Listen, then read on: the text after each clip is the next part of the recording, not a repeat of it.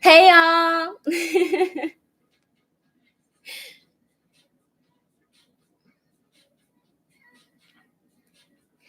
Hi you guys.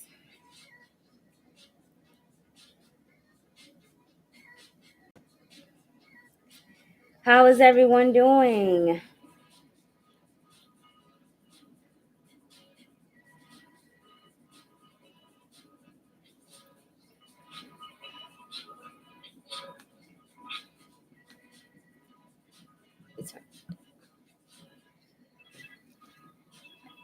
Hey Talanza, that's good. Hey Molly Polly. Hey Shakima. All right. I'm looking at timestamps. I know some of y'all were here early, but the free reading list starts at 8:30 p.m. Eastern Standard Time. And the first comment at 8:30 p.m. Eastern Standard Time is Molly Pale. So Molly Pale is the first person on the free reading list, and I'm going in that order. To be fair. So please, if you've not already subscribed, which hopefully most of you have, please do subscribe to my channel and turn on your notifications for when I do go live. Molly Polly will be first. Thank you for joining me. Hey, Kimmy Roberts, hi, welcome. Thank you for joining me. You're second. Talanza is third. Username T. Latrell. Thank you so much for joining me. Hey, Ty, welcome. Username iRock is fourth on the free reading list. Lachey, hey, welcome, Lachey. Thank you for subscribing to my channel and welcome. You are fifth on the free reading list. Shakima, username Varsity K is number 6. Miranda, hey, welcome. Thank you for joining me. You're number 7. Hey, Sade, welcome. Sade, you are first. You are first on my donator list. Thank you so much for your donation. Raven, hey, welcome, Raven. Raven, you are second. My first 5 donators are going to be first and all in order, and then I'll be doing my 2 and 2 like I usually do, so as to not to keep my free reading list waiting. And I have all 5 of those. Raven, you're number 2. I'm glad you're doing well. Hello, Sharonda. I'm glad you are also doing well. You are number 5 on my donator list, Sharonda. Thank you so much for your donation. I truly do appreciate all you guys who do contribute to my channel. Whether you submit a donation or you just show up here on Thursdays, I appreciate it so much. Kira, hey, welcome, Kira. I'm glad you're doing good. Kira, you are number 8 on the free reading list. Kimmy, I'm glad that you're doing well. Hey, boo. Hey, sissy. Moody B, that's my sister, y'all.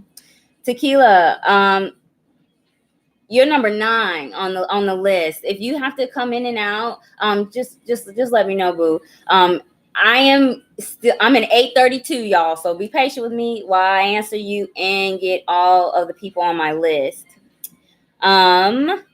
Benita, hey, welcome, Benita. Thank you so much for joining me. Everyone that is here, if you could please like this video, give me a thumbs up. If you've not already, again, please subscribe to my channel. Number 10, Benita. Jamari, welcome. Jamari, you're number 11. Hey, Joshua. Thank you so much for joining me. I'm glad you were able to come. Joshua, you're going to be number 12. Miranda, can I cash out now? Yes. If you would like to submit a donation, you can submit that to either my Cash App or my PayPal. That information is in the description of this video. If you need me to post it for you guys, I could definitely do that as well. If you do submit a donation, please do let me know in the comments until I acknowledge you so I can ensure that you are on my donator list as a priority and so that you can get your extended reading tonight. Molly Paul, you're so welcome. Hey, Malika. Yeah, Malika, what happened? Your phone died. Malika, you're good. You're on the donator list. You'll be number 6, Malika. Thank you for your donation last week. I truly do appreciate that. Anytime that you submit a donation and you have to leave, please do send me an email at 𝙆𝙧𝙧𝙍𝙠 or find me on Instagram or Facebook. Again, 𝙆𝙧𝙧𝙍𝙠. Let me know you submitted a donation. Put the email or your username, and I will assure that you get a card message. All of my donators will get a card message, whether you're here or not. If you're on the free reading list, I just ask that you are present when I call your name. If you're not here or have to leave, that's fine also. Just make it back before I sign off to get your card message. Okay.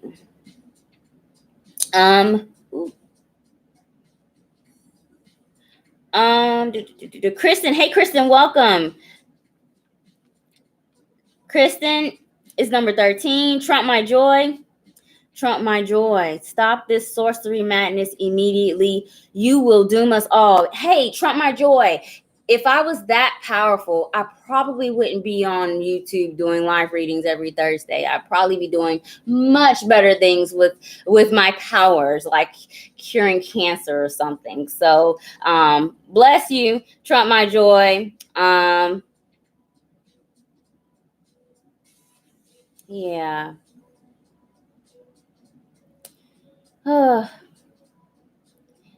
Yo, please don't entertain the trolls. Not on my channel. Just ignore them. It's fine. Everybody that needs some type of healing comes here, even the ones that don't want it. Hey, thank you guys. Hey, Claudie. Hey, welcome. Claudie D, you're number 14. Hey, Mimi on the catwalk. I know you had to leave last week because it was so late, but you're here on time. Thank you so much for joining me. You're number 15. Claudie, yes, you have been added. You are number 14. Hey, Ryu Sagi. Hey, welcome. Thank you so much for coming. You are number 16. Miranda donated. Let's move Miranda off the free reading list. Miranda, you are number 7 on my donator list. If you have submitted a donation, or if you want to ask a specific question, you can let me know. Otherwise, we'll be following the thing. So if you are a donator and have a specific question, and it is your turn for your reading, please let me know if you have that question, and we will move away from the thing for you. Maya, hey, welcome, Maya.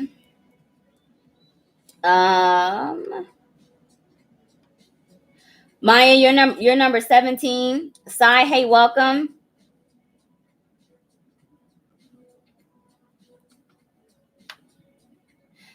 Sai, you're number 18. Shay, hey, welcome, Shay.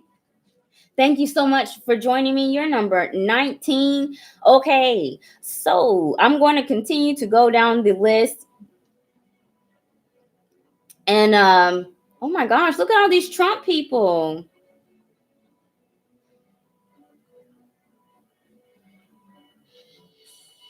That's entertaining. Shay, you're number 19. Kira donated. Kira, thank you for your donation.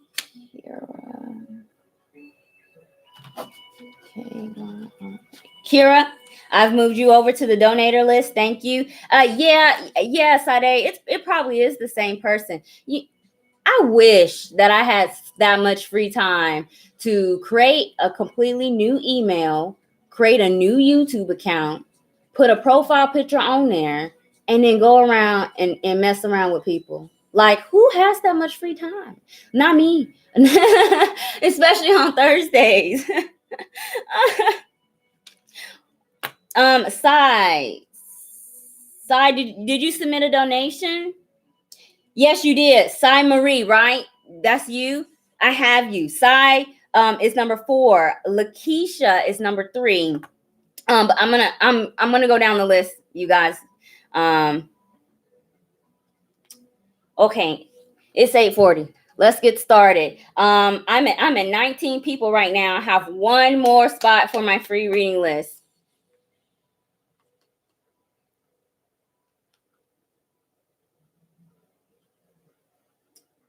Fake news CSN. Wow, this person has more than one account.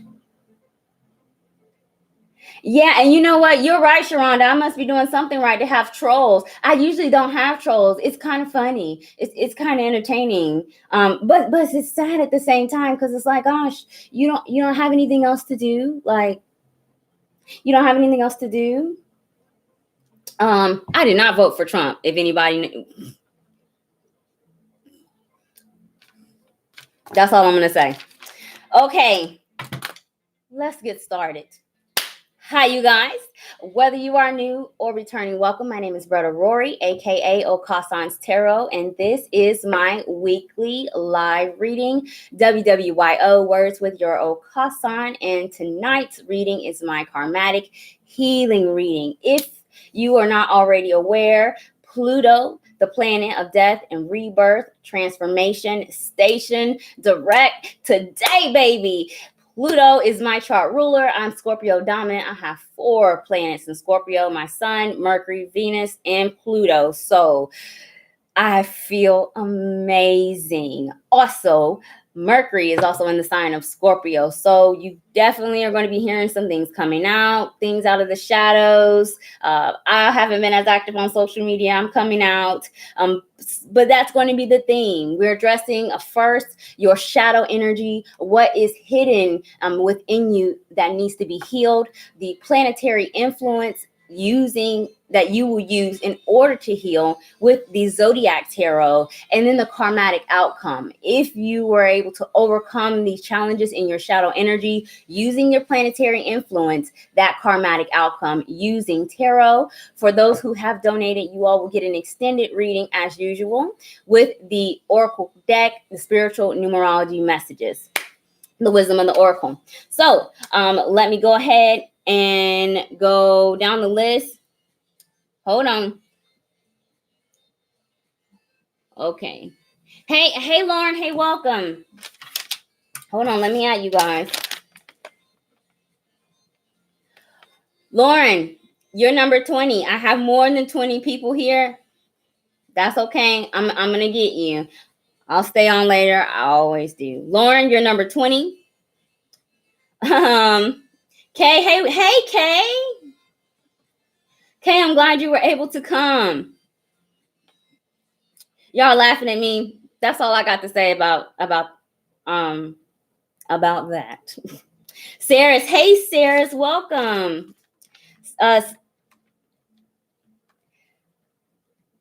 Sarah's, you have a reading coming, okay? Hold on. You have a reading coming. But I've added you tonight. Hello, Mama. Gaylena, hey, everybody say hello to my mom, my spirit mom, Gaylena. Mommy, I added you on here. Oh, Kira's a Scorpio too. Look at there, Scorpio. Trump says next thing you will see is that girl from the ring crawling out of the TV. Oh my gosh. If that really happens, I'm just going to sign off. But I don't think that's going to happen. Wow, Trump. Hey, Trump, my love. How many accounts do you have, dude? This is the 4th account in the last 5 minutes that I had to block? Annoying. Hey, Alyssa. Hey, welcome. Alyssa, I've added you on the free reading list. Okay, let me go ahead and get started. First, I'm going through my first 5 donators. I have Sade. Thank you so much for your donation. Raven, Lakeisha, who I'm not sure is here, and then Sai Marie and Sharonda. You all will be my first 5 people. And then I will go over to my free reading list. Male Pale is first, and then Kimmy. And then I'll go back to my donator with Malika S., Miranda Newbie. And then back to the free reading list with Talanza, Ty, I Rock. Then my donator, Kira. I have you all as well. And that is my last donator currently. After Kira, I have Lachey, Shakima, username Varsity K, Moody B, Tequila, my sister, Benita, Jamari, Joshua Owens, Kristen, Claudie D, Mimi on the Catwalk, Ria Usagi, Maya Hinton, Shay Shay, Sex Potions and Petals, that's Miss Lauren, Kay, Saris Wari, Mama, Scalina, and Alicia. Ria is a Scorpio moon. You have Scorpio in the 4th house. Wow, Scorpio in the 4th house and Pluto's. Let me tell you, Scorpio moons have a natural BS detector. It is, I have a lot of friends with the Scorpio moon. My youngest daughter, Julia, also has Scorpio moon. They're good. They're really good people, but they don't have very many close friends for good reason. All right. So let's go ahead and get started, y'all. I apologize for my trolls, but I do appreciate you all not engaging with those people. But I hope that you have been entertained. Sade is first. All right, let's go ahead and get started with your reading.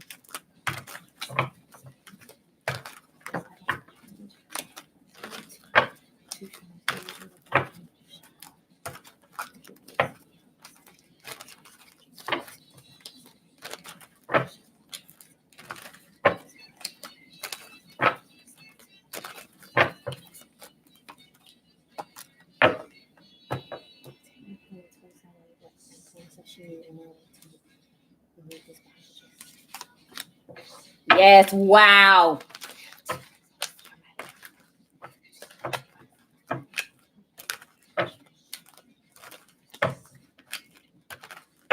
Wow. So if you didn't know, Sade Ruby Light suggested the theme for this reading last week, but she was unable to attend. So I decided to do this reading this week because I knew she would be here. You are first. 5 of Pentacles is at the bottom of your deck, Ruby. 5 of Pentacles is the energy of scarcity. Maybe it's concerning your finances, career as well with the Pentacle energy. Maybe it is that you feel like you don't have enough time, energy, or money to take care of the things that need to be taken care of. This seems to be a karmatic problem that you deal with throughout your life. Not only with money, but our values. Maybe it is that you feel lost with getting people that truly fit your needs or getting your needs met in general. And it's the theme of your reading. Your shadow energy. We've got nothing but pentacles here for you, Sade. Is represented by the Ace of Pentacles and the 6 of Pentacles. You give way more than you should, especially concerning money, your time, your energy. You got to stop. It holds you back. Spirit really does want you to overcome these blockages. Maybe it is that you constantly find yourself being owed time, owed money, and it inhibits you. The planetary influence that's going to assist you with overcoming this shadow energy is Saturn, the Lord of Karma. This is a karmatic reading. You chose this theme, and Spirit is here to tell you you are actively in the process of removing these blockages with the Saturn energy. Saturn stationed direct about 2 weeks ago, so you should be seeing things picking up for you. Discipline and commitment to your goals and hard works, as well as your standards in all areas, is what is going to help you overcome this shadow energy. And your karmatic results, Ruby, represented by the Sun energy and the 10 of Wands. 10 of Wands is that carrying the weight of the world on the shoulder, those heavy burdens, I'm the only one that can do it, or if I don't do it, it won't get done right. You will be giving these burdens away. This is a release of this. And it's also the number 10. That's Wheel of Fortune energy, success, completion. You're doing this here. And the result is going to be you will be receiving something. Ace of Pentacles is new job, new money, new property energy, and it's currently a blockage. If you put in the work, you will be receiving this. let's go ahead and see what your numerology influence is with the Oracle deck.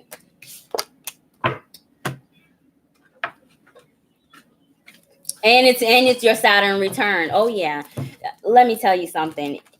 The first thing, if you don't know about Saturn return, you need to find out, especially if you're 28, 29, 30, 31. You are actively in your Saturn return.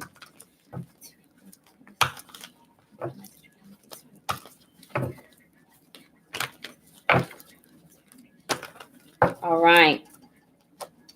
Milk and Honey is your card message. In this deck, it's the number 51. 5 + 1 is 6. Lover's card energy and tarot Gemini energy. Milk and Honey. 6 is sacrifice and reciprocity, an equal give and take. See, it's not, and you need to get it equal here. Strengthen your boundaries. Only give to who is truly deserving. Milk and honey, and the high vibration is the energy of abundance here, and you're an abundant being, and you can create and manifest whatever it is that you want. But in the low vibration, when you're not getting what you need back, that's when it's time to cut it off. It's blocking you here. 6 is your number. Definitely in the next 6 weeks will you be seeing that Ace of Pentacles show up for you, Ruby. All right. Thank you so much for your donation and for joining me, and I pray that your reading resonates. All right. Raven is next. Raven, did you have a specific question, or did you want to go ahead and go with the theme?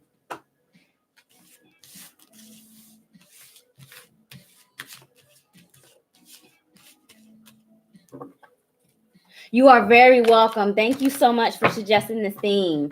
And anybody, that's open to anybody. If you have an idea for a Thursday reading, just send me a message and I will consider it. And it may be the theme for that week's reading. All right, Raven, take the theme. All right, let's go ahead and get started with your reading.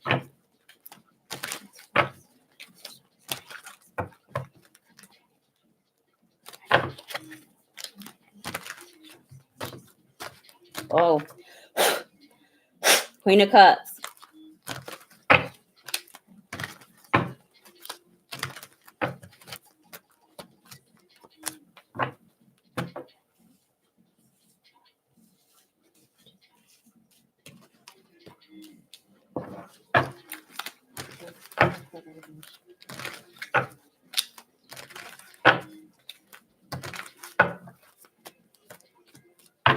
All right, Raven. 4 Wands is at the bottom of your deck. The 4 Wands is my personal 1111 card. And as you know, 1111 is the number for spiritual ascension and awakening. And this is a karmatic healing reading. So you're working on it with the 4 Wands, establishing harmony in your life, whether it be with friends or family. You are trying to break the karmatic cycle of not having this supporting energy in your life. Maybe there are also some challenges concerning family or romance with the 4 Wands, as it is the marriage card, and you are actively working on breaking that cycle. Your shadow energy is represented by the Judgment card, clarified by the Ace of Pentacles. So Ace of Pentacles has, now it's the second time it's come up. Judgment card is the energy of the resurrection. It seems that as soon as you get started, Ace is number 1. You get kicked back. Take 2 steps forward, 3 steps back. Things keep coming up, even when you thought that they were over with here, especially concerning a career, finances, and family. Ace of Pentacles is also personal values energy. You are stuck on a karmatic cycle of learning to value yourself, especially as this relates to love with that 4 Wands energy. You are attracting people that are soulmates, but they're not life partners. And it's time to break that cycle, Raven. You will do this using the energy of the planet Venus. Venus represents love, unconditional love of self and others. And Unconditional love means exactly that. And sometimes, Raven, you've got to learn to love from a distance to protect yourself. When you start establishing these healthy emotional boundaries, you have a karmatic, energetic outcome represented by the High Priestess and the Three of Wands. You are graduating, Raven, from an empath to a clairvoyant. What this means is that you will feel other people's energy, but you will notice that whatever's off with you isn't your problem. Not only that, it's not your problem to fix people. Healing broken, men, healing, family members that don't want to take responsibility of their lives. This is a cycle that needs to be broken here. And the Three of Wands is future energy. This is definitely going to propel you to getting to the other side where your blessings are, especially as this relates to family and love, Raven. Let's go ahead and see what your numerology influence is with the Oracle deck.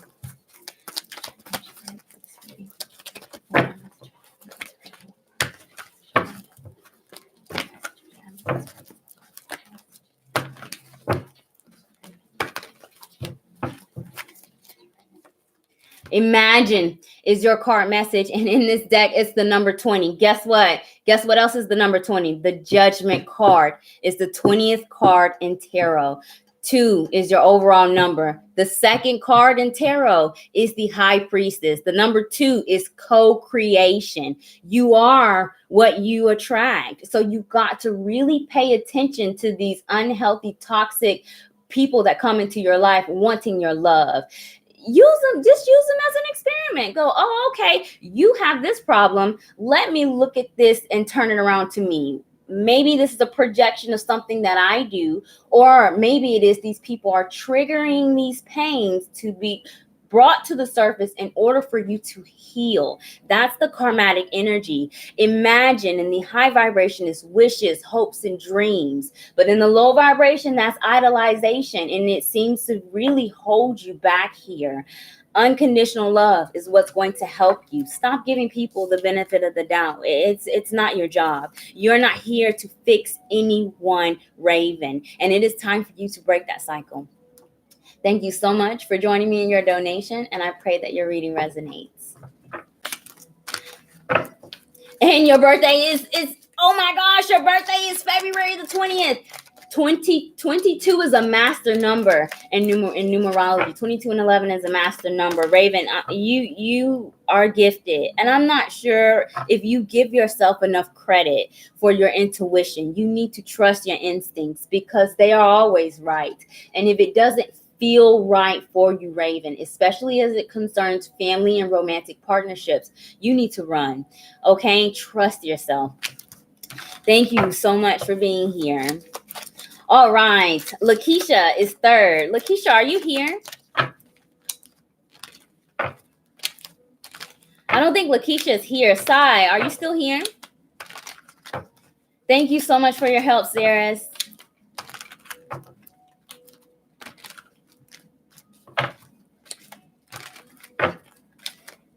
Yes, Raven. All right, Sai. Did you have a specific question, or are we sticking with the theme? You're very welcome, Raven. Thank you so much for your donation.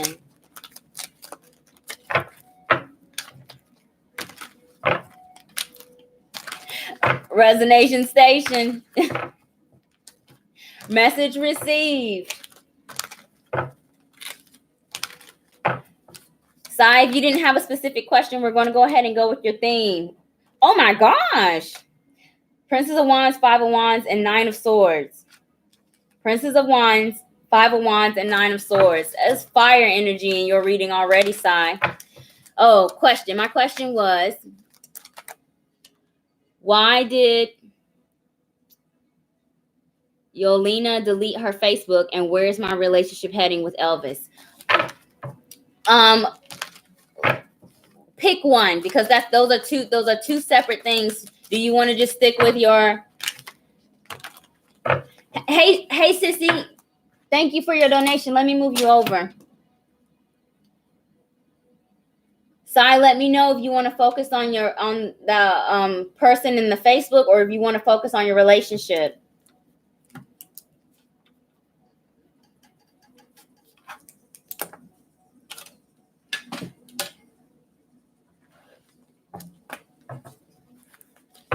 All right, relationship side. All right, let's go ahead and see. Four of Pentacles, where is it?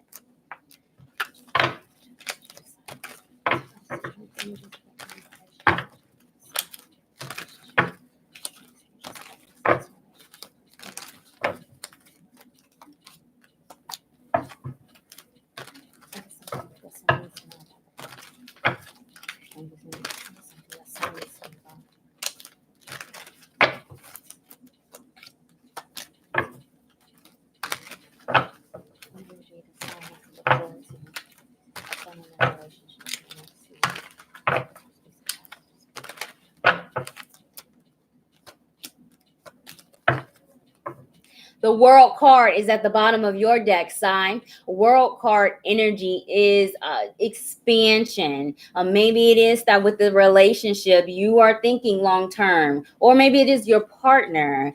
There may be a long distance relationship when the World card shows up, or there's been some time since you've either seen each other or talked to each other, or you have obligations that keep you from seeing each other as much as you want to. Distance is the thing with the world. Traveling as well. That's where distance comes apart, but expansion overall influences your love reading. I asked Spirit to show me the two strongest energies influencing your relationship, and we have the Chariot card and the Five of Pentacles. Chariot card energy is Cancer sign. It could be in your chart or your partner's chart, but it seems that you are trying to work past some obstacles, feelings of insecurity with the Five of Pentacles. Both of you, there is some type of wound, maybe concerning abandonment, childhood issues, not being taken care of or giving the love that you needed as a child, that is influencing your relationship here. And it's coming off on both sides, honestly. The second message Spirit is telling me is that somebody is giving more than the other and is feeling depleted. Five of Pentacles is scarcity energy, but with the Chariot, the intent is good for both sides. Victory over all obstacles. I asked Spirit side to tell me something that we need to know about your partner. And that energy is represented by the Ten of Pentacles, clarified by the Sun. Your partner is really trying to establish and maintain some level of independence, whether it be financial independence with the influence of the Pentacles, or emotional independence in general, because this is a love reading.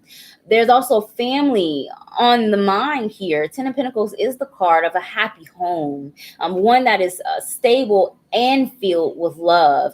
The Sun is Leo energy. It could be in your chart or your partner's chart. However, it's a yes card. It's a yes energy. It's hope. It's optimism. Keep the faith is what your partner wants you to know, and believe in him. Maybe you might have to have some more patience with this Leo energy. There could be some ego wounds that your partner is struggling to heal from, that's affecting either his money or his career or just the relationship in general. Sai, I asked Spirit to tell me the two strongest energies influencing your relationship in the next 30 days. And we have the Five of Swords clarified by the Eight of Wands. So I saw the World card energy is distance, right? Eight of Wands is also an energy of travel. However, I still do feel like there are going to be some restrictions and obstacles that you all will need to overcome to close that gap, whatever it is that's keeping you all apart, because of the influence of the Five of Swords. Swords cards represents our mind, our mental activity, as well as communication. And when the Five of Swords comes out, it's a card of surrendering, to have to give something up, or to stop here, like a temporary pause, because a change is needed. I feel like that there definitely are some external circumstances that are influencing you all's relationship. But overall, it's okay, as long as there's an equal give and take of love, as well as money here, if money is influencing the reading. Be very patient, because if your partner is experiencing some financial difficulties. They are really working on it. And also, if you're the giver in the relationship, they realize this, that they need to step it up with the Ten of Pentacles, and they're really trying. So please have some patience here. Don't rush. I feel like rushing. Eight of Wands is also a rushed energy. Don't rush. Spirit is advising you to not rush. Especially if he's talking about moving, like moving in with each other. Don't rush that right now. But overall, there may be some challenges, but I'm not seeing any heavy challenging influences that you all could not overcome. Let me get the numerology message for your love reading side.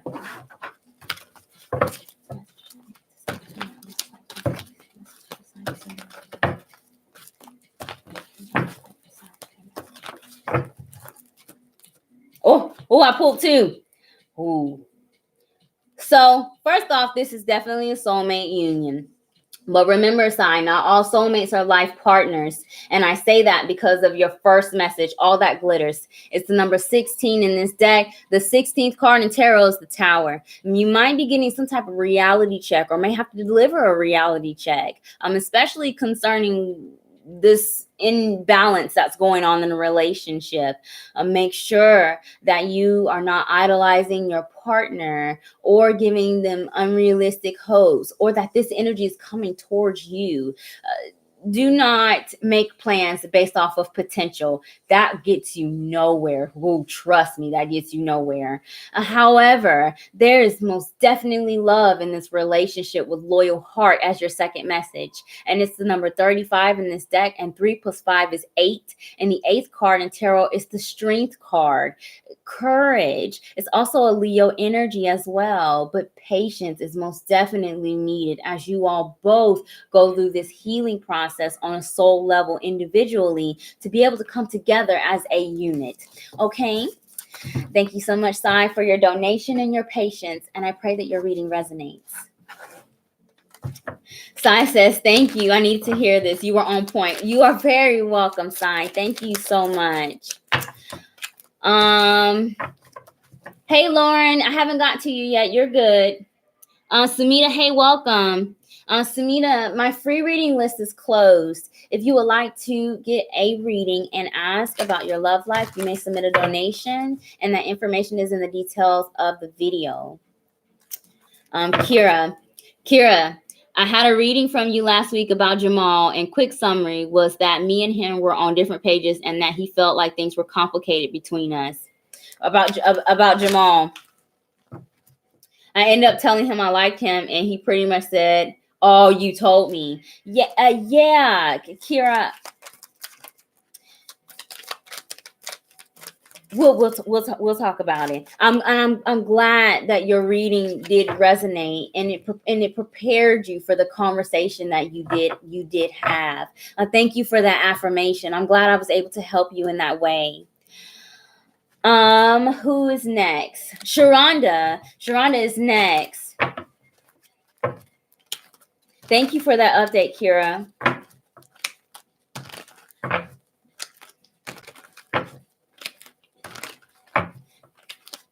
You're very welcome. All right, Sharonda, let's go ahead and see what your shadow energy is.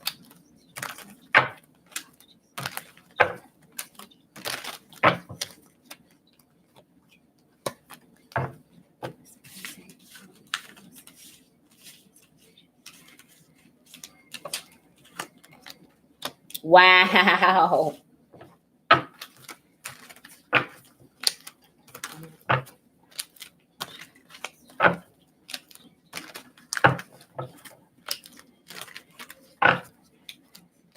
I saw the Ace of Swords. I try to close my eyes when I shuffle to not cheat. All right, Sharonda. 7 of Pentacles is at the bottom of your deck.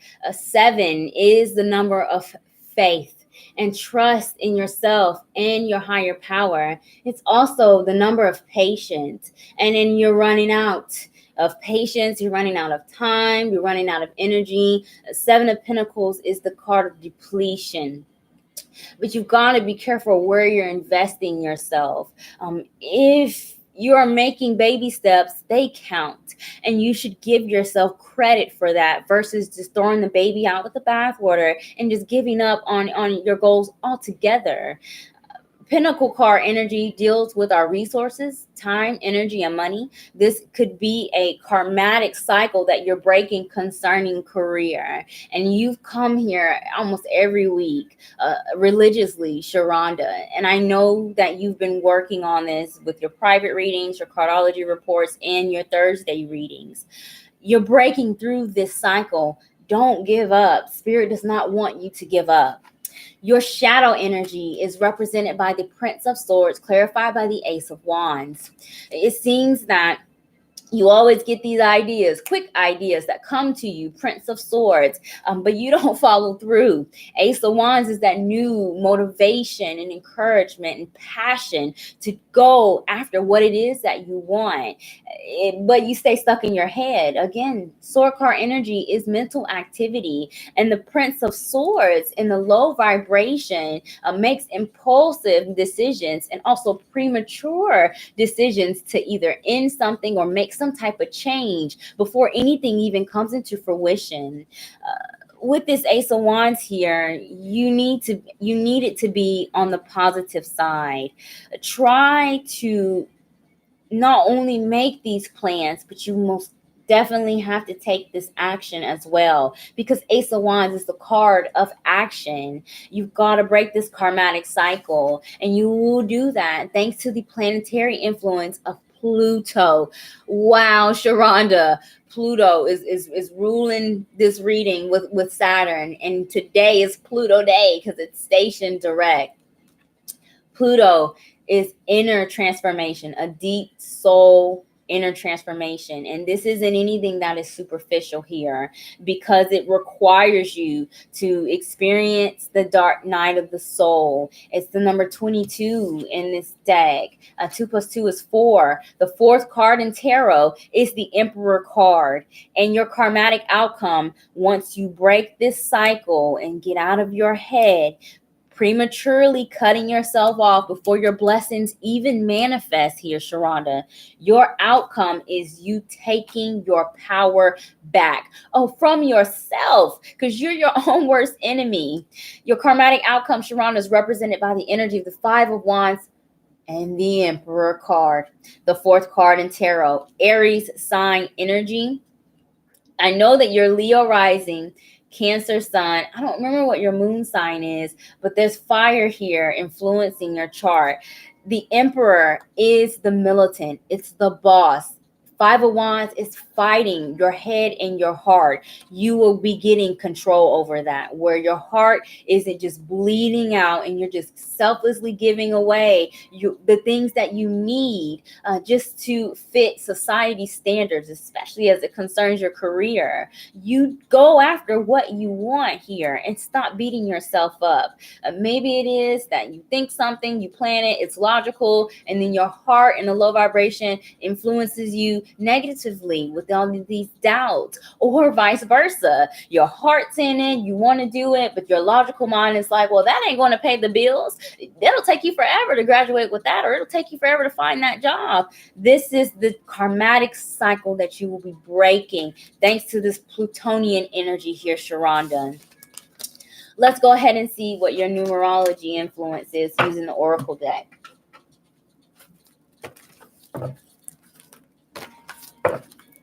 Okay, Molly Polly, thank you for letting me know.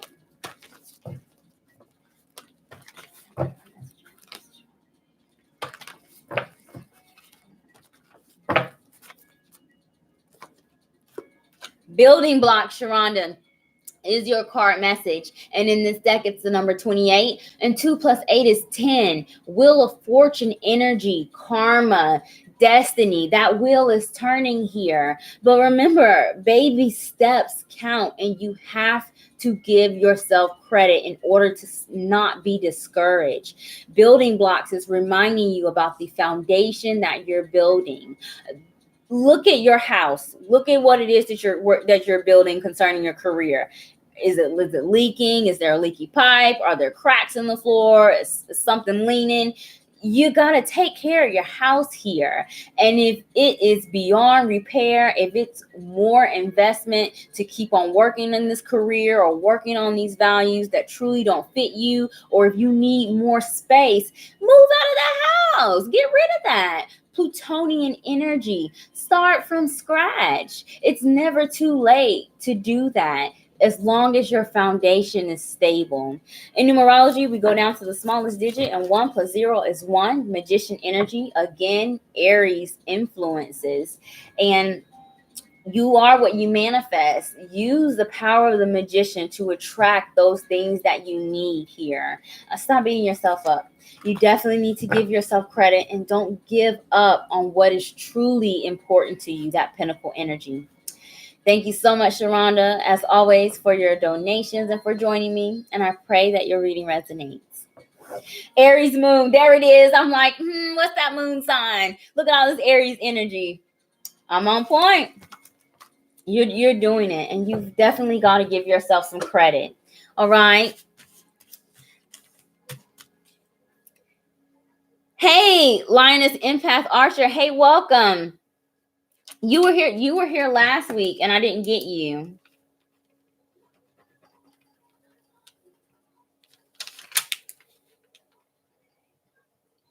Lioness, I've gone ahead, because you were here last week and I didn't get to you. I've gone ahead and added you to my list, although the free reading list is closed, because I missed you last week. All right. Sharonda was my 5th donator. Now moving on to the free reading list. Molly Polly said that they had a phone call. Are you back?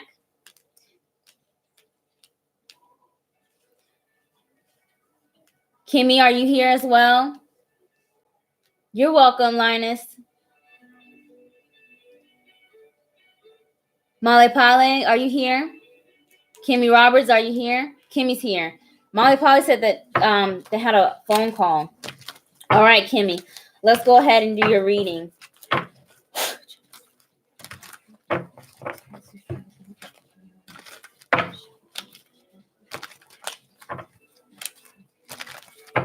I saw the Temperance card, Sagittarius energy.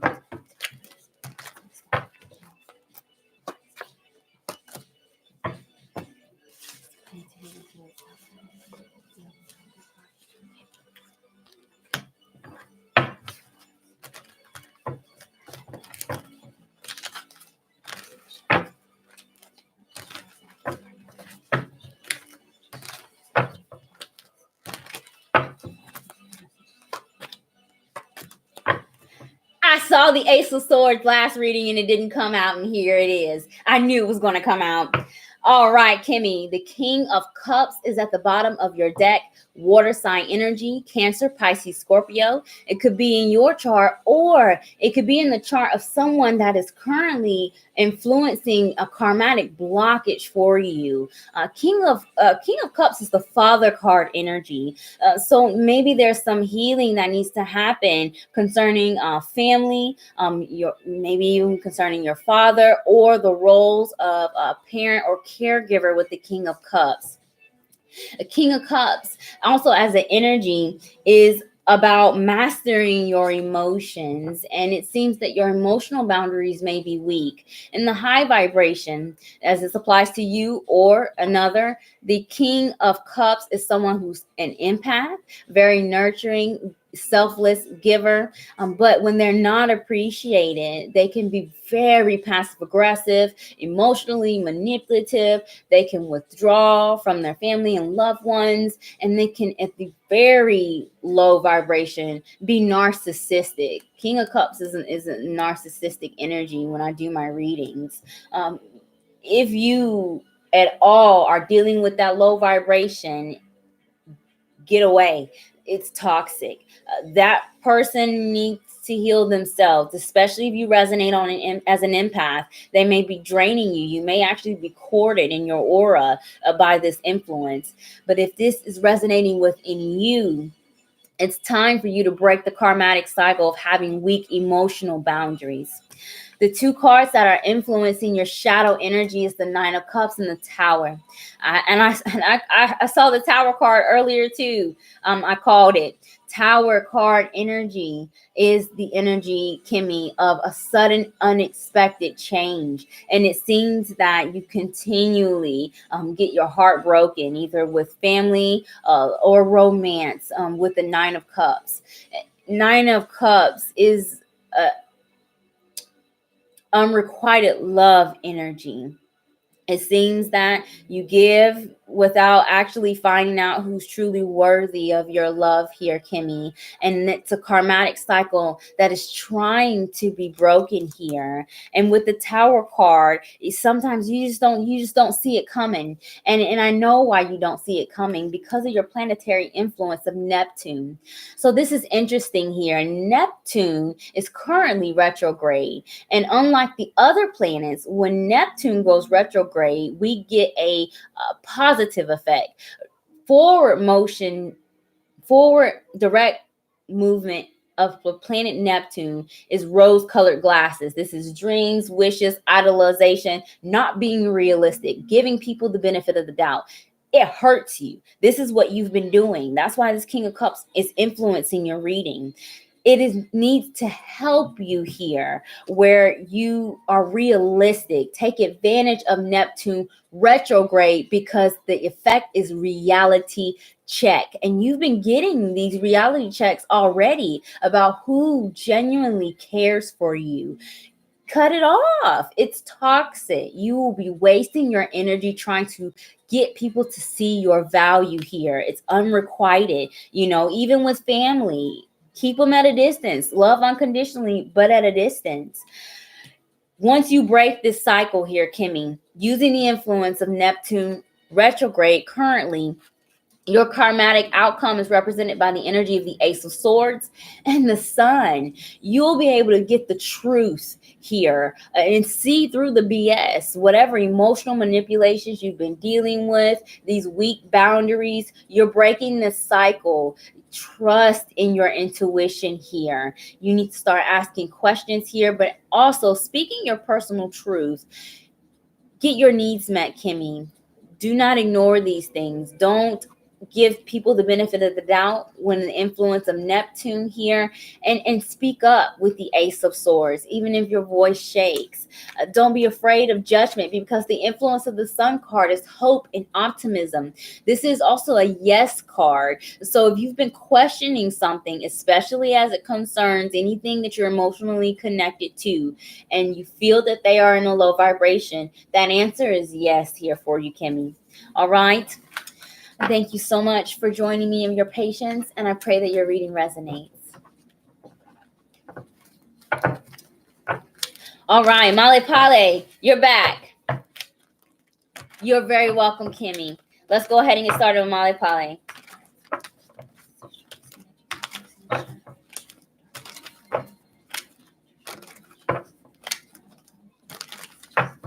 I saw the Queen of Pentacles.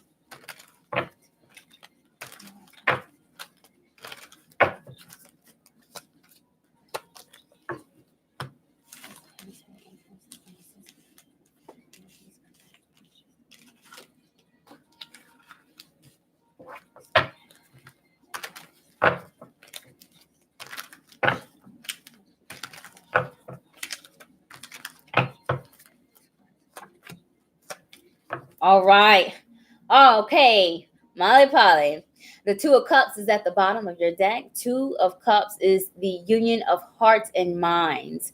There may be a karmatic pattern that you are repeating concerning your emotional connections, specifically love and soulmates, romantic partners with the Two of Hearts. First of all, in order to establish some healthy emotional connections and romantic connections, you got to have self-love. And if you do not love yourself, no one is going to treat you in that way. You're going to attract that same energy back to you. Break that cycle, Male Pale. As it concerns family as well, soulmates, life partnerships. Some are for a season. Not everyone is meant to stay. And maybe it is that you're learning a hard lesson of when to let go and in love from a distance with the Two of Cups energy. The karmatic influence of your shadow is the Ace of Wands, clarified by the Prince of Swords. So with this, your shadow energy, this is the second time the Ace of Wands has come up in the shadow energy. A Princess of Swords is air sign energy, Aquarius, Gemini, Libra. It could be in your chart or the chart of someone that may be blocking you from this karmatic healing. As soon as you get started, or you get an idea, or you get passionate, you maybe express yourself to loved ones and you don't get as much support. Maybe it is that people talk behind your back, or they discourage you in their words, and then you never get this idea off the ground. This is a karmatic cycle that you need to break. Princess of Swords is also energy of someone who's not very good at expressing themselves with communication. As a blockage, the Princess of Swords is very passive. It likes to dig and look for information to be 100% sure before starting this new venture. You are not always going to be 100% assured on the spiritual journey, Male Pale. And that's when trust is needed in order for you to be in this new beginning. Stop looking so hard for the answers because it is blocking you karmatically. Faith is what's going to get you through. And you will do this using the planetary influence of Saturn, the Lord of Karma. Saturn also is energy of discipline with our commitments.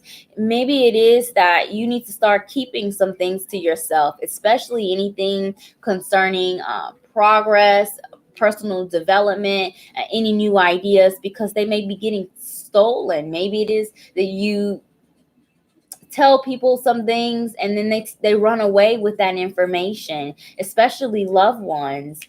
With Saturn,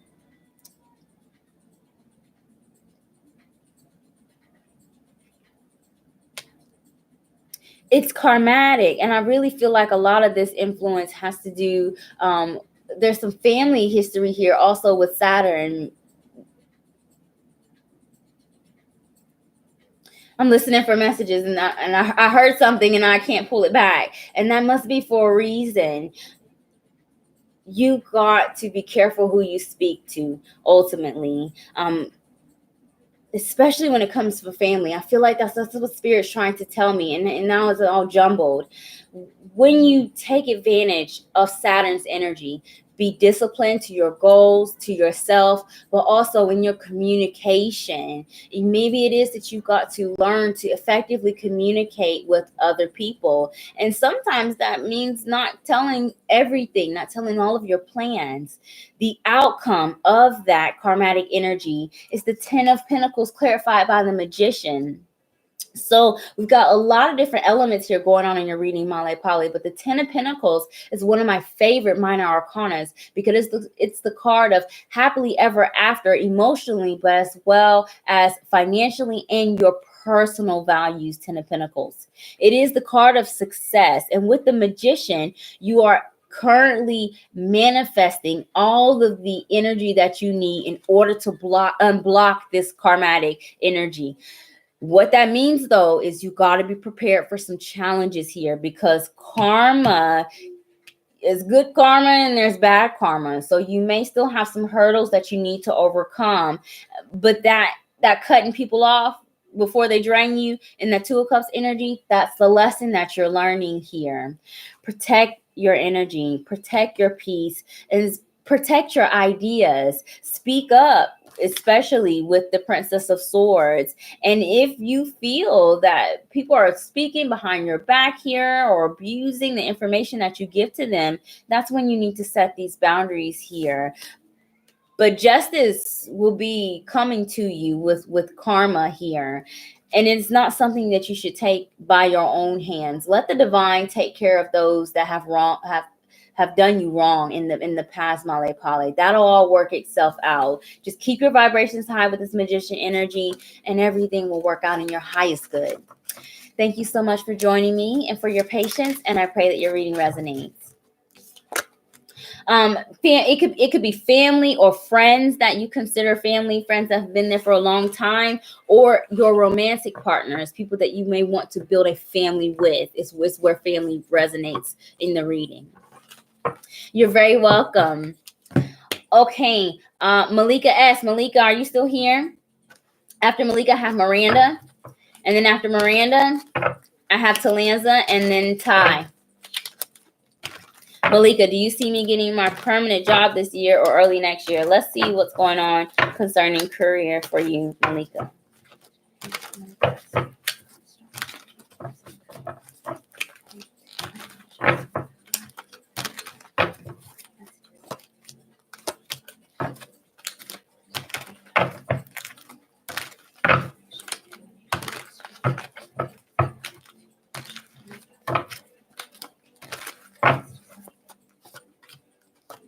Wow.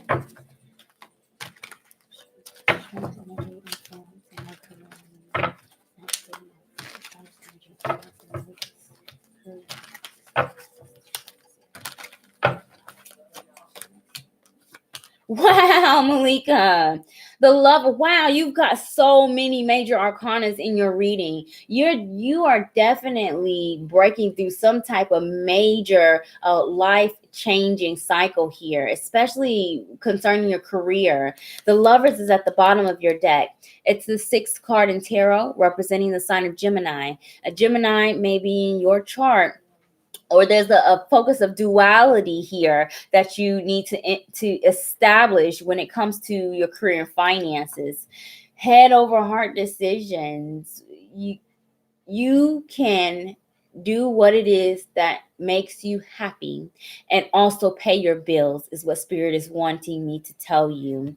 I asked Spirit to show me the energy influencing your career right now, and it's heavy. Wheel of Fortune, karma, destiny is the number 10 in this deck, and the Devil. Capricorn energy, Saturn energy is influencing your reading and your career. I feel like first message I'm hearing is obsession. Please, Malika, try very hard not to obsess over the negative influences concerning money and career right now, because it will manifest. These are two major arcanas. If you are in a low vibration or extremely discouraged, try to pick your spirits up, because the wheel is turning.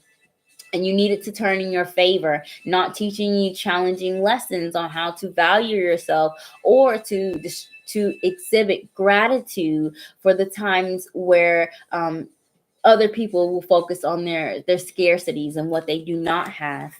There is some type of challenge in your career with the Devil energy, something very toxic. But you have the potential to break through with the Wheel of Fortune, as long as you keep your vibrations high. I ask Spirit, are you going to get this job by the end of the year? I have Tower card energy in the 9 of Cups. Tower card and the high vibration is surprise. 9 of Cups is the energy of wish fulfillment.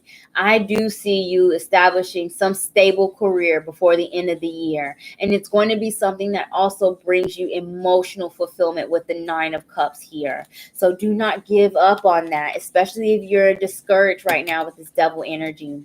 I ask Spirit, show me whether the 2 strongest energies influencing your career between now and the end of the year. Malika, we have the Chariot and the Princess of Pentacles. The Chariot is Cancer energy, but it's ultimately victory over all obstacles. It's the 7th card in tarot, Malika, and the 7th card, number 7 in numerology, is faith. And you need to continue to keep the faith and manifest what it is that you are desiring, instead of focusing on the negative and the Devil energy. Princess of Pentacles is earth sign energy, but it's the student. If you are currently considering going to school or getting some type of certification, Spirit is encouraging you to pursue that. Do not hesitate. Do not wait any longer. It will be good for you. The job that you will be in You'll probably be in a subordinate position, may not be in a position of authority. However, there is going to be growth, opportunity, and potential with the Princess of Pentacles. It will be something that you will be able to build a career out of. It may not be a company that you stay with long, but it will be skills that you can use in the future as well. I would not be concerned, Malika, about this establishing some stable career here. You have very positive influences in the future as long as you can get through this devil energy that's currently influencing you. Let's go ahead and see what your oracle message is and then numerology influence.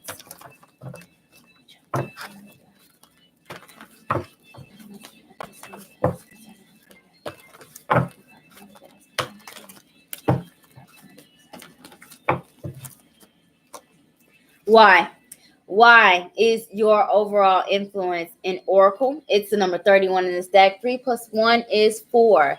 Fourth card in tarot is Emperor energy. Why? Why is it that you want the job that you want? You've got to ask yourself, what is truly important to you? Are you trying to manifest more money?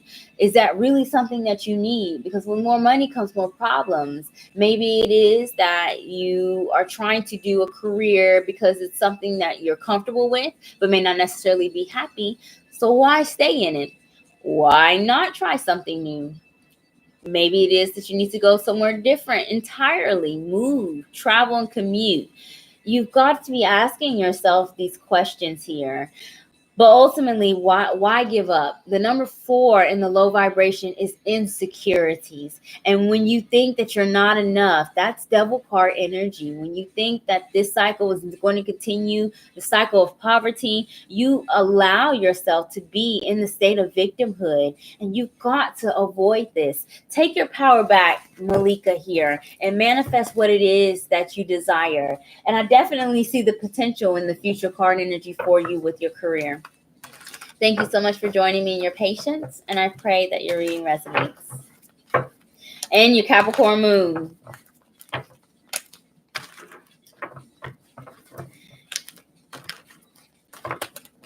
You are very welcome.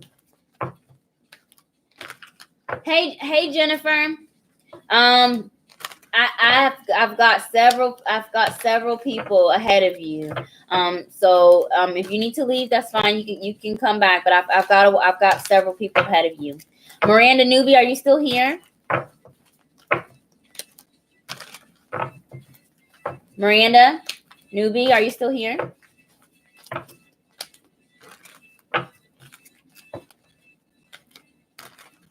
All right, Miranda.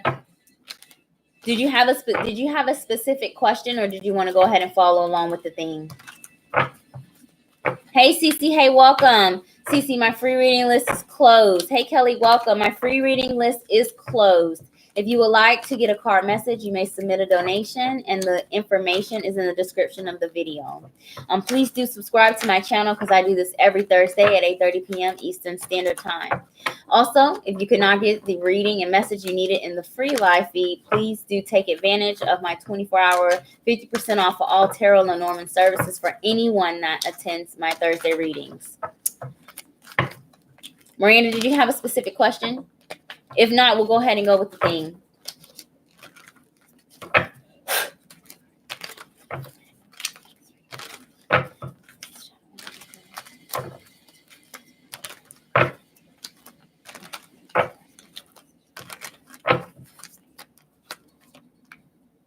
Okay.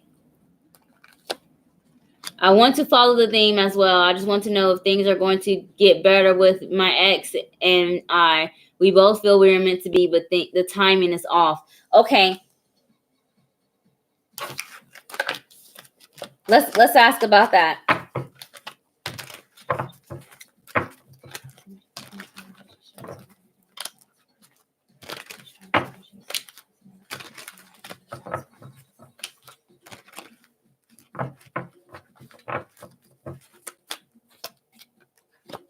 Oh, look at there.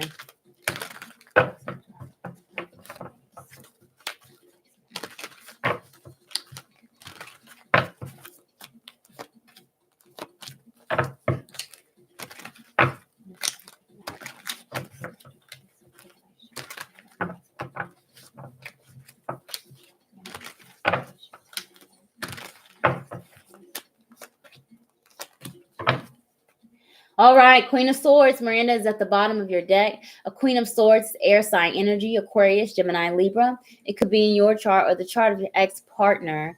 Someone's definitely being passive aggressive. Low vibration Queen of Swords energy is passive aggressiveness, withdrawing from communicating or not communicating effectively, telling half truths, partial truths, no truths is influencing this reading here.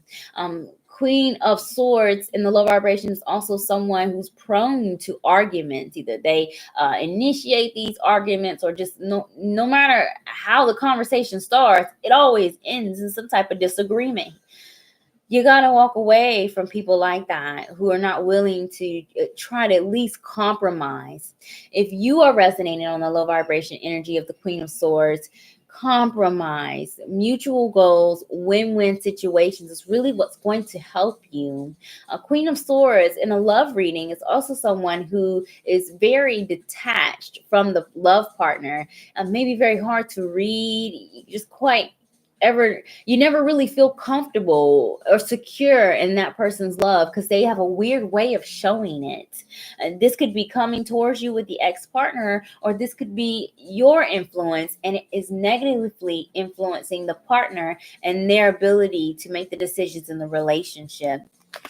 I asked Spirit to show me the two strongest energies influencing the relationship between your ex-partner and yourself. And we have the Prince of Wands in the reverse, clarified by the Six of Swords. So I don't usually read reversals because I interpret both the high and low vibration of all cards whenever I receive my messages. But because this specifically came out in the reverse, I will interpret it this way. Prince of Wands is fire sign energy, Aries, Sagittarius, Leo. In the low vibration, this is someone who's not very reliable. They start relationships, they make these plans, they give you all the good stuff, they talk the sweet nothings in your ear, and then when it's time to show up, they run away. They're nowhere to be found.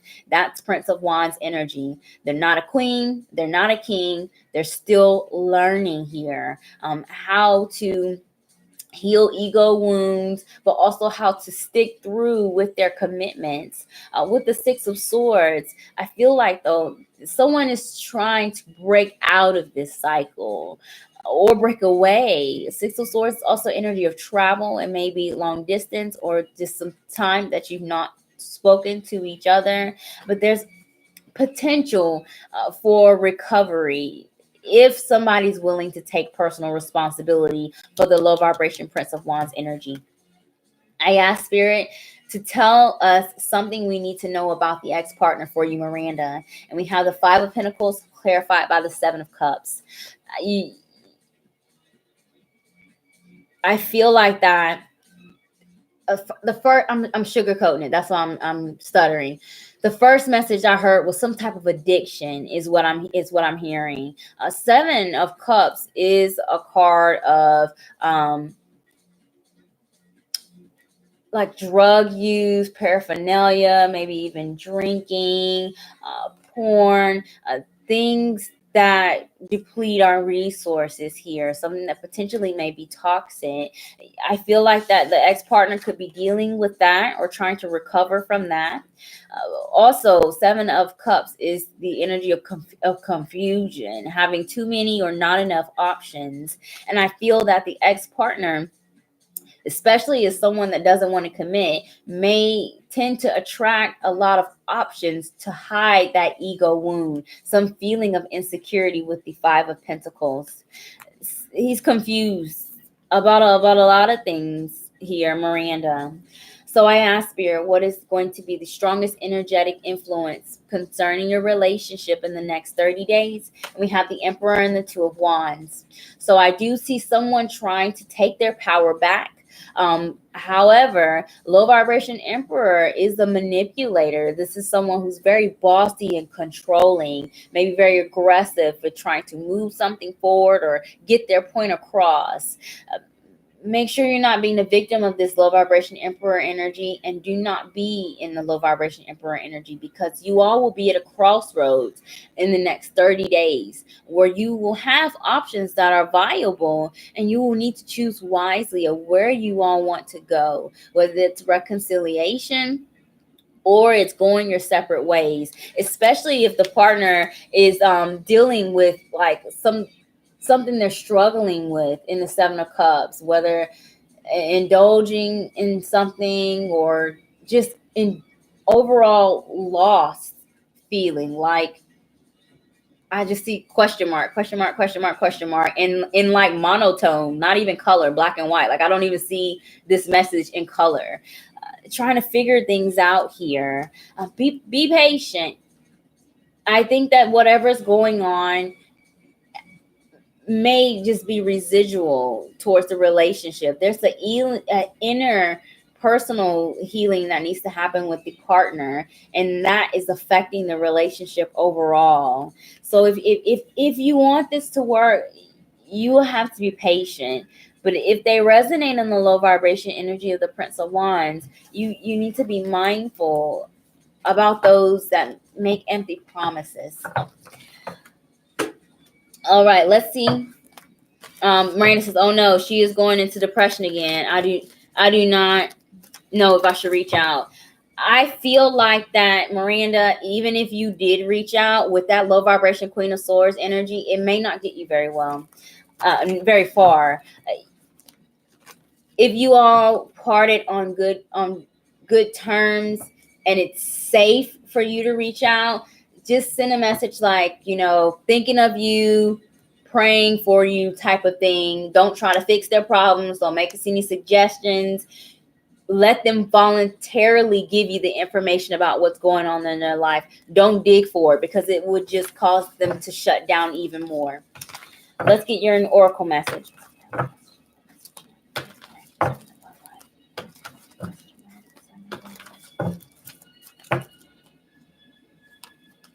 Yeah, message in a bottle. So yeah, I do think that even if you don't reach out, you all will be talking sooner than later. It's the number 15 in this deck. 1 + 5 is 6. Lovers card energy, Gemini energy also, but this is communication. So again, be prepared for it. If you do reach out, show your support. Expect not to get any messages back. I'm really seeing and hearing low vibration Queen of Swords energy, but I do feel like they have something that they want to say and share with you, but they won't tell you everything that's going on for sure. Okay. Thank you so much, Miranda, for your donation and for joining me, and I pray that your reading resonates. Hey, Cheryl, welcome. Cheryl, my free reading list is closed. If you would like to get a card message, you may submit a donation, and that information is in the details of my video. All right, Talans, are you here? Ty, are you here?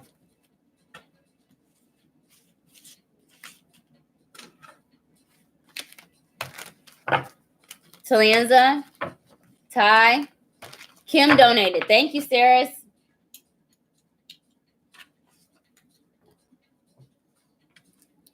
Kim Soros.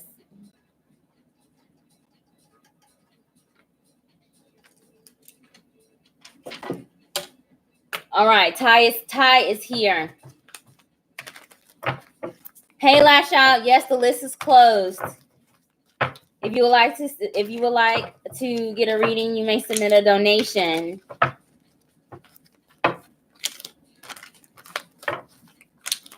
All right, Talanza is here. Talanza, I'll take care of you and then Ty.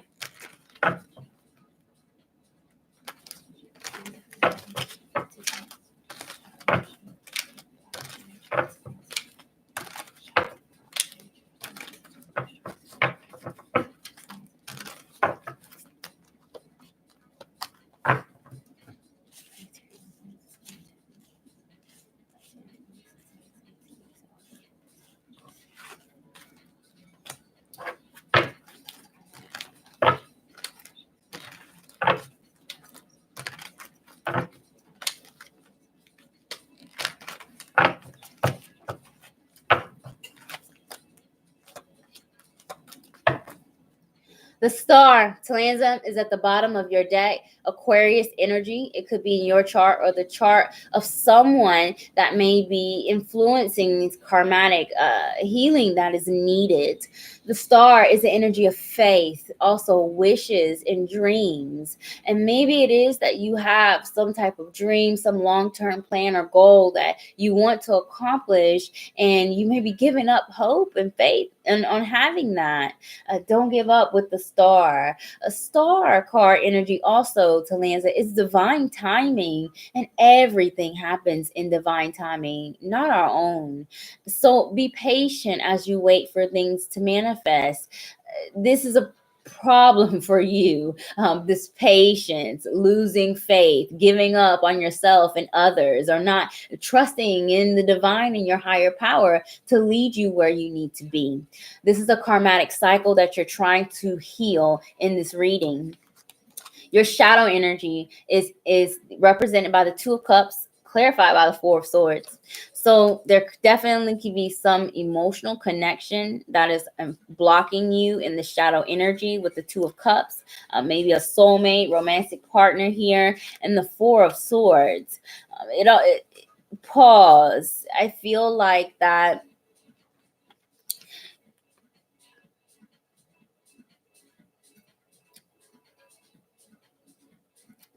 truth is the energy of the Four of Swords.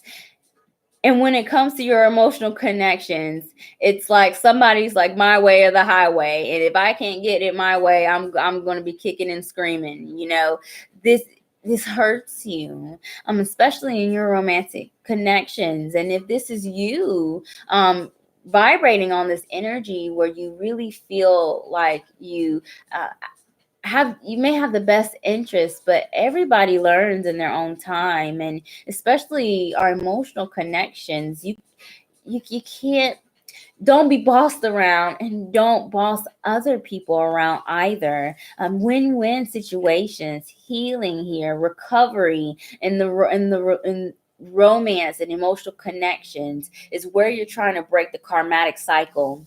And you will do this, Talanza, using the energy of the sun. The sun is the ego in the self, and you've got to have healthy emotional boundaries and be confident in your own self to be able to remove these blockages here karmatically. Low vibration ego energy and sun energy is bossy. It's someone that's selfish, maybe only sees things from their perspective and not the others. And empathy is really what's going to help you overcome these blockages. The karmatic results, if you take advantage of the sun card energy and find some mutual goals, or either compromise at a minimum here, Talanza. We have the Three of Wands and the Seven of Swords. So anything that you are unsure about, or this doubt, or this fear of moving forward here, wherever this is resonating, is going to be broken. Three of Wands is the energy of the future, making long-term plans and goals. It seems that you keep repeating the same cycle and maybe not getting as much progress concerning romance or family here. Same thing, it's like the same thing over and over again. And it's because of this ego battle. You seem to be clashing heads with other people. Three of Wands is you all being on the same page here, using creativity and originality to come up with something new, salvage these things. This isn't something that you need to run away from. With the Seven of Swords energy, you will be seeing also the truth into why you have these ego battles, or why it is that energy comes towards you. There are things that people are not telling you, especially your emotional connections, that causes this friction. And you may need to put some sugar on your words in order to get that to come out for them. Okay? Thank you so much, Talanza, for joining me and for your patience. And I pray that your reading resonates.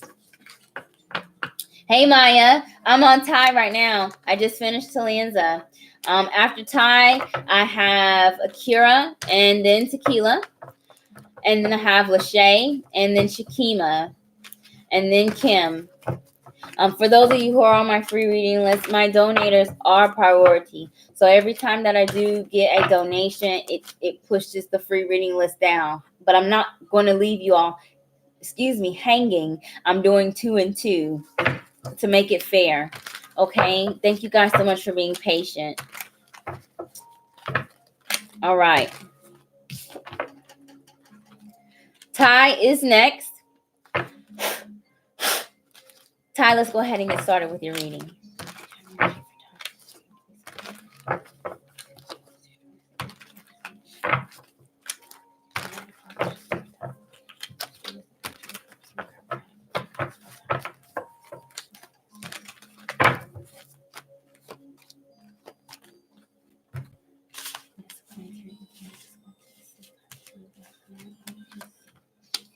Oh.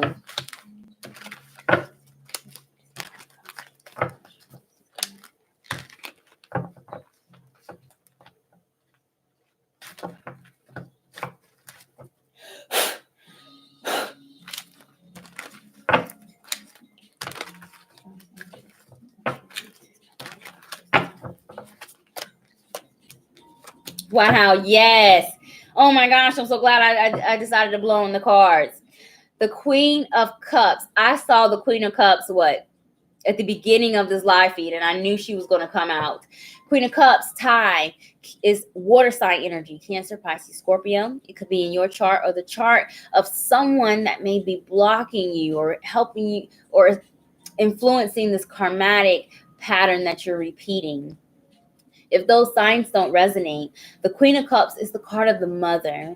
She's the mother of tarot, a very nurturing, empathetic person, gives their whole heart without any questions. However, Queen of Cups constantly finds themselves in unrequited situations where she's not appreciated.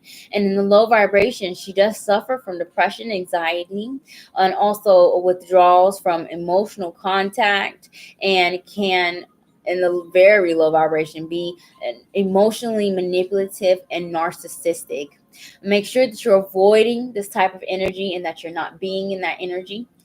There may be an influence on your responsibilities and duties as a caretaker or a mother with the Queen of Cups energy influencing this karmatic blockage that you're experiencing here. It's time to break that cycle.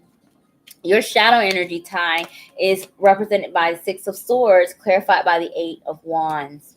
So, Six of Swords and Eight of Wands are both energy of travel, distance, recovery, finding solutions to problems. You struggle with being able to establish and maintain these things. It's like you put out one fire and then another one begins, especially concerning your duties as a parent or caretaker or your emotional connections with the influence of the Queen of Cups. Six of Swords and Eight of Wands is that travel energy. If you maybe either you don't want to move, you don't like change, or you change so much. You're constantly changing jobs, changing residents, having people coming in and out of your life and your home, asking for this emotional support. It's a karmatic cycle that needs to be broken here. And you will do this thanks to the influence of the sun. Sun is the energy of ego, of having healthy boundaries overall. You have to hold yourself accountable for whoever it is that takes advantage of you, that makes you feel unappreciated, that makes you feel emotionally drained. Those boundaries are what's going to help you eliminate this karmatic cycle. The sun is also influence of our personal identity. And maybe it is that you are constantly revamping yourself, or you feel like you need to continue to change yourself instead of being comfortable with the skin that you're in, flaws and all. Our vulnerabilities are gateways to new beginnings. It teaches us where we are weak and where we can improve. And you got to be comfortable with that. It was what makes you human, and that is okay. You're a spiritual being living a human experience, and you've got to start to accept yourself in order for others to accept you as well. And you don't find yourself stuck giving yourself selflessly and not getting that same love or support in return. Once you take advantage of the energy of the sun and break this cycle, maybe it is you need to move again, expand your mind. You have the influence of the Hermit and the Wheel of Fortune tie. You are graduating. The Hermit card is the energy of graduation. It's also the energy of light workers. You're gifted and you're a healer in your own right here. Not all healers are tarot readers. However, it's not your responsibility to be taking care of and fixing other people, especially if you're sacrificing your own needs or giving your own identity away, things that are truly important to you away in order to have that.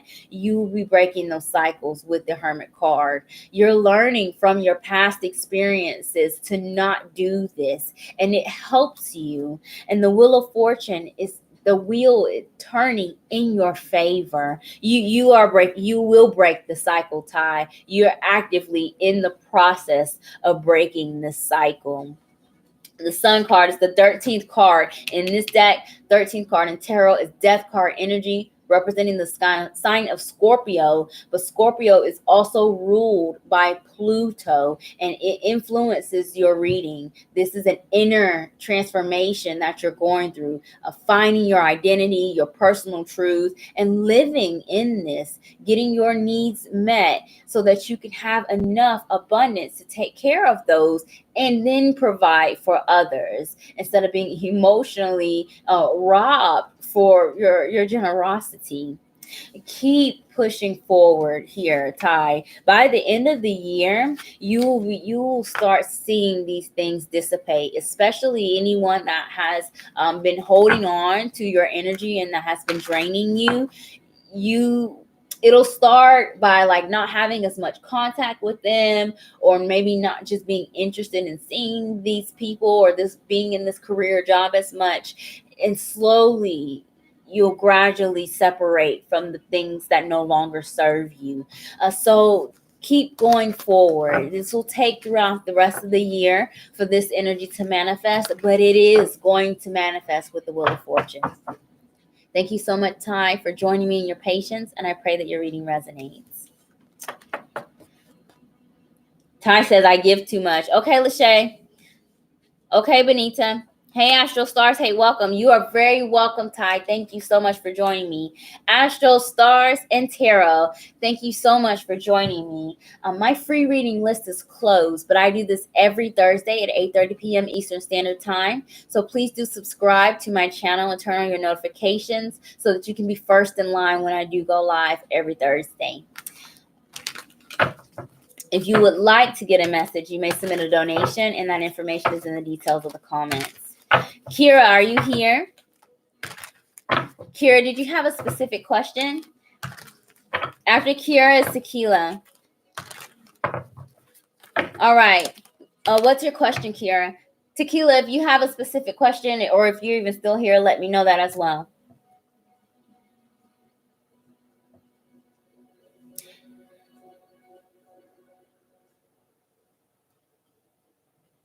Is anything going to happen between me and this guy I have a crush on? I don't know if you need his name or sign. Nope.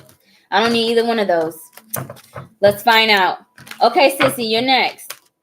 I keep seeing the Hangman, and I didn't call it like the first 3 times that I saw it, but I see the Hangman. So let's see if the Hangman comes out.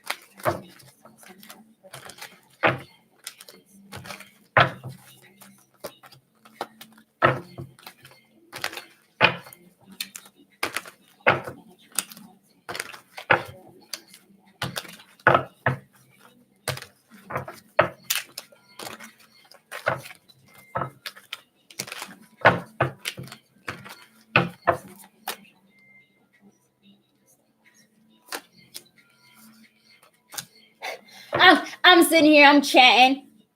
And I'm like, 3 cards, Spirit, 3 cards. Wait a minute, no, I'm only doing 2 cards. And Spirit's like, nah. You asked for 3 cards. I'm gonna give you 3 cards, and I definitely have 3 cards for you, Kira.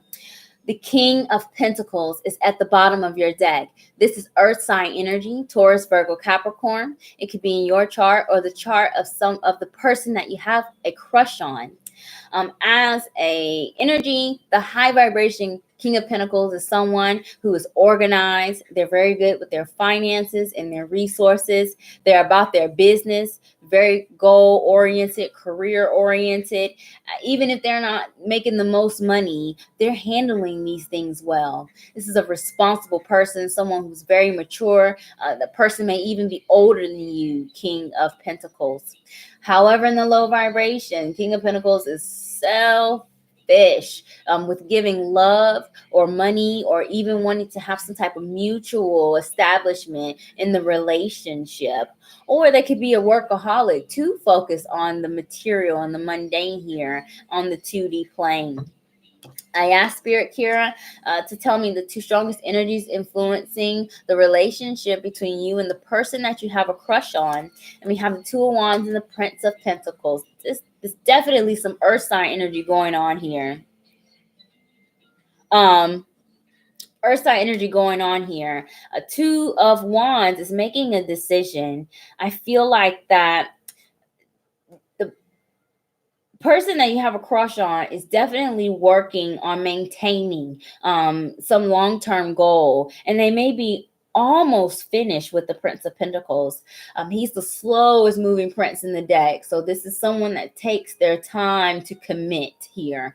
So if you have a crush on this person, you need patience to deal with them. It may be that they are so focused on other things that love and romance may not be a priority for them.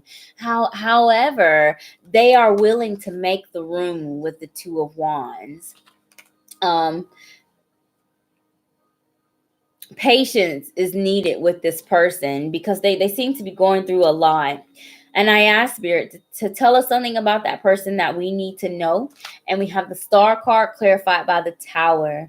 So as far as the relationship and their feelings towards you, divine timing is going to play a factor here, with this being open, the relationship actually coming into fruition.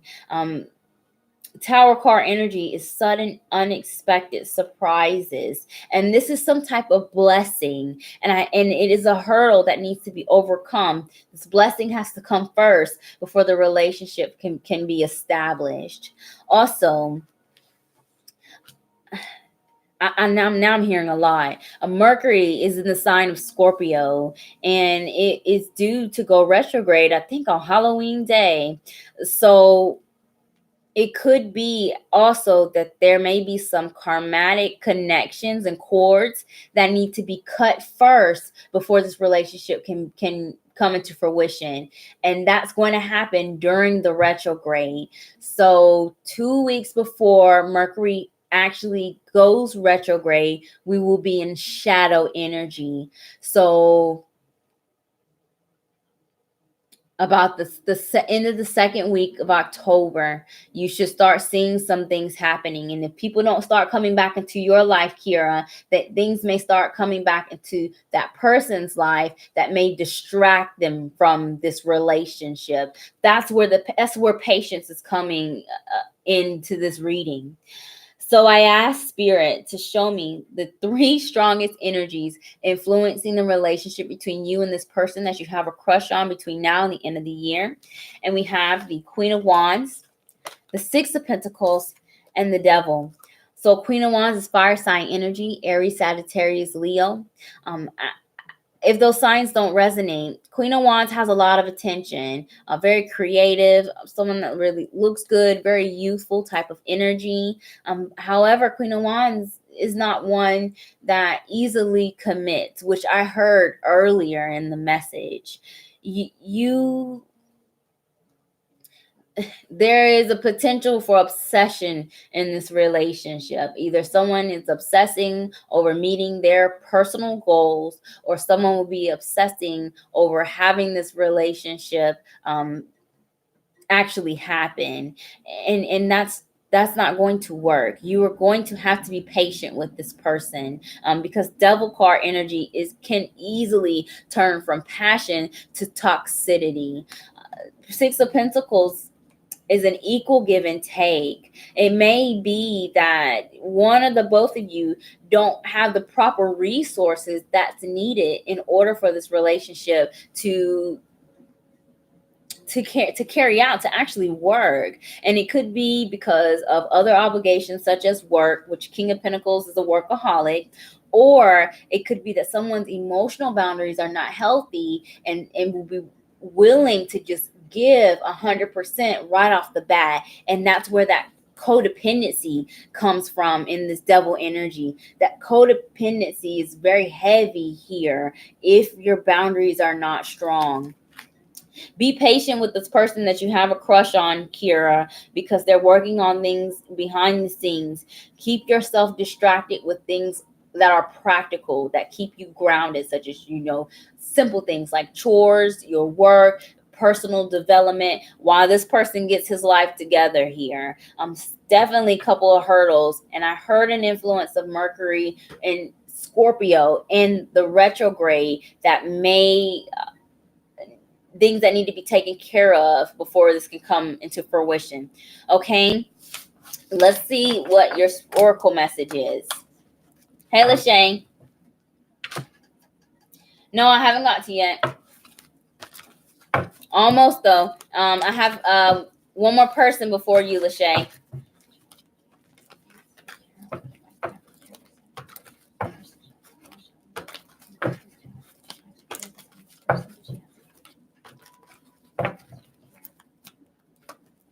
Thinker. Yeah. Thinker is the number 44 in this deck. 4 plus 4 is 8. 8 is Leo energy, the strength card. Someone is definitely in the planning stages, very critical of themselves, looking at the fine print and the details instead of seeing the big picture. That's that obsession, that focus here, that low vibration devil energy that I was seeing, and that leads you into codependency. So you don't obsess over this relationship. Take your time whenever it is that you all do talk, but be mindful of what that person has going on also, because I see their mind being very preoccupied, and that love may not be at the top of their totem pole of things that they want to take care of. Okay. Thank you so much, Kira, for joining me and for your patience and donation. And I pray that your reading resonates. All right. Tequila, are you here? Did you want to stick with the theme, or do you have a question?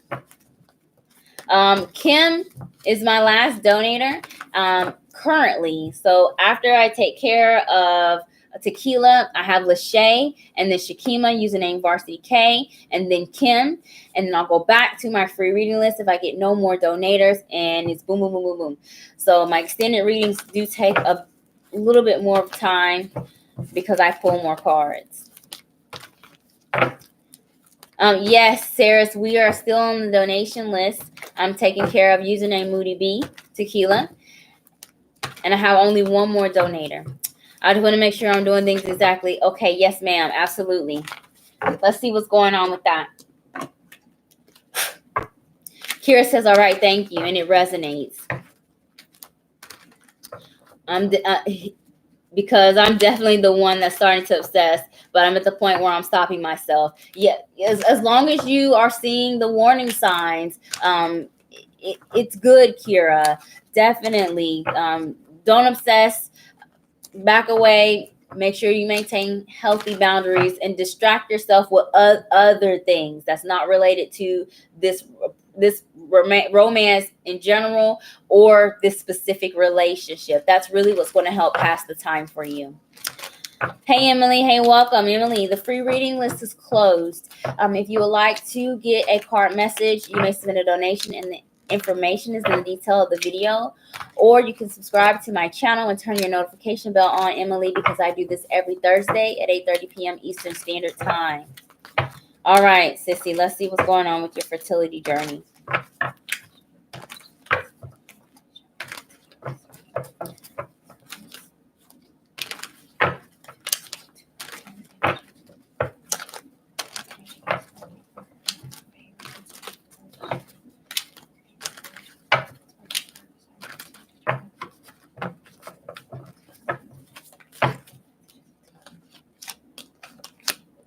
Oh my gosh.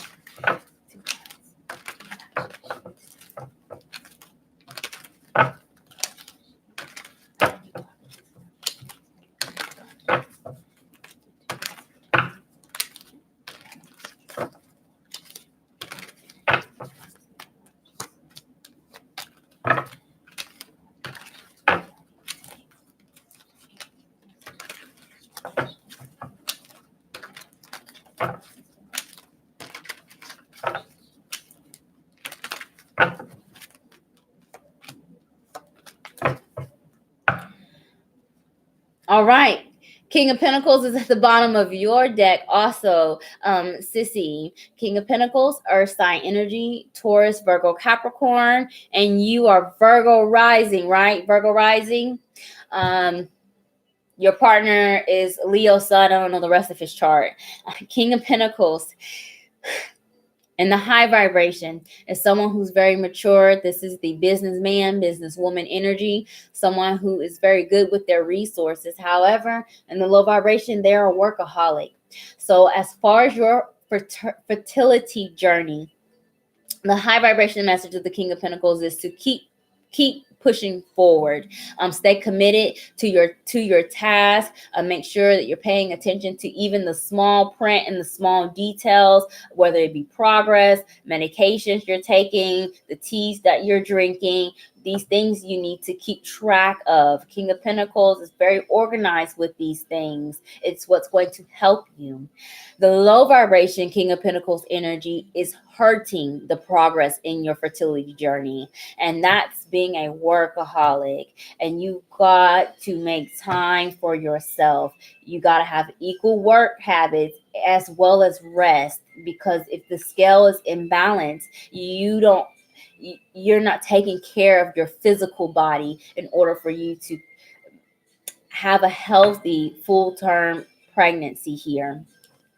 So I asked Spirit to tell me what is working for you, the energy that is influencing and helping you with your fertility journey. And I have the 6 of Cups and the 9 of Cups. Cup energy is our feelings. It's our emotions here. A 6 of Cups is karmatic love. It is the energy of children. It is the energy of children. The 9 of Cups is the energy of wish fulfillment. So Spirit hears you and is actively working on making all areas, all players in part and in order for you to have this pregnancy here. You are going to get your wish. You are going to conceive, especially with the card of children and wish fulfillment. So with that being said, though, sissy, I have asked Spirit what is blocking you. And I have the 7 of Cups and the Hierophant. Confusion about your commitments, either your commitment to work, a commitment to your long-term goals concerning work, or your relationship with the Hierophant card. Hierophant is Taurus energy again, but it's also the energy of marriage and even if you don't get married, some serious commitment. If at any point you are doubting yourself or your partner, this blocks the energetic progress that you're making. You've got to keep the faith. Encourage yourself, be realistic, of course, but you got to keep the faith here because it will hurt you with your journey. So I asked Spirit, what action do you need to take to continue to progress on your fertility journey? And we have the Prince of Wands clarified by the 5 of Swords. So Prince of Wands, Leo energy. Prince of Wands, consistently comes out in your readings. And it's not a queen and it's not a king. This is someone who's still kind of learning how to love and how to actually stick to their commitments, because the Prince of Wands is like flighty, it's unsecure, you know. Heart might be in the right place, but when it's time to show up, they may not put as much effort as the potential has for them. This person is going to be forced to address these things with the Five of Swords. A Five of Swords is surrender here. It is a card of ultimatums also. So if there are some things that need to be settled, especially if you've been in Discord or if you have long-term plans but you're not on the same page, it's time to stop and address these things. Major changes, the number 5, is needed before you can continue to progress on the fertility journey. The Hierophant is also the 5th card in tarot. So I'm 5 seems to be influencing your reading, and I'm like choking. Like someone either has difficult saying something, or they start to speak and then like the right words don't come out, or they don't really express truly how they feel. This is happening on both sides. Don't sugarcoat anything. Be tactful with whatever it is you have to say, but don't sugarcoat these things. You've got to get that out of the open. Let's see what your oracle message is. Hey, Lauren. I didn't miss you. Hey, Emma Jones. Emma Jones, you can donate to be priority, and yes, donators do jump the list, but you won't be immediately next. There's still people in front of you.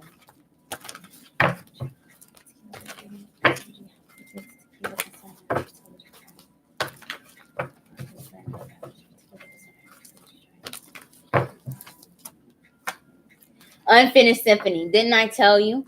It's not done. There's still some work that needs to be done, especially concerning the relationship. So as far as whatever it is that you're doing, medical wise, taking care of your health, rest as much as you work here. Find that equal balance. It's this relationship that's not holding you back, but it's delaying this from coming into fruition. Unfinished symphony is when we have a lesson that needs to be learned, and we're not learning it. Somebody's not learning this lesson, sissy. And again, be tactful, but do not sugarcoat whatever it is that needs to be said in order for either doubts to be cleared up, or for you all to at least be on the same page concerning the future. Okay. We didn't get the Temperance card this time, sissy. And Temperance usually came out all the times that you've had your fertility readings. Now we've gotten the card of children. 6 of Cups is also a card of pregnancy, along with the 3 of Cups, and then the wish fulfillment card. So you are getting closer to your goal, because this is energy that has not showed up in your readings before. All right. I really do hope that puts you at a peace of mind and gives you an idea of where you need to work on in order to reach your goal. All right, boo. I love you. Thank you so much for your donation and for joining me. And I pray that your reading resonates. Hey, mama. Yes, ma'am. He is getting better.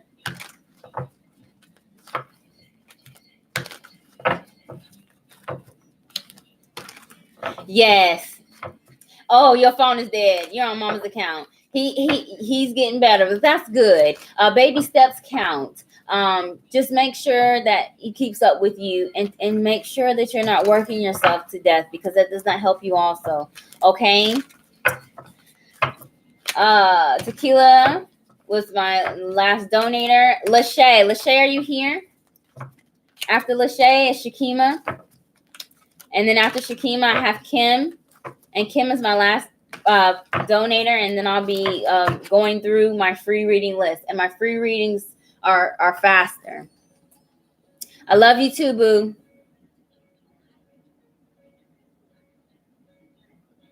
Lashay. Hey, Lashay. All right. Let's go ahead and get to your karmatic healing reading. Let's see what it is that's blocking you in the shadow, what planetary influence you can use to help you remove those shadow blockages, and then your karmatic outcome, what your cycle you will be breaking.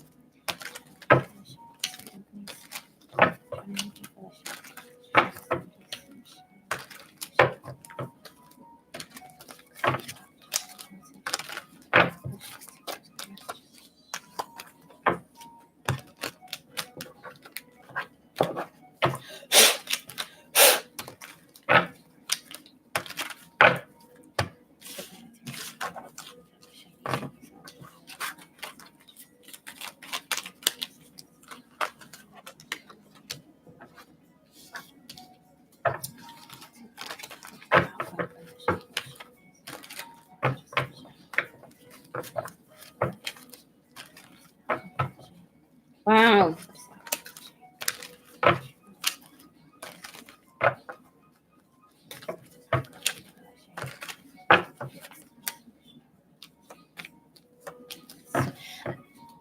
Two of Cups, Lachey, is at the bottom of your deck. I feel like it was challenging for me to shuffle your cards. I'm not sure if it's been a long time since you've had a reading, or it could be an indication that you still got some work that needs to be done in order to remove these karmatic blockages here and break this cycle. A Two of Cups is the energy of soulmates. Soulmates come in all forms: romantic partners, friends, family, children. This influence seems to be blocking you karmatically, whether it be you find yourself constantly in codependent relationships or situations, or you are not getting equal reciprocity concerning your job or things you have an emotional connection to. These things are holding you back, Lachey. And Two of Cups demands healthy emotional boundaries here. And also, a level of independence is needed in order to remove this karmatic blockage. So I've asked for Spirit to tell me what are the two strongest energies influencing your shadow energy, the things that are blocking you from this karmatic healing. And we have the Nine of Cups clarified by the Ten of Pentacles.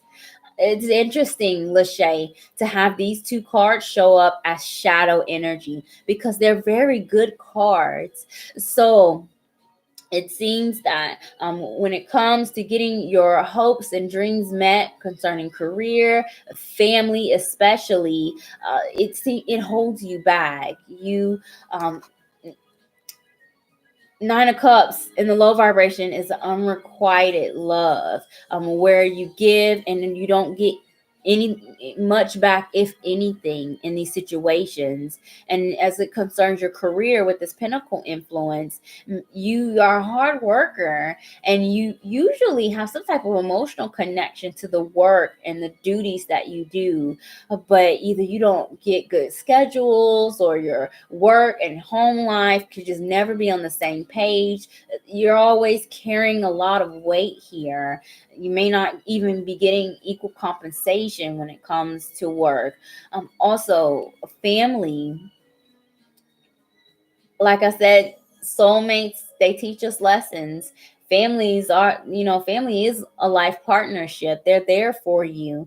However, if you know that there is some family, friend, or even romantic partner that is toxic, you have to love unconditionally from a distance here. That's also energy of the Nine of Cups. You will be breaking this karmatic cycle using the influence of the planet Mercury, which just entered the sign of Scorpio today. So what that means is you need to put your Scorpio hat on, dig deeper, look for what's beneath the surface when it comes to your emotional connections and why you either allow yourself to be vulnerable, to be taken advantage of, or why you choose to settle for things that don't value you, like this job that may not pay you well, or whatever challenges prevent you from having a stable work and home life balance. A communication as well as your intellect is what's going to help you. Logic and reasoning needs to be used in order to overcome these karmatic blockages that you're experiencing, because I feel like your emotional boundaries are weak. Definitely when the Two of Cups shows up, it's some level of weak emotional boundaries here. And it can get you, it gets you in trouble. This Mercury card in this deck is the number 15, and 1 plus 5 is 6, representing the energy of the Lovers. And the Lovers requires you to choose your head over your heart in this energy. This is air energy, communication. Your heart gets you in trouble here. If you choose to use this energy in the high vibration, communicating your needs, telling people no, not right now, or speaking up and saying, hey, I deserve this pay, I deserve this schedule, I deserve this promotion, I deserve this love. The influence that you have is the Seven of Wands clarified by the Princess of Swords. So Seven of Wands is standing up for yourself, establishing these boundaries. It's a card of determination and not giving up and not settling here. Princess of Swords is the communicator. Gives the messages, she spreads the word and lets people know that, hey, I'm still a bit vulnerable. I'm still learning how to share my feelings and effectively communicate my needs and wants. But I feel strong in my convictions and I believe in myself. And this is what I know I deserve, and I will settle for nothing less. This is where you're going to be. Still learning, but confident enough to speak your truth with the Princess of Swords energy. Don't let your heart get the best of you here, because it blocks you karmatically, and it's time to break the cycle.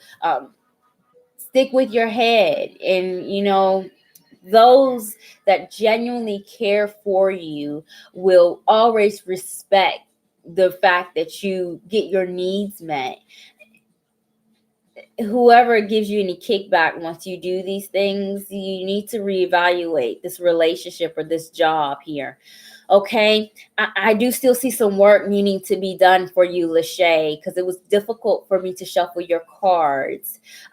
15 is 6 weeks at the earliest do I see this change, but I'm really feeling like a June thing, where it may take until June for this energy to dissipate. Maybe some Mercury retrograde influences that you need to take care of. Maybe some more distractions and delays here between now and even June, for you to get this, for things to be established, and for you to be in this new beginning away from this karmatic cycle. Thank you so much, Lachey, for joining me and for your patience, and I pray that your reading resonates. Hey,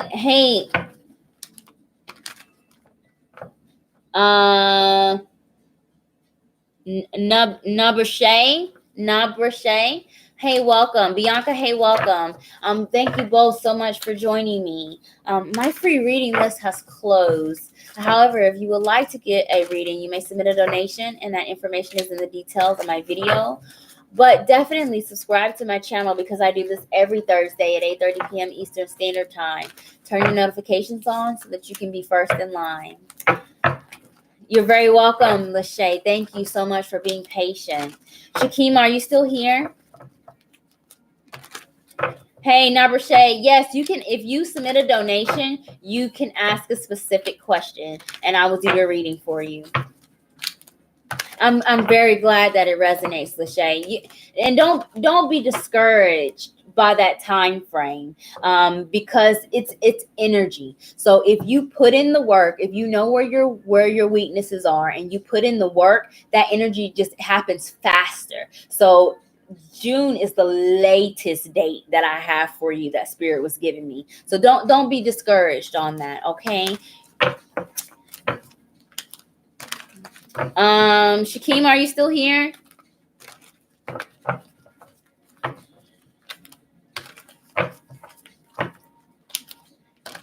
Kim, your birthday is 10/6. Happy early birthday. Lachey, if you are following me on Facebook or Instagram, let me know what your name is or your username so that I can tell you happy birthday at 12:01 a.m. And yes, I will. I set alarms for birthdays at 12 o'clock, and I wake up out of my sleep and say happy birthday to anybody that wants birthday wishes. I love birthdays are important. Oh my gosh! Sarah's has the same birthday! Look at there! Happy birthday, you all. Today, what is today? Today is a 6 of diamonds day. 6 of diamonds, 5 of diamonds, 6 of diamonds, Thursday, Friday, 5 of diamonds, Saturday, 4, 3. Your birth card is the 3 of diamonds.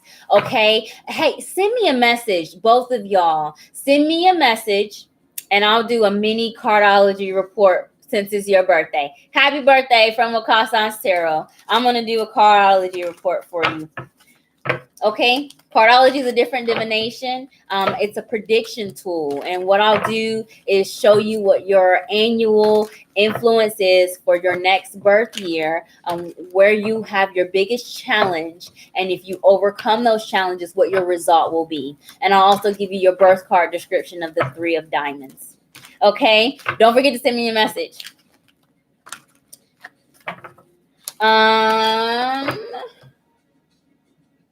Shakima's not here. Benita, are you here? Benita, are you still here?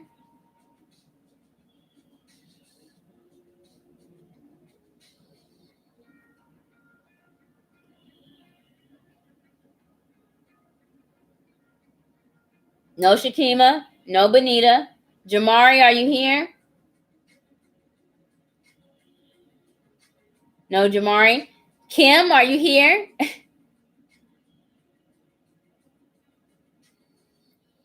Yes, Jamari. Way back at like 8:35. Kim, are you here? Yes, Kim is here. Kim, broke up with my boyfriend of 3 years. He's Taurus. She's Virgo. We haven't spoken, but he has spoken to my mom and daughter, and I think he has moved on. Has he moved on, and will reconnect? Yes, Kim, absolutely. I am sorry to hear about your breakup, Kim. But let's definitely check to see what the energetic forecast is for the relationship between you and the ex-partner.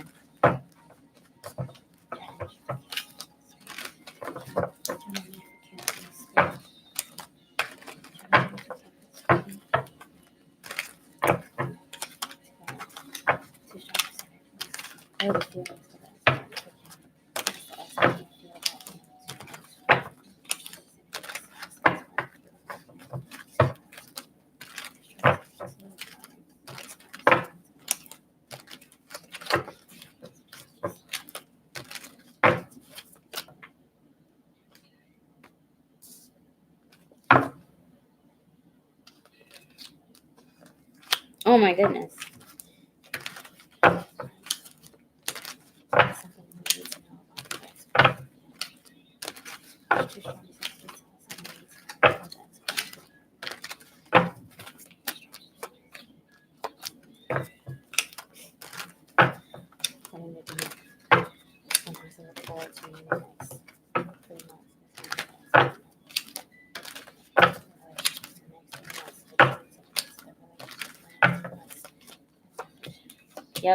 Yep. Strength card is at the bottom of your deck here. There has been some wounded egos with this breakup here. However, strength is also courage. Somebody was wounded and is really trying to pick their strength back up here between the both of you. Strength card also, Kim, is Leo energy. I know that you both are earth sun signs, but one of the or the other may have Leo influence, either in rising or the moon sign, possibly Venus, because this is a romance reading. But pride is really playing a factor, either with the breakup or the fact that you all aren't talking and that he's only talking to your mom and daughter here. I asked Spirit to tell me, how does the partner feel about you? And when I was reading these cards, I got attacked by a card, and it was the Six of Wands that jumped out. Six of Wands is the card of an inflated ego and a low vibration. Definitely somebody who wants to get a lot of attention and get credit for work that isn't done. However, in the high vibration, Kim, the Six of Wands is a card of victory. It's a card of accomplishment and receiving your accolades. So if you are owed an apology, it is a possibility that you could be getting this with this influence of the Six of Wands. But six in numerology is a stabilizing energy. It's a harmony. It's compromise here. A reciprocity is needed in order for this to happen. The partner, the Star card and the Prince of Pentacles. Patience is definitely needed. It seems that the partner is gets cold feet when you talk about long-term plans and long-term goals, or elevating the relationship to a new level with the Prince of Pentacles energy. So I know, because you told me that they are earth sign, but this is still earth sign energy, but they're not coming in as a king or queen, someone that either has a mastery of their inner emotions or mastery of the outside world. He's still learning here. So you need to be patient, but he's making progress with the Star, and divine timing is playing a factor in this relationship. I asked Spirit, tell us something about the partner that you need to know, Kim. And we have the Temperance card and the Judgment card. This is my happy dance.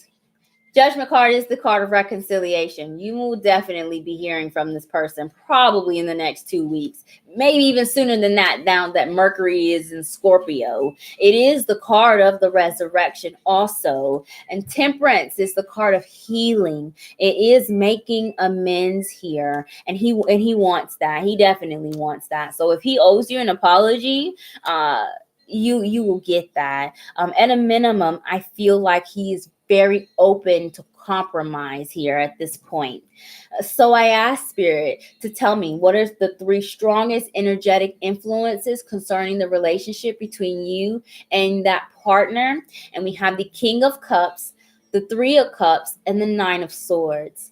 So first message that I'm getting is somebody being concerned about a potential third party situation. Unless you're a polyamorous, if you're in a monogamous relationship or intend to have a monogamous relationship, someone is concerned about interference here, either now, in the past, which may have been the source of the breakup, now as you are separated, and even in the future. You ask questions and trust in that partner, and just ask for signs from your higher power, instead of low vibration Mercury Scorpio energy, which I'm guilty of sometimes, investigating, digging, interrogating people, scaring them away. Wait for the divine to reveal that to you if there is a third party interference. With the Nine of Swords being as an outcome, it's more of a worry, worst case scenario, and fear than something that's actually happening. So I'm not seeing that person has actively moved on. This energy is manifesting more as anxiety and worry. Nine of Swords. A King of Cups, water sign energy, the father energy as well. I feel like that there will be a reconciliation. Three of Cups is also another card of reconciliation and friendship and celebration. But the emotional boundaries will still be weak. There's still an energy of potential codependency here. Maybe because of some abandonment issues, or maybe even, I don't want to say that, mommy issues. And I say mommy issues because of this King of Cups. King of Cups is the father, which brings in childhood, but it's also Cancer energy. And the North Node is in Cancer. The North Node is the destiny point for the collective, everybody as a whole. And when it is in the sign of Cancer, we are forced to heal old wounds that happen concerning our childhood or concerning children in general, or your responsibilities as a caretaker.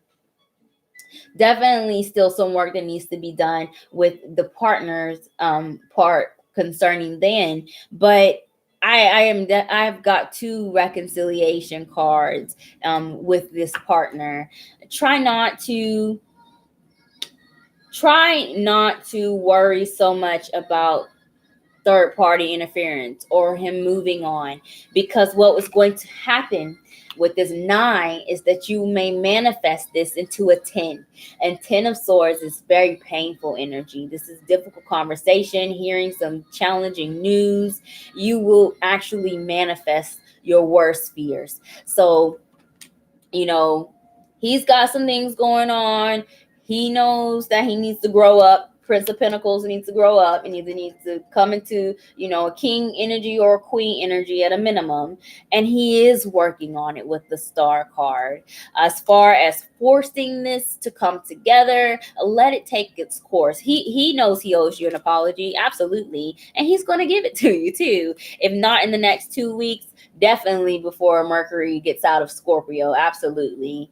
Okay, let's go ahead and get your oracle message, Kim.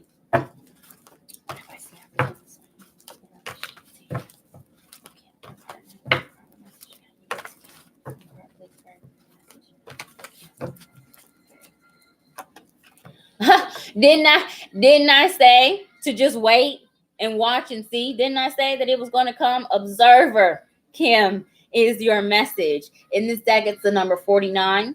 4 plus 9 is 13. 13th card in tarot is Death card energy, the sign of Scorpio, but it's a personal transformation deep within that has to happen in order for things to progress. And it could be, you may have some work that needs to be done, Kim, but Spirit's really telling me about your partner.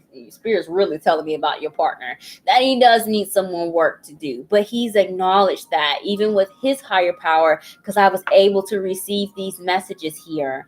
Observer, Kim, wait for it. Number 1. Second thing here is see the bigger picture. I feel like that a lot of the root issue is ego, pride related when it comes to your partner.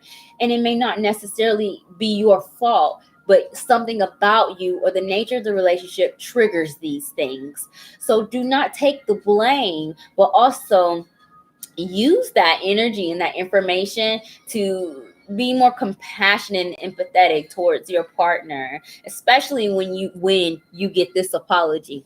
Okay, thank you so much for joining me, Kim, for your donation and your patience, and I pray that your reading resonates. He's so stubborn. Well, he's a Taurus. What do you expect? They're the most stubborn of the zodiac, even more stubborn than me, my Scorpio self. That's fixed sign energy. Taurus, they're very grounded, down to earth people. But once they have their minds fixed on something, it's very hard to convince them. And that's why you just gotta wait for it. Okay? He knows he owes you an apology. Sometimes I want to kill him. Well, if you don't want to kill them, do you even love them? Do you even love them if you don't think about it a couple times? That's how love works.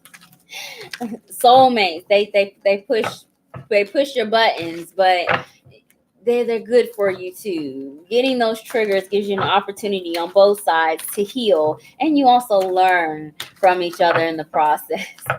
All right. Definitely have some patience. Both of y'all are earth signs. You got to have patience for yourself and the other person.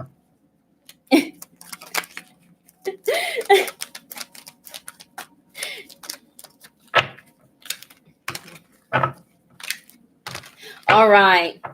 It's been 2 months and it hurts so much. It's been 2 months. Let me think. 2 months to October, September, August. What happened? Uranus. I'm trying to match up astrology and the dates. Your partner is a Taurus sun sign. Uranus is in Taurus, and it went retrograde in August, I believe. Either August or early September. And I don't know what his chart is, but it's probably that influence of Uranus going retrograde that has influenced this breakup here and this distance. This is on him, okay? And I know that this hurts you, but I really do pray that this brings you some peace of mind. The fact that he knows he has some work to do. He knows he owes you an apology, and the fact that reconciliation is definitely in the future here. And I feel like you will have this conversation well before Mercury leaves the sign of Scorpio. Okay, keep the faith here. Be patient. He's blocked me, and so have I. No calls or texts. He's not going very far, Kim. He's talking to your mom and your daughter. So, and I was not getting any energy right now of him actually moving on. So even if you hear through the grapevine that person is entertaining someone, it's not anything serious. That's not an influence in his life right now that I see that will affect your relationship in the negative way. Sarah says, my first fight with my Pisces was during the Libra full moon. And he replied to me after the Pisces full moon, and I'm a Libra. Yeah. See, you got to pay attention. You know, even if you are not well versed in astrology, at a minimum, find out your sun, moon, and rising and time these things up with wherever astrological influences we have. The current retrogrades, what signs these planets are in, and how it resonates with your chart, and also the phases of the moon. You know, a lot of people have challenges and changes around, you know, full moon energy, but by new moon energy, you can see things alleviate. So that also helps you when it comes to timing as well. Okay. Kim says, yes, I heard he's talking to someone. Yeah. He may be entertaining, but he's not done with this relationship. Not at all. I did not pull any type of influence that suggested that at all. I actually got the opposite, 2 reconciliation cards. But if you need a more look, Ace of Cups. Just jumping at me, just like that 6 of Wands card. I need stay in a high vibration, Kim. Breathe, woosah. Ace of Cups is new love, renewal of love. Focus on your self-love first. Also, Ace of Cups energy. Spirit is still talking to you through my cards, even though your reading has ended. Be patient. King of Cups, you got to be patient here. 4 of Pentacles. Patience.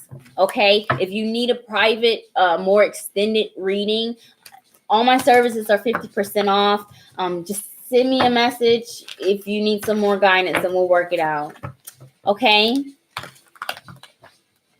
Hey, Emma Jones. I'm in and out. Okay, Emma. All right, Benita is not here. Thank you so much, Sai. Benita's not here. Jamari's not here. Joshua, are you still here? Emma, you came after my free reading list was closed. Did you? I don't know if you submitted a donation.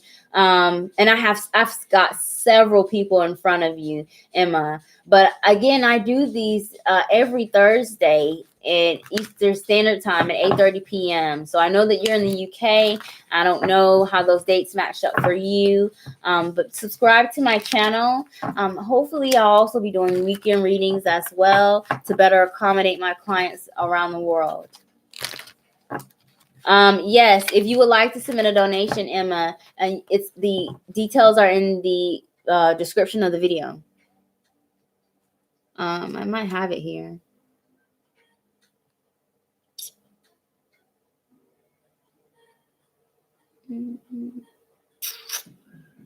Joshua, are you here? No, I don't.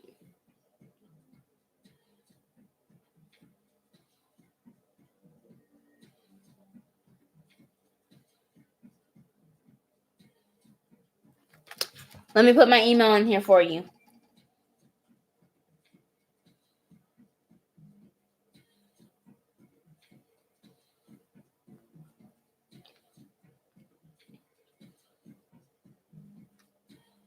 I don't think Joshua's here. There's my email for you, Kim. It's 𝙆𝙧𝙧𝙍𝙚@gmail.com. Joshua's in here. Kristen, are you here?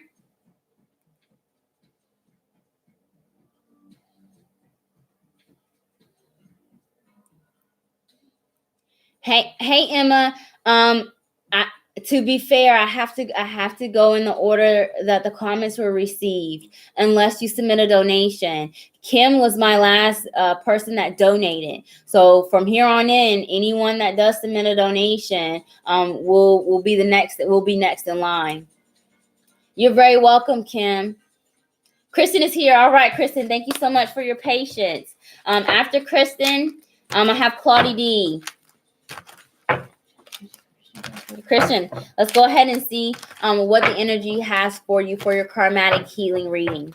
I'm going to be addressing your shadow energy, what is blocking you karmatically, what is the planetary influence that you need to use in order to remove these blockages in the shadow energy, and what your outcome will be.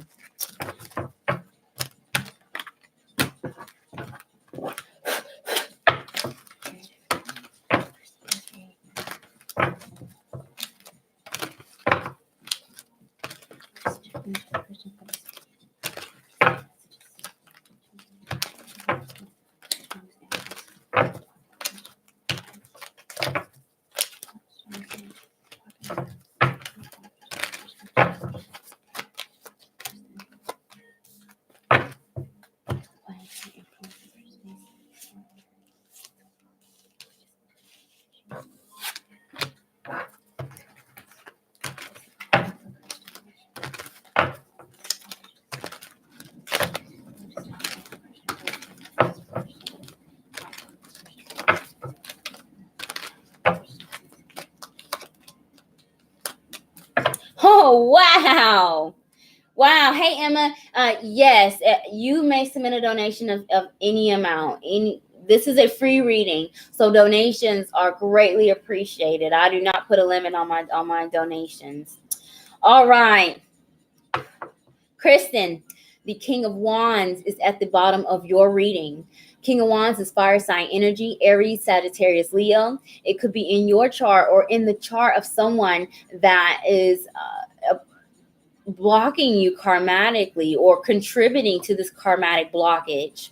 A King of Wands in the low vibration is someone who has a lot of ideas, starts things, but he does not finish these things. He bites off way more than he can chew. And he also can get burnt out because the intentions may be good, but he easily gets burnt out. Maybe it is you have this karmatic cycle of being in this low vibration King of Wands energy where you are always in charge or wanting to be in charge or in control of these situations. But the negative effect of that is the weight of the responsibilities. This is a karmatic blockage that you're trying to overcome. Also, a low vibration King of Wands energy is someone that doesn't commit. As this relates to your love life and emotional connections, you could be dealing with this energy and be stuck on a karmatic cycle of someone that knows what to say and speak to you, maybe very charismatic, very charming, gets a lot of attention from other people, but in reality there's an inner ego wound that is being buried underneath all this attention. Maybe it is that you are karmatically in the King of Wands energy, where you hide your pain or your discomfort with laughter. I'm seeing like a lot of Sagittarian energy here. These things hurt you. Make sure that you are not committing yourself to someone who won't commit to you, first of all. And also, if you need help and you constantly find yourself overwhelmed and overburdened, you need to make some room to allow people to assist you. There are people that genuinely care for you and would love to take that load off of you. Low vibration King of Wands energy. Kristen, I asked Spirit to tell me the two strongest energies in your shadow that's blocking you from this karmatic healing. We have the Sun card clarified by the Five of Cups, excuse me. Sun card is Leo energy, also King of Wands energy, but it's sadness and disappointment in the past, especially with emotional connections, feelings of grief and regret and resentment. It's like as soon as you think these things are buried and gone, or that you've healed it, something triggers you, maybe even an ego wound, a personality, this overburden, or this unstable relationship, romantic partner that makes you regret. It makes you remember about all those times where this same thing happened to you, or all these times where you were taken advantage of, or you didn't have enough help or support here. Now, this is a karmatic cycle that you're trying to break. You will do this, Christian, using the energy of the planet Mars. Mars is in the sign of Virgo right now, but is about to be in the sign of Libra, like I think Saturday. Mars will be in Libra. Libra is the energy of balance and harmony. So you got to fight for what's yours, is what Spirit is saying. Aggression, vitality, energy. You need to take action here. Don't be so stuck on the past. Don't continue to believe that you will repeat these circumstances over and over again, because what is happening is you're manifesting exactly what you do not want. And that energy is counterproductive to where you're trying to go in this karmatic healing. Fight for what you want. Fight for what makes you passionate with the Mars energy. You got to be aggressive and go after these things. Instead of being in a low vibration King of Wands energy, flip it around and be in the high vibration. Monitor your energy and your resources. Do not commit to things that you know that you cannot finish. Be honest with yourself before making these commitments as well. If you choose to do this here and stay in that high vibration, forgive yourself and other people in that Five of Cup energy, your karmatic outcome. Kristen, this is interesting. We have the King of Swords clarified by the Queen of Swords. So what it is here is you are learning how to use your logic and reasoning here, and also how to become a better and more effective communicator with this energy. This is air sign energy, double air sign energy, Aquarius, Gemini, Libra. It definitely could be in your chart, or maybe even in the chart of someone that can help you find your voice. I feel like, Christian, you might currently have a blockage in your throat chakra. And I say that because I literally feel like somebody's doing this to my neck. Like I keep like wanting to swallow, like I'm either like dry mouth or like someone's choking me. And maybe it is that you need to have a conversation. You need to speak your truth. You need to be open and honest about needing help, or not being able to finish things, or the fact that you may feel scattered with everything that's going on. If you're dealing with someone in a karmatic cycle vibrating on the low vibration of the King of Wands energy, it's time to speak up. Give an ultimatum. Hey, get it together, or I'm going to have to walk away. A King of Swords and Queen of Swords as an energy is the mastery of the self, overcoming your own negative thoughts, getting past feelings of anxiety, doubt, and worry. And then we have the influence of the King of Swords for you, Kristen, where you use what is learned with the inner healing Pluto retrograde, and you share this with the world, letting them know that, hey, I'm getting better. I'm learning. I'm getting better, but I believe in myself and I believe in the things that I have to say. Honesty is best here. Be honest with yourself first and foremost, because especially when it relates to other people, you can't be 100% sure that they will be truthful with you. I mean, in that case, that's when you need to close these eyes and open up your third eye and trusting in your intuition here. Okay. Thank you so much, Christian, for joining me and for your patience. And I pray that your reading resonates. Maya, hey Maya, welcome. Yes, Maya, if you would like to ask a specific question, you must submit a donation. However, my free reading list is also closed, Maya. I am here every Thursday at 8:30 p.m. Eastern Standard Time. So please do subscribe to my channel and turn on your notification bell for when I have live updates. Then you can be first in line, or at least get here before my list closes at 9:30. If you would also, anybody that comes to my live feeds, whether you get a message or not, is eligible for 50% off of any tarot or Lenormand services. You just need to send me an email or a message on Facebook or Instagram. It'll cost signs tarot for the discounted invoice. Hey, Emma.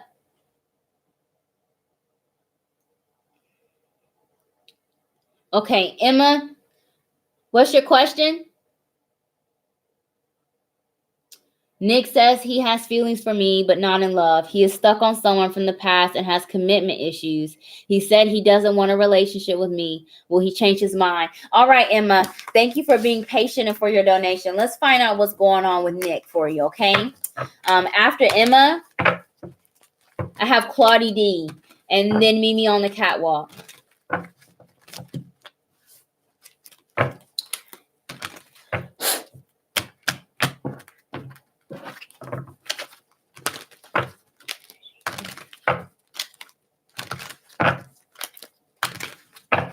Okay, thank you, Sarah. You might have to remind me again.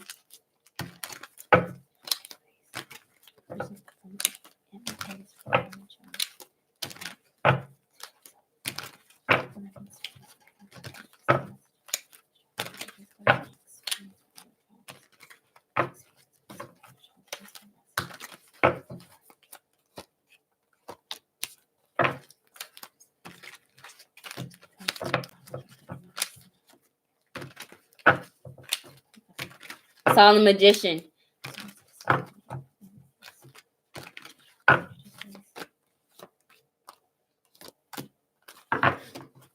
Wow.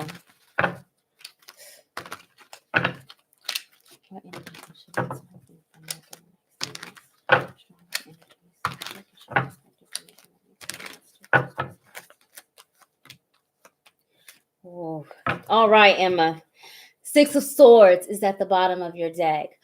This may be a long distance relationship with the Six of Swords, or it just could have been some time since you all have spoken, maybe even 6 weeks, or even June since you had a conversation, or the problems in the relationship has been exacerbating since June. Six of Swords is also travel. I'm trying to bridge the gap, finding solutions to your problems here in the Six of Swords energy. I asked Spirit to tell us what are Nick's feelings for you, and we have the King of Wands clarified by the Queen of Swords. So King of Wands, fire sign energy, Aries, Sagittarius, Leo. Queen of Swords, Aquarius, Gemini, Libra. You called it before I even pulled the cards. Yes, Nick definitely has commitment issues, and you need to be careful, because he's going backwards. I'm not going to sugarcoat this for you, Emma. He's going backwards. A King of Wands definitely gets lots of attention. He is not one that likes to settle down. He loves to have his freedom. He's not one that wants to commit at all when it comes to love. A Queen of Swords, when it comes to love, is very detached from their lover. Very aloof, maybe not very lovey-dovey, doesn't show their love or appreciation here. But in the low vibration, this is also someone who withdraws from communication or just maybe refuses to make compromises with the partner. And he's vibrating on both of these energies. In the high vibration, King of Wands, when he's in a healthy position, still wants his freedom and attention. However, he knows how to keep, I don't want to say that. King of Wands knows how to keep his side pieces at bay. In the high vibration, I'll say it that way. And in the high vibration, the Queen of Swords still may have some difficulty showing or expressing their feelings, especially verbally, but at least they make an effort here to communicate, equally giving information, an equal exchange of information. This isn't someone that you got to ask questions and investigate and interrogate to get information. But I'm really hearing, Emma, that Nick is vibrating on the low vibration of both the King of Wands and the Queen of Swords. So I asked Spirit to tell us something that we need to know about Nick. And we have the Lover's card clarified by the Prince of Wands. He's going backwards. So he went from a king energy, completely skipped the queen energy, and is back at a prince energy in tarot.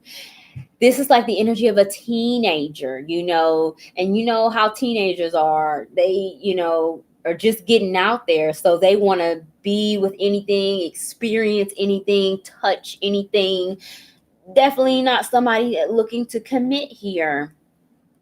And I feel like that his issues with commitment may even stem from his home life, what he saw either with his parents or even family. Maybe it is that he comes from a background where people stay together even when it's unhealthy. And now he is acting out in that same energy by not wanting to commit to these relationships. Lover's card energy is Gemini energy, but ultimately Nick is got some maturing to do. Head over heart is Lover's card energy, and I feel like that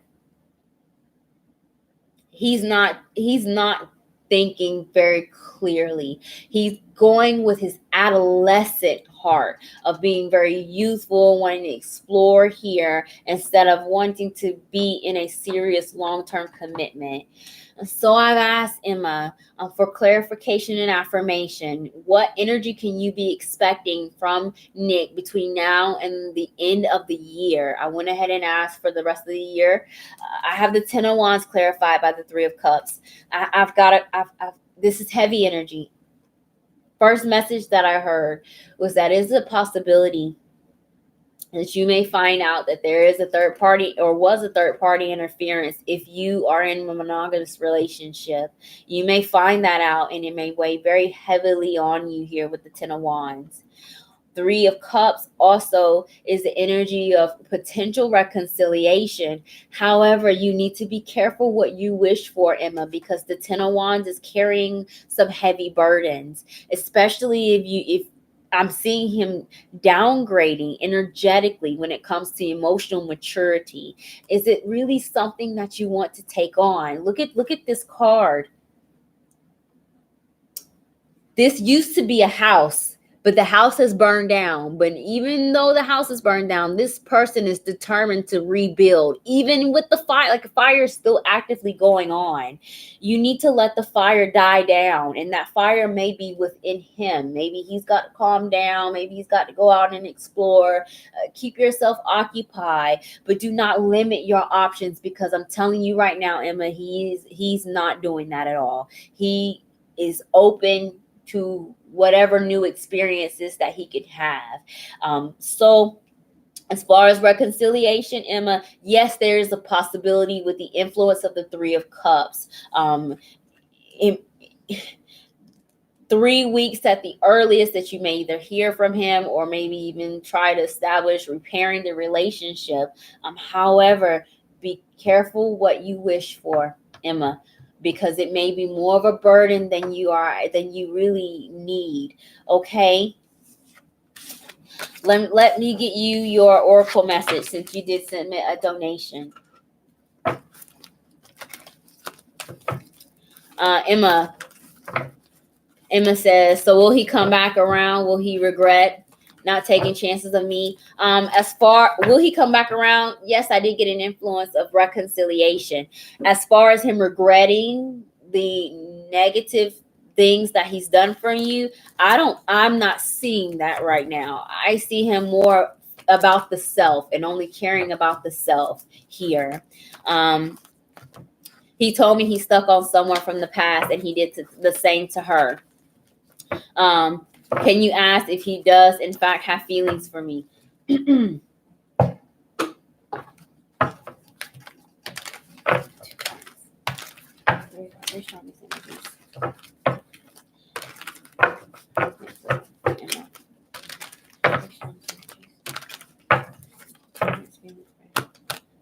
I'll pull extra tarot for you instead of doing the oracle.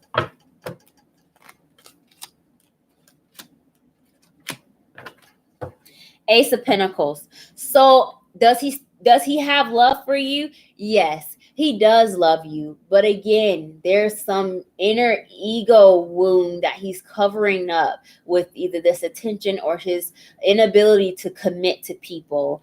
Ace of Pentacles is at the bottom. So Ace is number one, opportunity for a new beginning, something that has a potential to be stable. Ace of Cups is also in the center of your reading. This is new love. This is healing here. This is a renewal of love as well. And then I have the Tower and the Six of Swords. So, excuse me, you may hear from him out of the blue. Tower energy, this is shock and surprise. If you all are at a distance from each other, like a long distance relationship, he actually may come to you, travel to see you to have this reconciliation. So does he love you? Yes. Ace of Cups here, Six of Swords shows me that he does potentially want to make progress to move forward. However, you need to make sure that he's ready to do the inner work and the inner healing, and that he does not put those burdens on you in the Ten of Wands energy to fill a void or to fix his problems that stem from the past relationship. That's where your heavy burdens come from. That's why Spirit has advised me to tell you to be careful what you wish for, because you actually might get it. Okay, make sure that he's in a good place before you start that off again. Okay. Thank you so much, Emma, for your donation and for joining, and I pray that your reading resonates. Hey, Shar. Hey, welcome. Thank you for your donation. Kim, not Kim, Lord, have mercy. Emma, if you need an extended reading, my services are 50% off for the next 24 hours. And I can do a more extended, in-depth private reading for you if that will help you. Kristen.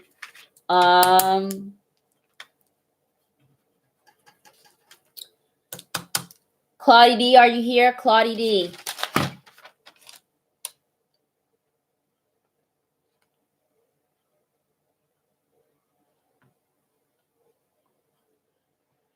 Hey, Shar.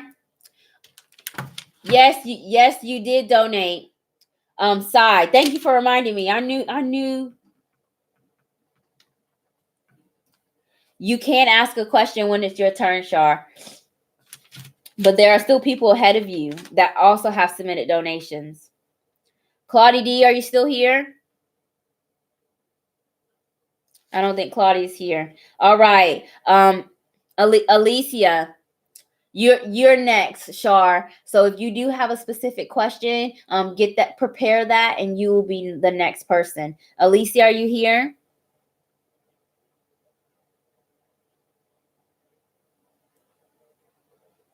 Hey, Alicia, thank you so much for your donation and for joining me and for being patient. Do you have a specific question that you would like me to answer, or would you like to stick to the thing that's in the description of the video? And my music turned off, you guys, and I don't feel like turning it back on. I hope that doesn't bother you all. It's above Emma's. Okay, let me scroll.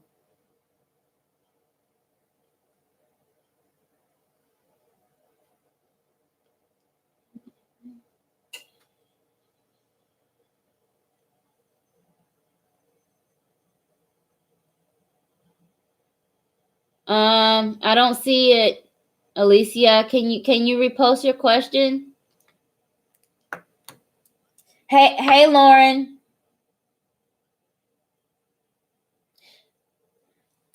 I've had several donators, Lauren, and that pushed the free reading list down. But I'm moving as fast as possible. Alicia, if you don't mind, could you repost your question, because I don't see it. Thank you so much, Lauren. Where do spirits see my relationship with Rufus going currently or in the future? Absolutely. Thank you for reposting your question. Let's find out through tarot what's going on in your relationship with Rufus. I did not bring my wood. I lit some charcoal and put my Palo Santo wood on the charcoal, so that it would continuously burn, because I knew that I'd have a lot of readings tonight, and it's stopped burning.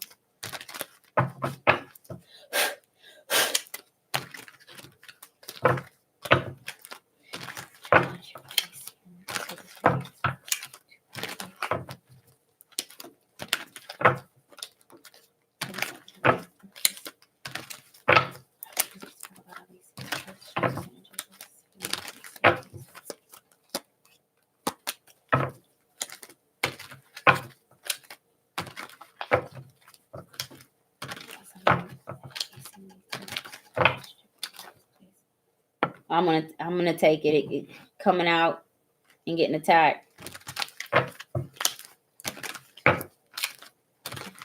I saw the Ace of Pentacles.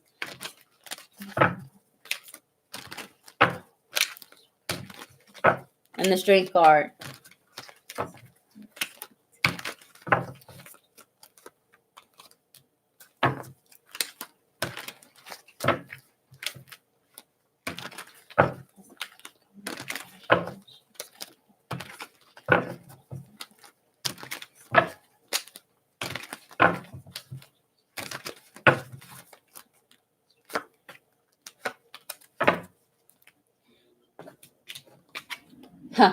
The Lovers card, Alicia, is at the bottom of your deck. So this is a confirmation that the relationship between you and Rufus is a karmatic soulmate union.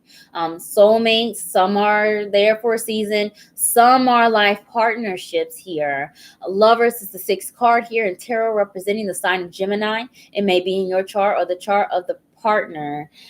The card that jumped out when I was shuffling is the Nine of Pentacles. Nine of Pentacles is a card of independence, emotional independence, and financial independence. I feel like that Rufus is really focused on establishing and maintaining that. He wants to be abundant, to have enough resources to take care of his problems, his obligations, as well as giving things also to you in the relationship.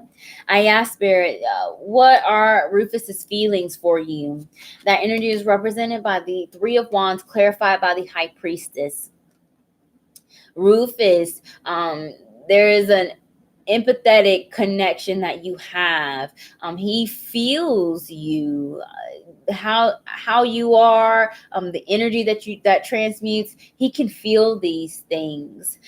Instinctively, I feel like he's planning for the future, Rufus, with the Three of Wands. He's making long-term goals and thinking in the distance, and that there may be even some things that he's keeping secret from you about this future plan that he wants. High Priestess is also the energy of wishes here and prayers.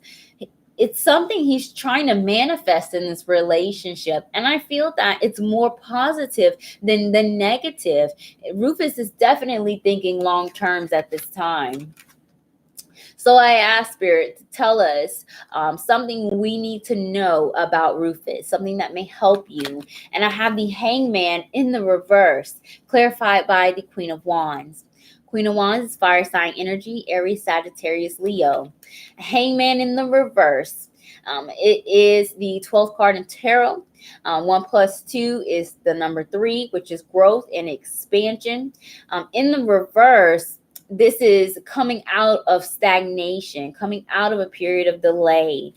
If you all have been in discord or maybe not talking, or there have been some plans that Rufus has been making or wanted to make that hasn't come into fruition, now life is speeding up, is what this is saying. With the Queen of Wands is an explorer, loves the freedom here, has a lot of different ideas. So as far as Rufus's feelings for you and what you need to know, I feel like he's kind of all over the place, maybe even wanting to potentially rush some future for you as well. I wouldn't be rushing at all, Alicia, when it comes to this relationship.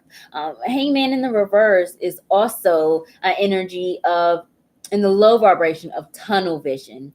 Epiphanies in the high vibration, tunnel vision in the low vibration, where you see things only from one perspective. In the low vibration, the Queen of Wands, because she does like that freedom to do what it is that she wants to do, Rufus may not be considering your needs, or maybe is either making assumptions about what it is that you need or what you want to come out of the relationship, or just simply not considering these things when he's making these long-term plans. And that's why I heard secret with the High Priestess card. You need to ask some questions here. So I asked for Spirit to tell me, what energy can you be expecting in the future between now and the end of the year concerning the relationship between you and Rufus? And I have the Hermit card clarified by the World.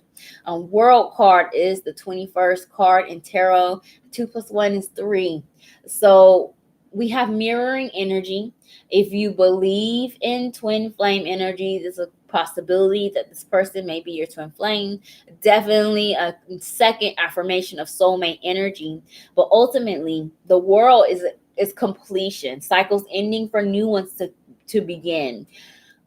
It's also an energy of distance. If you are living apart from each other, he could be making plans so that you all can either be closer or eliminate the duties and obligations that keep you from seeing each other. If distance is applied in time and not actual location.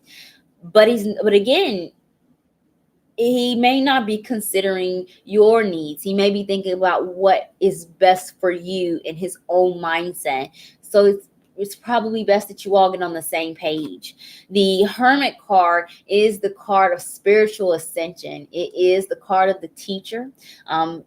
I feel like he's still learning to master these skills, whether it be compromise, not being selfish, seeing things from other people's point of view. He's working on it. In the low vibration, World card is some time. So as far as you all being on the same page, or at least being in that new beginning towards the future, there's still some time there, because I'm still not seeing you all on the same page. Hermit card is exactly that in the low vibration. It is the card of someone that does withdraw. But I don't see that too strongly. I see more so of him going through his own spiritual ascension, even with the number 9, because 9 is the energy of light working. And he's definitely working on some things. You just need to make sure that you are on the same page. Let's get you some additional advice using the art of tarot. Not tarot, Lord, I'm already using tarot. Your oracle message.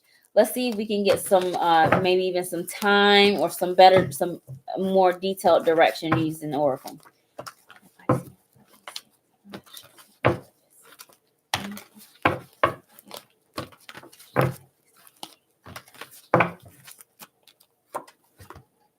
Treasure Island. Didn't I say the number 9? Herman is the 9th card in tarot. It is the energy of light working. Rufus is really learning the power of manifestation and learning that he's an abundant being here. He may be, one or both of you may be focusing on scarcity, what it is that you don't have, not having enough time to spend with each other, not having enough energy to take care of your obligations or date, wherever the case here. This is being healed, and it's a number 9, so you are almost there. But Treasure Island is also energy of hopes and wish fulfillment with that high vibration 9 energy. And you can have these things as long as you do not give up. Definitely some type of healing going on his side, and he wants to take you in that future, but you might have to ask him, where are you going? And make sure that he's not making decisions for you with Treasure Island. 9, the 9th month is September. We just got out of September. So if you all had some type of discord or some disagreement in the month of September, you are working on healing this energy to coming back on the same page. 9 days, 9 weeks. 9 weeks is what, 2 months? This is December energy. What's happening? What is happening in around that time? Neptune stations direct at the end of November, the 27th, I believe. And I feel like that Neptune is influencing you all's relationship. I'm not sure if you were here earlier, but Neptune in retrograde is reality check. This is when we get hard truths. We are not allowed to see people through rose-colored glasses. We are not able to sugarcoat the nature of our relationships or whatever inner healing that we haven't done. So because of Neptune influencing, I'm feeling November is really where you may start to see either things come into fruition if you are getting better and making improvements on yourself individually, or there's a potential for like some permanent separation, because 9 is also the number of endings. So whether you all have a new beginning, it's really going to be up to the spiritual ascension that the both of you are going on. But he's thinking long term. Definitely make sure you're all on the same page. All right.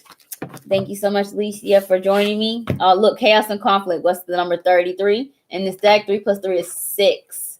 Chaos and conflict. So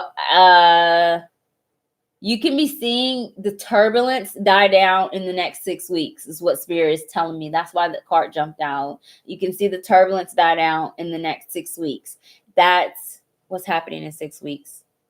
Even during the Mercury retrograde, reconciliations happen in Mercury retrograde as well, and that can be a good thing. It could be like a renewal energy. Mercury retrograde in Scorpio.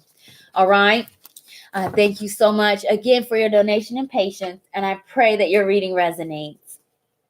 Okay. Shar, future for Lee and I. Is he going through something? Will he ever tell me about how he feels? Okay. After Shar, Emma submitted a second donation.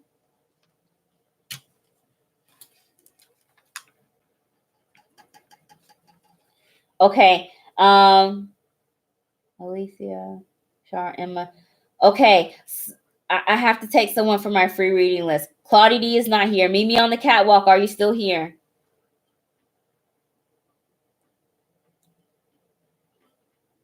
Shar is next, but then after Shar, I will take someone on my free reading list, 2 people on my free reading list, and then I'll take care of Emma. No Claudia D, no Mimi on the catwalk. Ryu Sagi.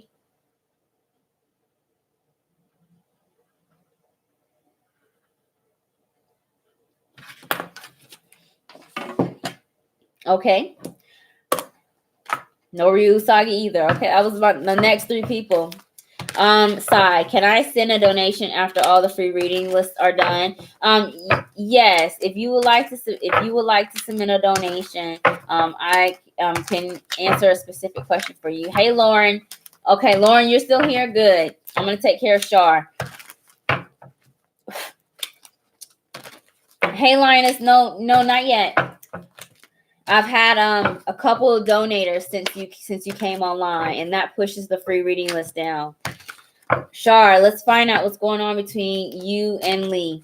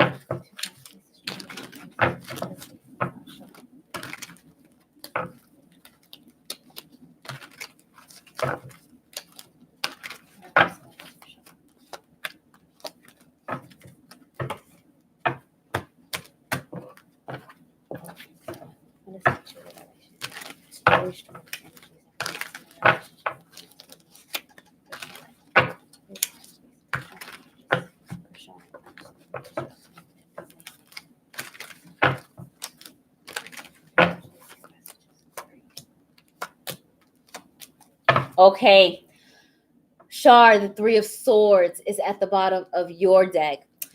Three of Swords is the energy of holding on to some pain and heartache from the past. It is definitely preventing one of the both of you from being able to heal or be on the same page. Maybe it is that you had some type of dispute or disagreement in the last 3 weeks, or 3 weeks ago to be exact. And now that we're in Libra energy, the sun is down in Libra, it's time to establish that balance and harmony again.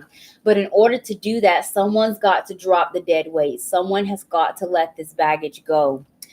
So I asked for spirit, what are Lee's feelings for you?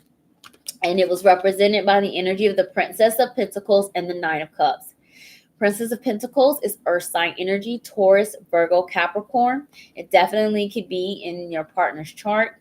But ultimately, this is the energy of the student, someone that's still learning. And I feel that either the type of commitment or relationship that you have been on is new to him, or that the changes that he needs to make in order for the relationship to continue to be healthy is something that has to be learned, because the Princess of Pentacles is the energy of the student.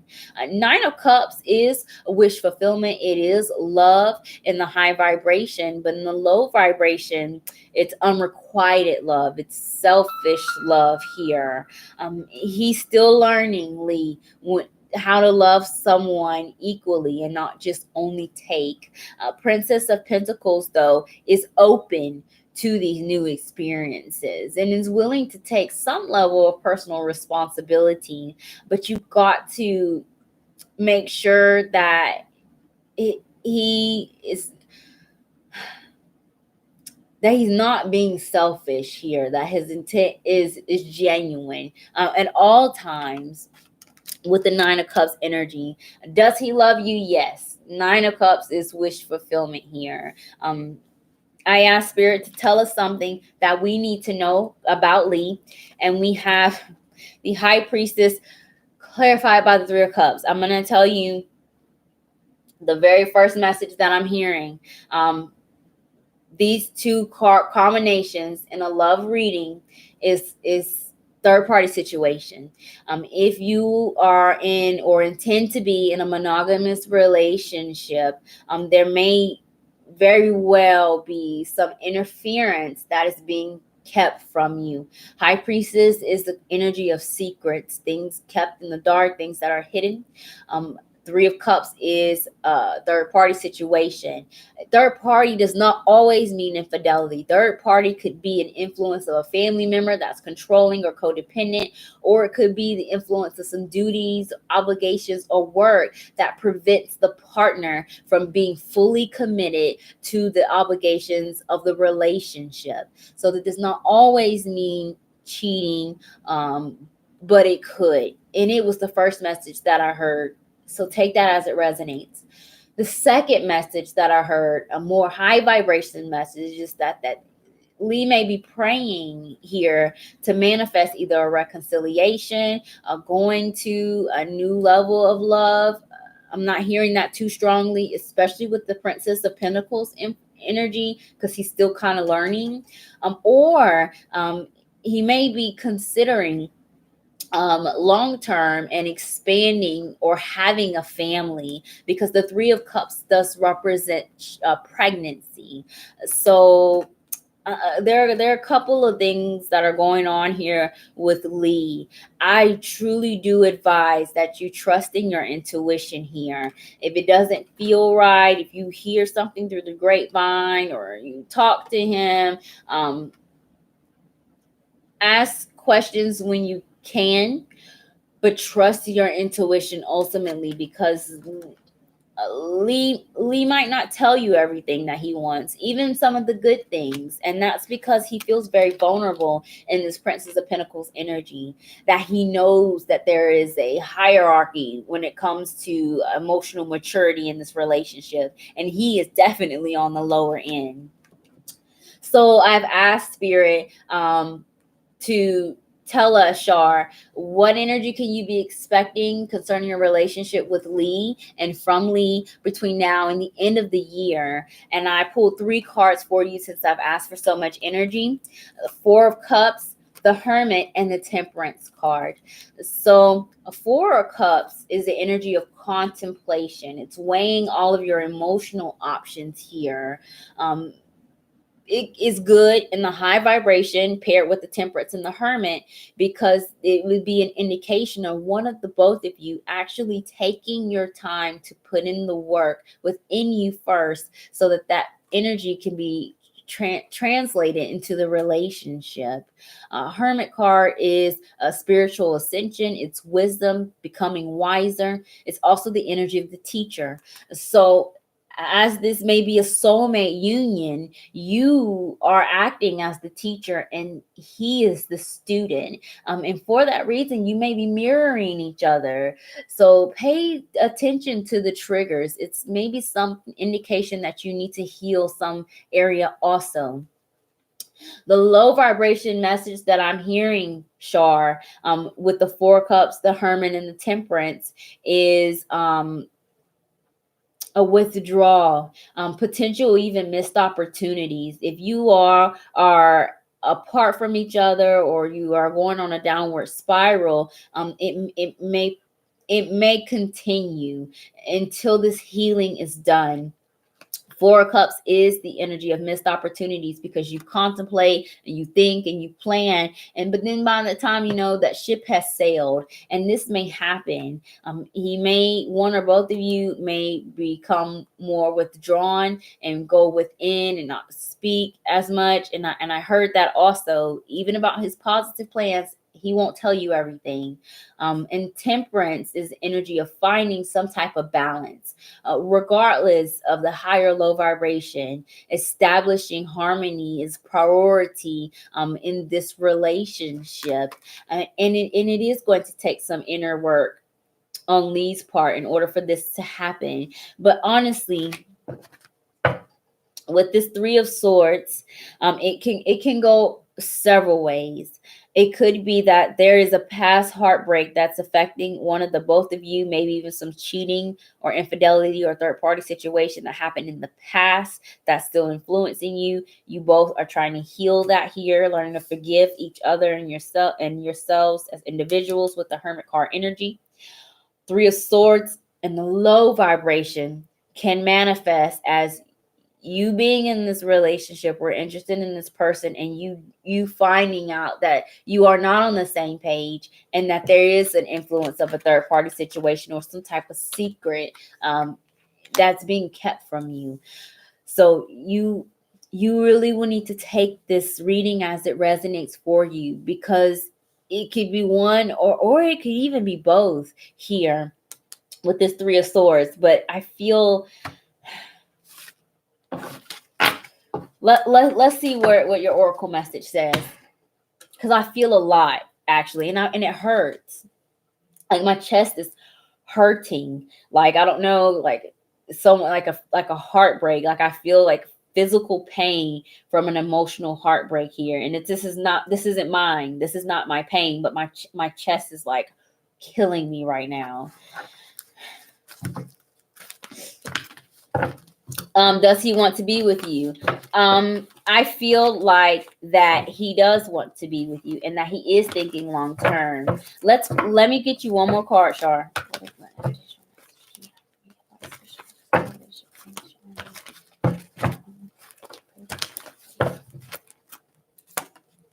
Yeah, he loves you. See, I told you. He does got some work to do. There might be some rough edges, but his heart is really in the right place. And whatever is happening that's negative is that Three of Swords energy from the past. So loyal heart is the number 35 in this deck. 3 plus 5 is 8. Strength card energy, Leo sign. But ultimately, this is the card of soulmate. If you believe in twin flame, because I was seeing mirrored energy, it's a very strong possibility this person could also be your twin flame. But remember, not all soulmates are life partnerships. And is this a potential life partnership? Yes, absolutely. I feel this is more healthy than not. However, you both have to do the individual work and healing in order for the relationship to stay healthy. And a lot of that is going to come from him being in the position of the student as you are the teacher, and over time these things will flip, and that's how soulmate twin flame energy works. At one point, one person's teaching the lesson, somebody's learning, and then the opposite happens, because you are healing each other through this relationship. Okay. I feel good about it. May need some patience, but I feel that Lee has his heart in the right place. Thank you so much for your donation, Shar, and for joining me. And I pray that your reading resonates. Hey, Benita. Hey, welcome. Benita, I had called you a while ago.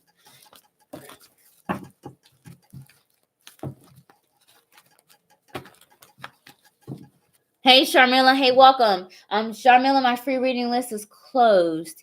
If you would like to get a reading, you may submit a donation, and that information is in the details of my video. But definitely subscribe to my channel, to anyone who hasn't already, and turn on your notifications for when I go live, so that you can be here early in line and not either have to wait as long, or get a message, period, because my free reading list closes at 20 people.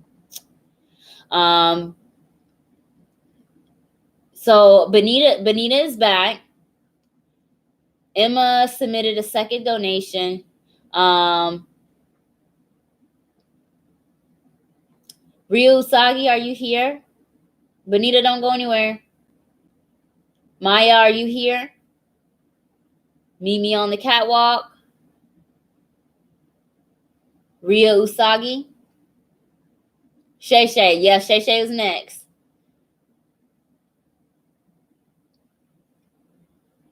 Okay. Okay, Ria's here. Okay. Emma submitted a second donation. Ria Usagi is next. And then after Ria Usagi, I have Maya. Maya, are you here? Maya might not be here because it's late.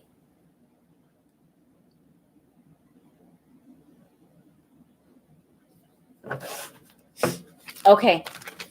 Emma, if you have a second question, get that ready. I'm going to go ahead and take care of Benita and then Ria Usagi. Yes, Emma, go ahead. You can leave your question. All right. Benita, thank you so much for coming back. You can leave on the free reading list. Just when you come back, I have to squeeze you in. Benita, let's go ahead and get started with your karmatic healing reading.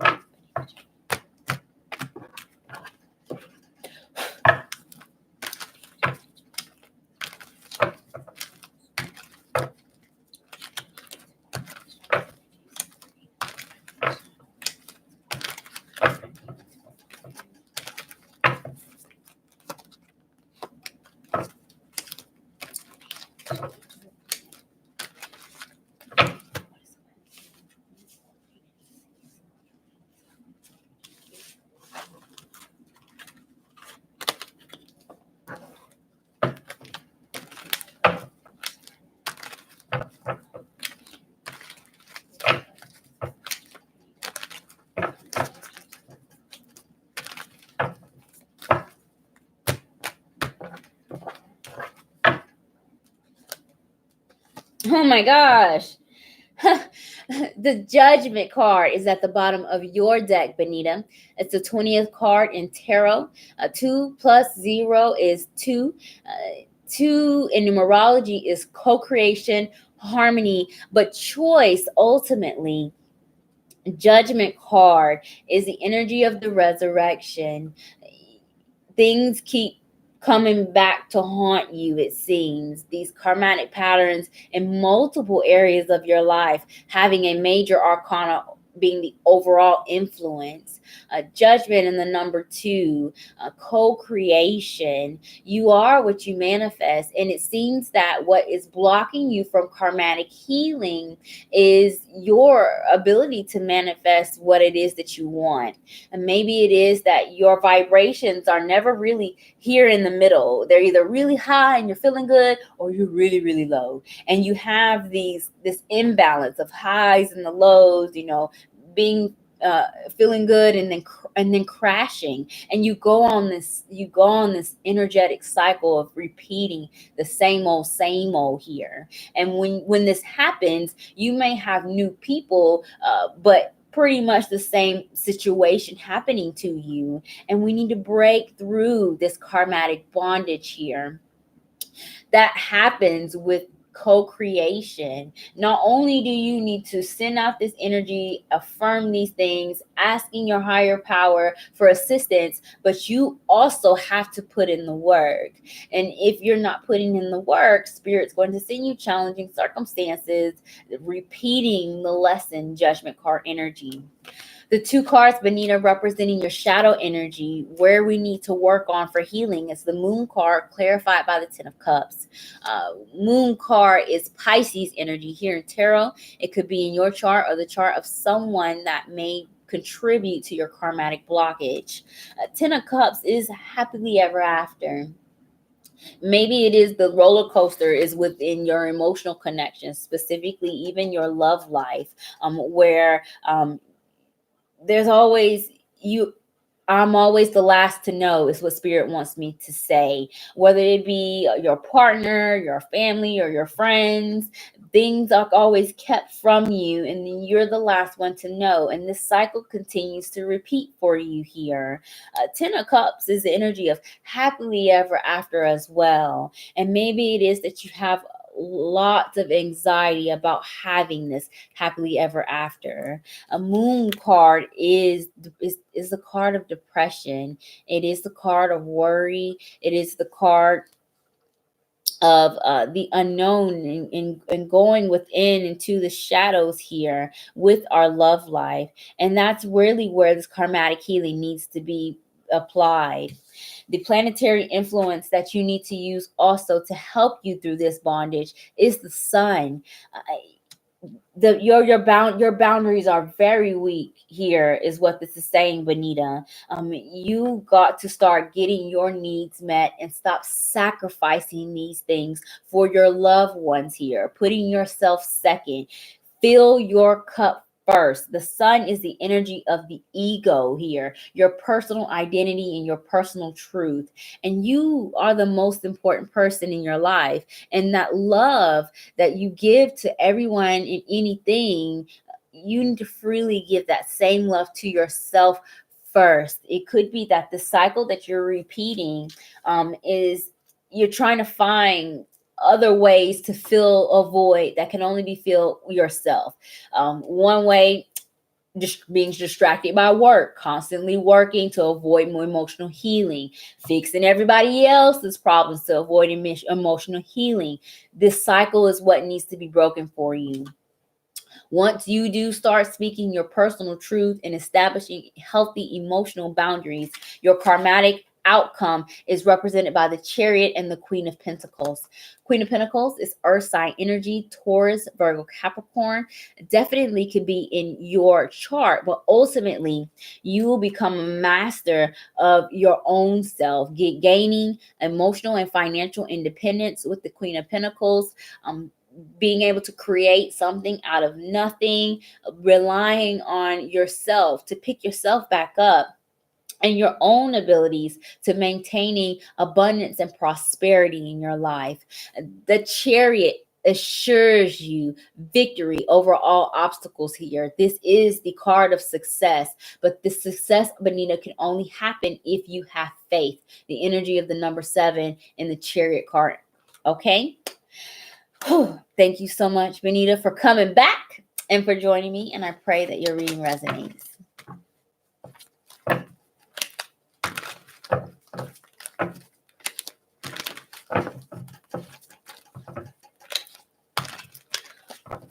Benita, you are so very welcome.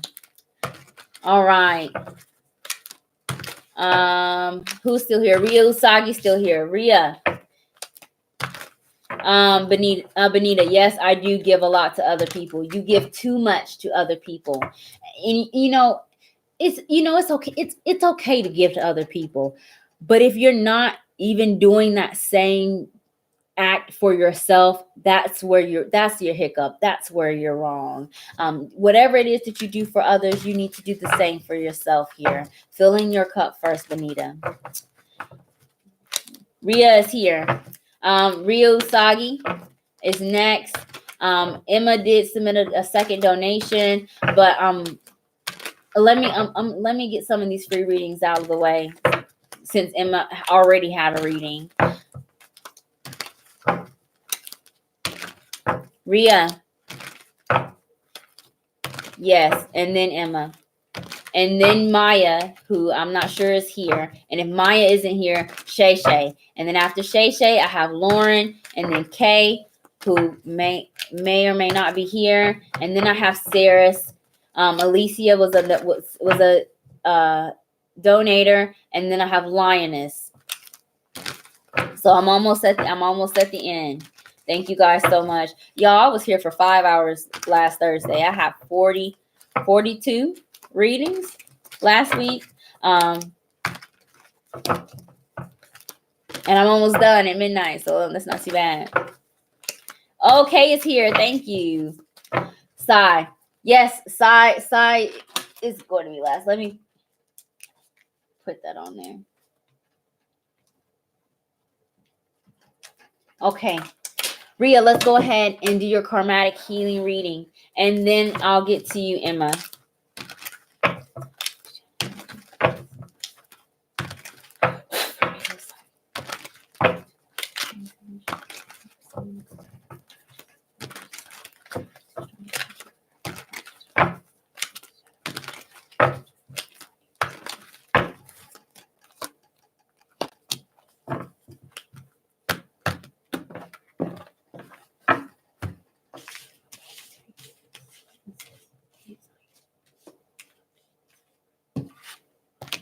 Oh, nice.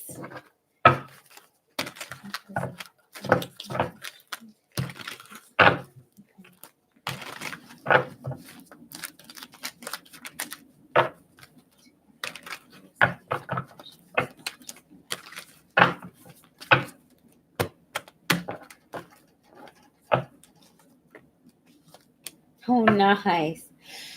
Strength card, Rhea Usagi. Wow, this is such a good reading already.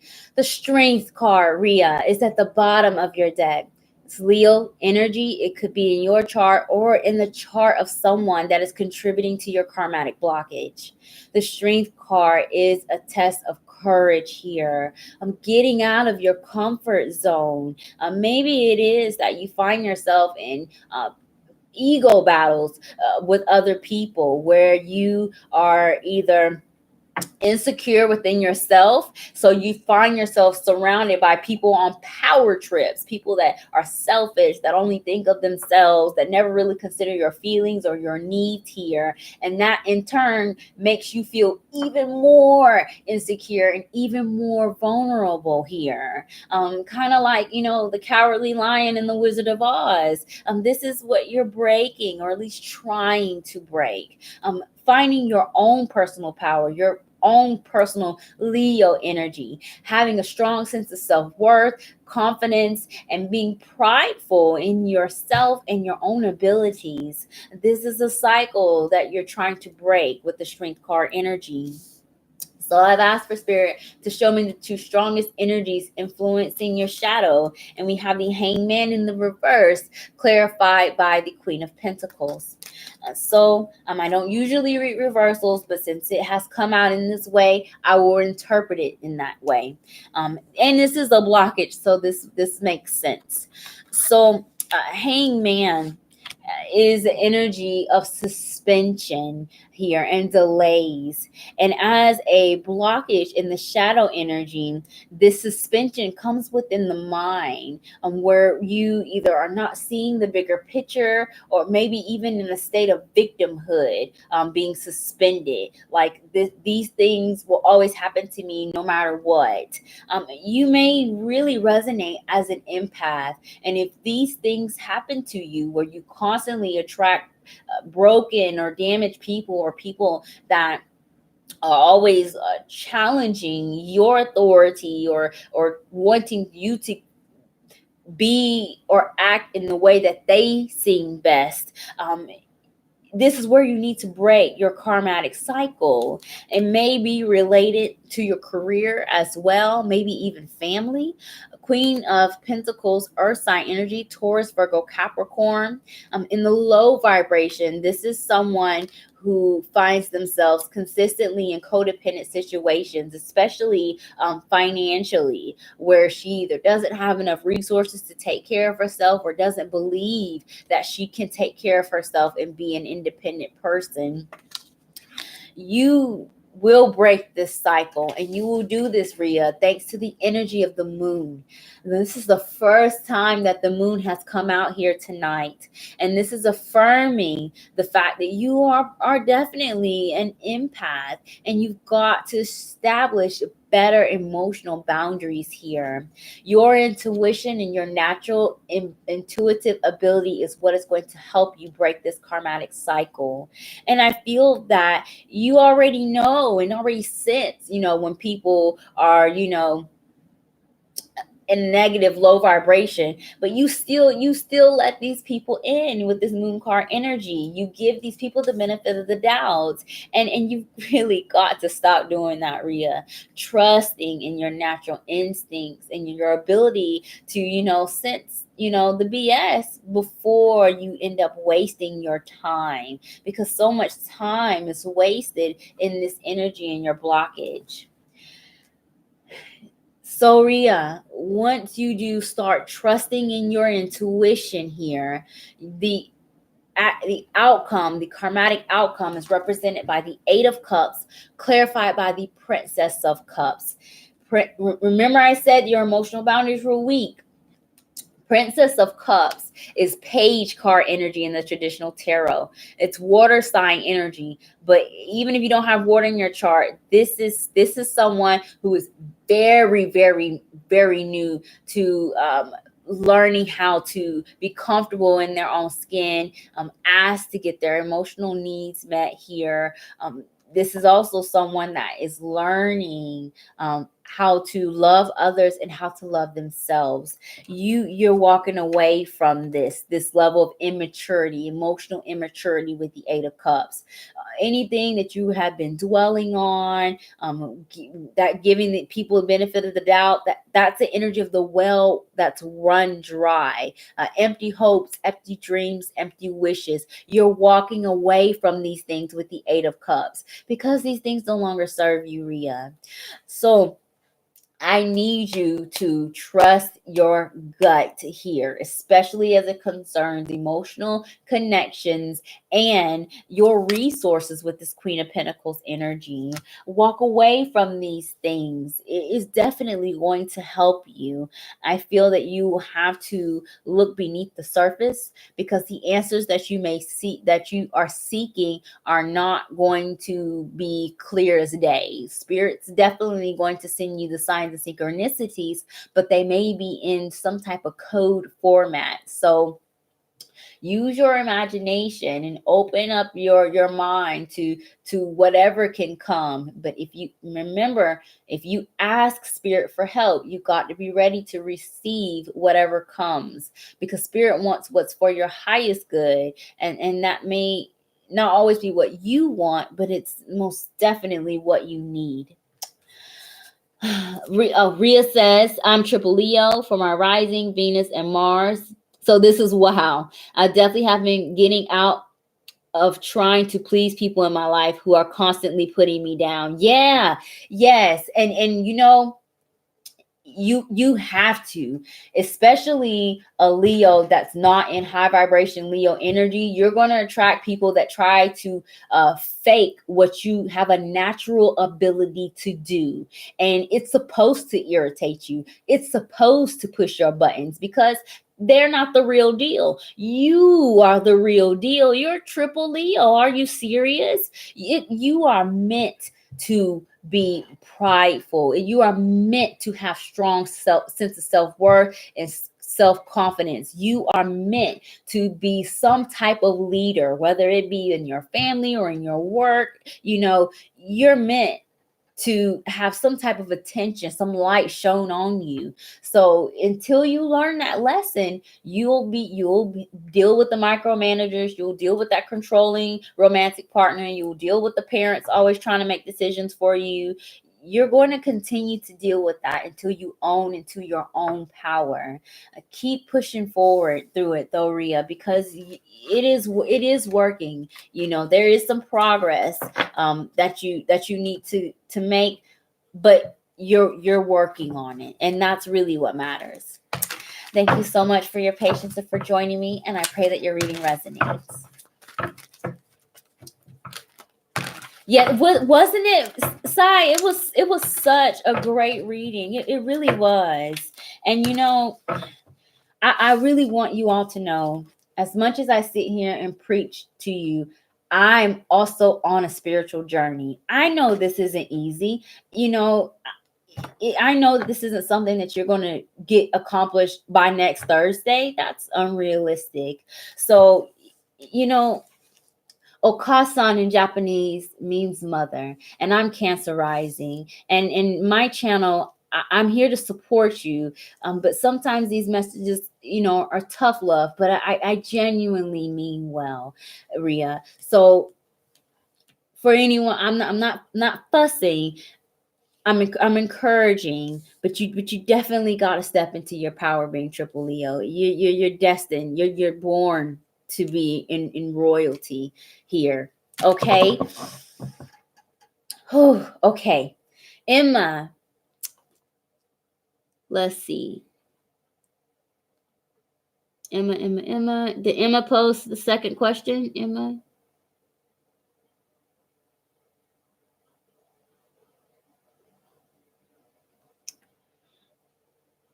Oh, okay, Jennifer. I'll probably have to. I'll reach out to you. Okay. Thank you so much, Sai and Alicia. I truly do appreciate you all. Who did I call? Emma? Where did Emma go? Tim. Emma, planning to talk to Tim, my boss, about leaving work. Have been getting on better recently. How will Tim react to my situation? Will Tim be open to taking my number and pursuing me outside of work? Okay, let's find out about Tim for you, Emma. After Emma, I have Maya Hinton, who may not be here, and then I have Shay, and then Lauren, and then Kay, Saris, and Lioness, and then Sai.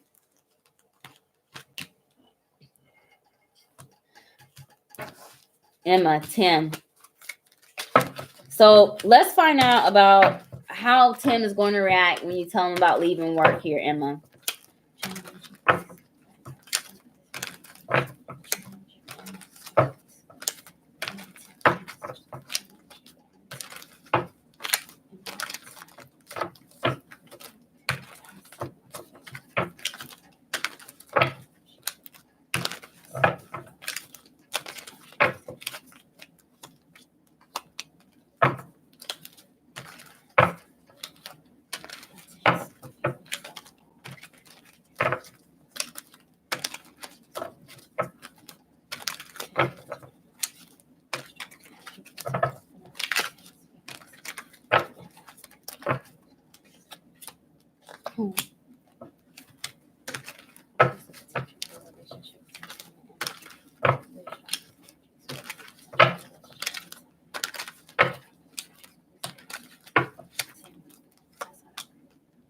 Wow. Okay. All right, Emma. 5 of Cups is at the bottom of your deck. So concerning you and Tim, there's an element of regret here. Maybe someone is regretting not speaking their true feelings to the other, or someone is feeling guilty about some things that have happened even in the past between the two of you. 5 of Cups is it can be a heavy energy. It comes with a lot of grief, maybe even resentment here. Definitely those guilt feelings with the 5 of Cups. So with the changes that you are planning to make, leaving work, it may have an adverse effect on you all's relationship. So I asked for Spirit to tell me what Tim's feelings are for you, Emma. And I have the 10 of Cups clarified by the 9 of Swords. So 10 of Cups is the happily ever after. 9 of Swords is having my worst fears come into fruition. These cards should never be together in this way. This is it's strange. The first message that I heard was maybe avoiding a long-term commitment. Maybe it is that Tim,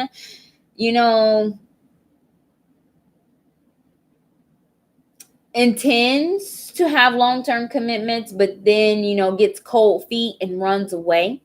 Maybe it is that Tim may actually appreciate where your relationship is right now and is happy with that and is concerned about it changing because you do have to leave work. Or it could be that Tim is happy where the relationship is between you currently, as friends, and he may not truly be desiring for it to go to another level.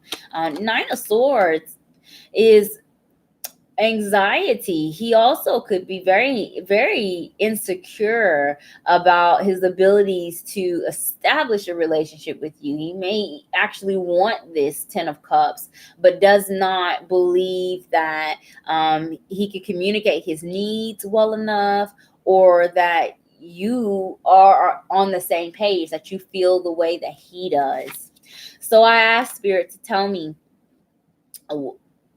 tell us something we need to know about him. what are his true intentions for you? And I have the Lovers card clarified by the Ace of Wands. Lovers is the sixth card in tarot, representing the sign of Gemini. This is an indication of some type of soulmate union. But remember that not all soulmates are life partnerships. Our soulmates come in many forms. It could be friends, it could be romantic, it could be family. So there is still some soulmate connection between the two of you.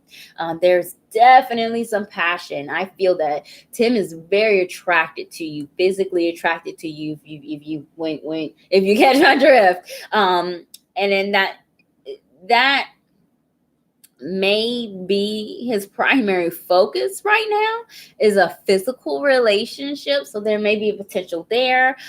Maybe not so much, have a family, get married or be in a committed relationship, build a house together, live happily ever after. Maybe more on the physical at this time.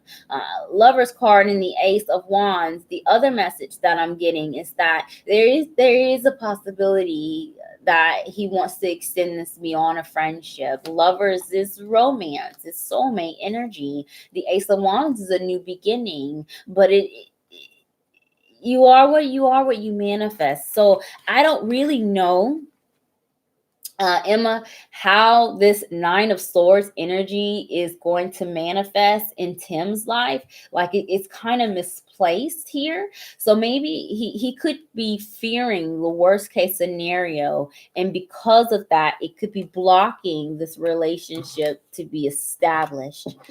So I have asked for Spirit to tell me the outcome. What is the potential of you all having some type of relationship beyond work, even after you leave? And I got the Four of Wands, the Eight of Cups, and the Queen of Pentacles. Queen of Pentacles, Earth sign energy, Taurus, Virgo, Capricorn. Four of Wands is my personal 1111 card, spiritual ascension and awakening. And the Eight of Cups is walking away from the things that no longer serve us.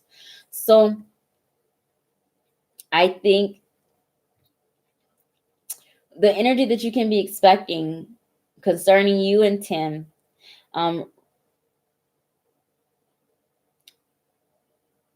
I feel that someone really maybe even be giving up before this has even started. I'm not going to sugarcoat that.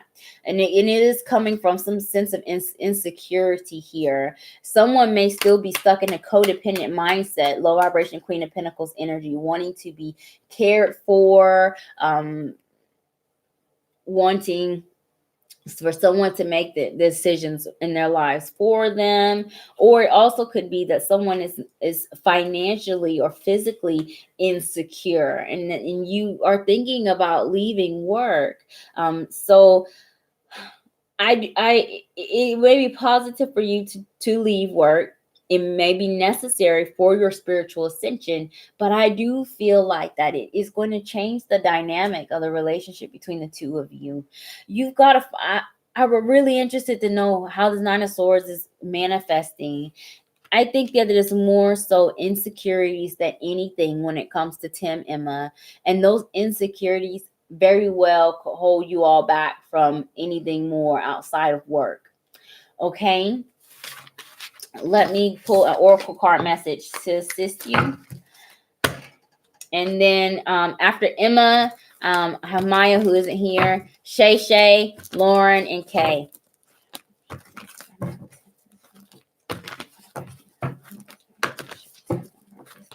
Serendipity, I saw it.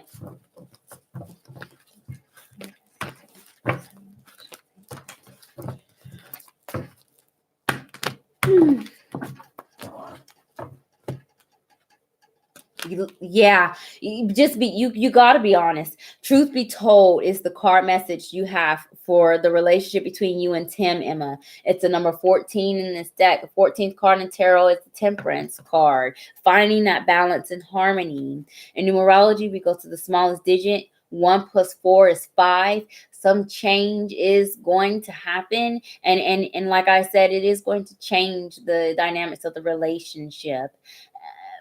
Truth be told, is honesty. And you just need to be honest with where it is that you want to go. What is it that you want to do? Go ahead and, open the door for Tim, because I do feel like Tim's a bit insecure and you might need to lay some little breadcrumbs. But it's his insecurities that may keep him from actually feeding on whatever hints that you drop. Okay. He may you will have to ask the right questions, is what Spirit is saying. And if you could just be honest with him, it may make him feel more comfortable with anything going beyond work. All right. Thank you, Emma, for your second donation. And I pray that that reading resonates.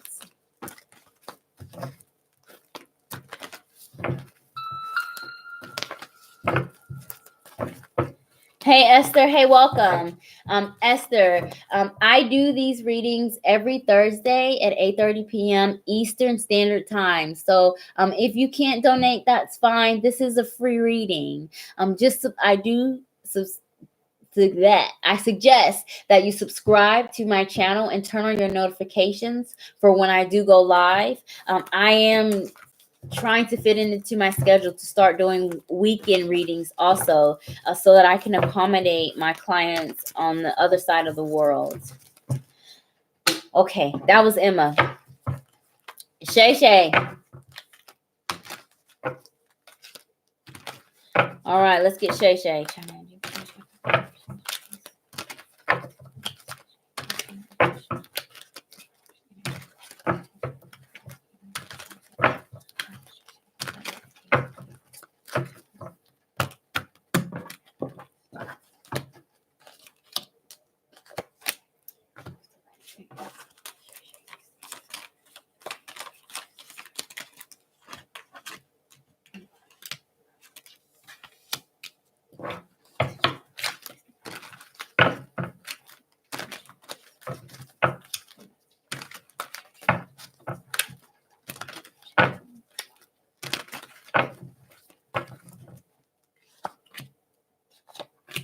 All right.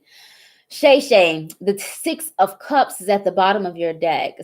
This is a karmatic healing reading, and your area of karmatic healing for you involves your emotional connections and your emotional boundaries. The Six of Cups is the card of karmatic love. There could be family members, friendships, or even romantic partners that you are stuck on this karmatic cycle where you have to continuously learn lessons between each other about strong emotional boundaries, self-love, healing from emotional wounds as well. Maybe there has been an inability for you to do that because of all the karmatic connections. Maybe it is that you find yourself constantly stuck in these toxic relationships or people that are not willing to put in that equal work that you need with the Six of Cups. There also could be an influence of your childhood with this karmatic healing reading, as the Six of Cups is an energy of nostalgia about the past.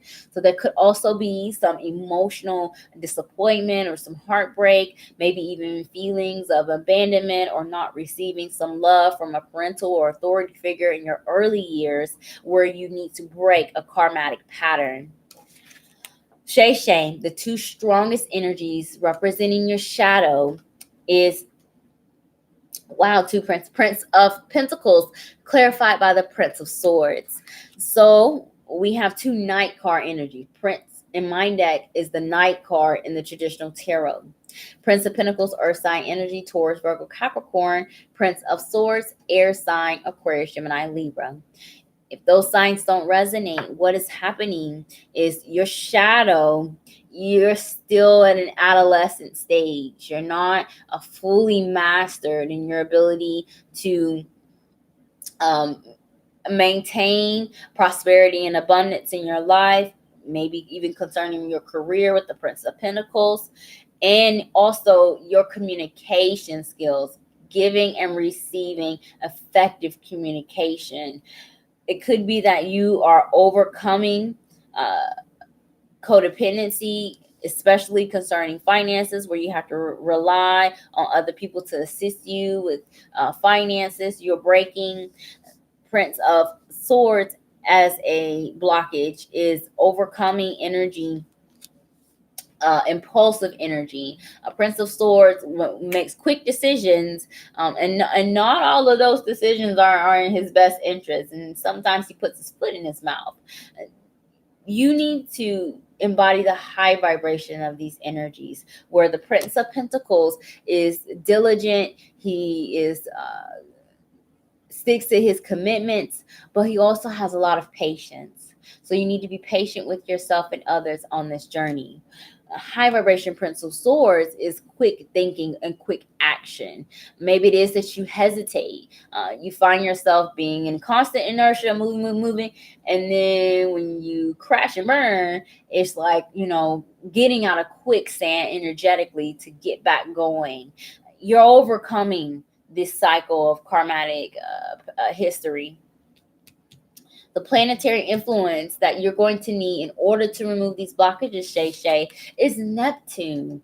Neptune is currently retrograde in the sign of Pisces. And unlike the other planets, when Neptune goes retrograde, we get the opposite effect. Instead of things going crazy, well, depending on how you live your life, instead of things going crazy, things get serious here. This is when the rose-colored glasses come off and you see things, situations, and even yourself in its raw form, truly for what it is. And you're not just idolizing anybody's potential or thinking too far in the future and not really taking care of what needs to be cared for in this time.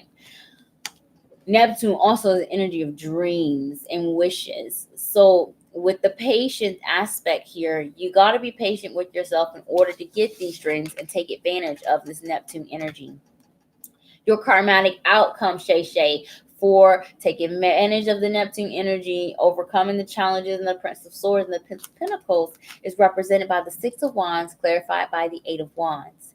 This is you handing over your burdens to your higher power and whoever else is willing to lighten your load. This is getting the weight of the world off your shoulders, getting relief from heavy duties and responsibilities, especially where you've not been rewarded for your hard efforts. You will be getting those just rewards thanks to the energy of the Six of Wands. Six of Wands is the energy of recognition. It's the energy of ego, energy of pride as well. And you will be definitely getting this here once you have patience for yourself and learn how and when it's time to use quick, decisive action, and when it's time to be patient and be in deliberation. Thank you so much, Shay, for joining me and for your patience. And I pray that your reading resonates.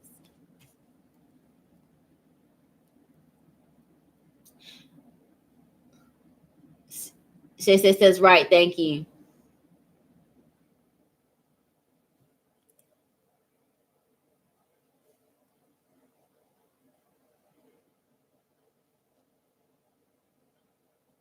Thank you so much for helping me, Saris. Yeah, I don't want anyone to feel pressured to donate. This is a free reading. So Esther or whoever, I don't want anyone to feel that way for donating. You're still going to get the same quality reading. I'm just pulling more cards for my donators. And it's nice to meet you also. Yes, Shay.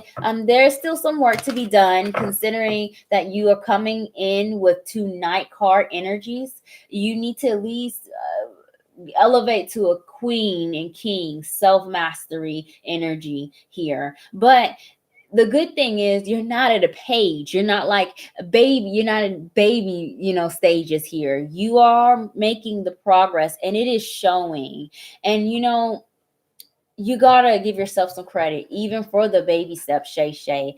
This spiritual journey is a marathon. It's not a sprint. So you gotta be patient with yourself, all right?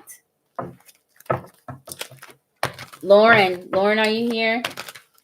Let's go ahead and get your reading.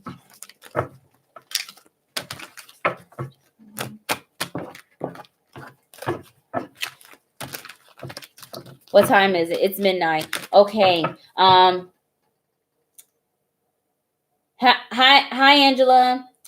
I was about to make an announcement. Thank you so much for joining me. If you all have not liked this video, please do thumbs up the video, subscribe to my channel, turn your notifications on as I do this every Thursday.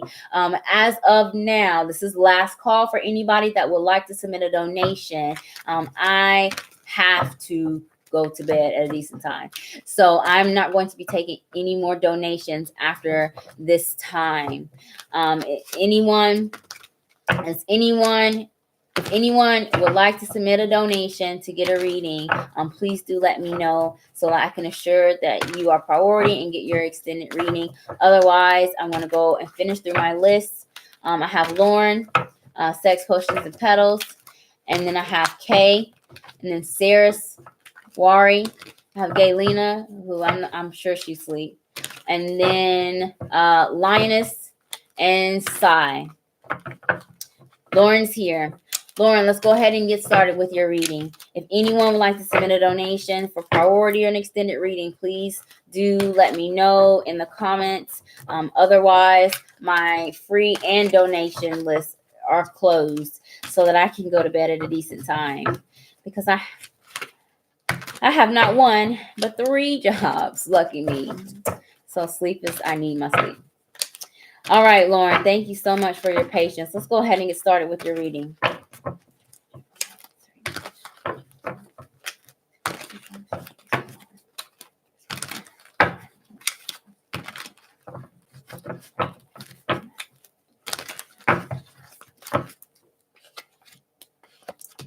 Oh my goodness.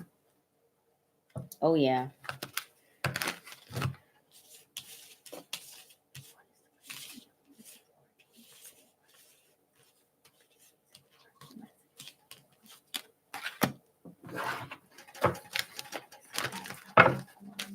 I saw the Wheel of Fortune.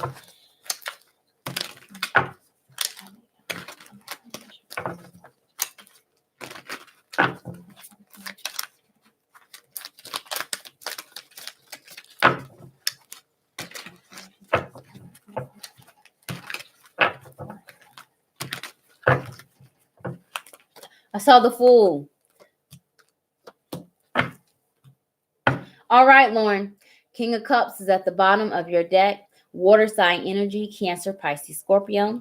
It could be in your chart or in the chart of someone that is contributing to your karmatic blockage. As a person, this is someone who's very selfless, nurturing, empathetic. However, when they are not feeling appreciated, or if they don't get the love that they give out back, this person can suffer from feelings of depression, emotional withdrawals from their loved ones. And in the very low vibration, this is someone who's narcissistic and very selfish, an emotional manipulator. First off, make sure that you're not involved with anyone that vibrates on the low vibration King of Cups energy. It's toxic, and you need to protect your energy if you are. And also make sure that you are not in the low vibration King of Cups energy, where you give yourself selflessly, and then when you don't get appreciated, you get sad and you get discouraged here, or you succumb to passive aggressive tactics to get your way. Excuse me, y'all, my nose is itching. Passive aggressive tactics to get your way, or you just wallow in a pity party here. This is the karmatic blockage for you. It could be very well that your duties and responsibilities as a caretaker, a wife, or a mother could also be contributing to some karmatic blockage that you're dealing with. So I asked for Spirit to show me the 2 strongest energies influencing your shadow energy, and we have the Prince of Pentacles clarified by the 6 of Pentacles. So there's a theme of career and finances that is in your karmatic blockage here. Prince of Pentacles is the Knight of Pentacles in the traditional tarot, and the slowest moving knight in the deck. He's definitely someone that takes his time. He's very patient, he's very diligent here. But as a blockage in the shadow energy, it's just you are being impatient either with yourself or with others. It could be that you have your commitments and your long-term plans, Lauren, but then you find yourself constantly either wanting to give up or not having the resources that you need to continue forward, thanks to the influence of the Six of Pentacles. Six of Pentacles is the energy of an equal give and take. And it's about a cycles of renewal. So you have a lot of energy, you're doing really well. So you got your Prince of Pentacles, you're pumped up, you're working on a goal. And then, just like the dark of the moon comes, you go back down energetically, or you go down with your resources, your money and your time. You don't have enough. This cycle of imbalance between work and home life is the root of your karmatic blockage. So I've asked for Spirit to tell me what planetary influence you need to use in order to overcome these blockages. And we have Pluto. Pluto is the theme of tonight's reading. It just stationed direct today. And Pluto also rules the sign of Scorpio, which Mercury is in. Pluto, Lauren, is an inner transformation, inner healing, and that comes from within. In order to see that side, in order to get to that level of accomplishment, you've got to acknowledge your shadow side as well. That means paying attention to the signs and synchronicities when you are, nearing burnout, when you know that you're being depleted here. You got to protect your energy and develop ways to keep your space safe here. Whether it's telling people no, or you listening to your own self here and not pushing yourself too hard. That's really what's going to help you overcome these blockages in your shadow energy. So, Lauren, I've asked for Spirit to tell me what is the karmatic outcome once you do overcome the challenges in your energy using the influence of Pluto. And I have the Two of Swords clarified by the Eight of Cups. It seems that that feeling of not knowing when to cut people off, or set that boundary, or set that limit, or maybe even sticking through with the limits. Maybe you do know when to cut people off, but you don't follow through with that commitment. This is the cycle that you're breaking through, and your reward is your ability to walk away from a state of confusion in the energy of the Two of Swords, where you're trying to either find logic and reason for why you are on these cycles of being really, really sick, or having a lot of low energy or low money, and then feeling better. Not everything can be explained when it comes to your spiritual journey and this healing process. But one thing is for sure, you are most definitely walking away from this stuck mindset, and you will be evolving, moving forward with the three energy, being more creative with overcoming your obstacles, or finding ways to supplement whatever it is that you are losing. Thank you so much, Lauren, for joining me and for your patience, and I pray that your reading resonates.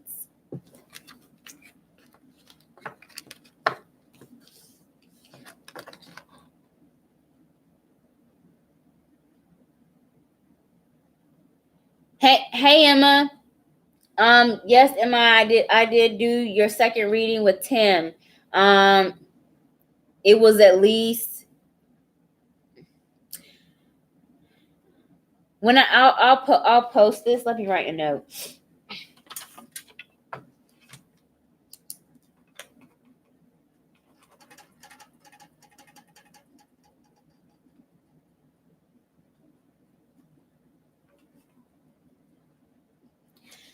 I will go through and try to put that timestamp for you, Emma, so that you can see your last message with Tim. You can't find it, Emma, because I'm still live. I don't know. I mean, I'm live. I don't know how that works. I don't know if you can rewind a live reading, or you have to wait until I get off and it posts.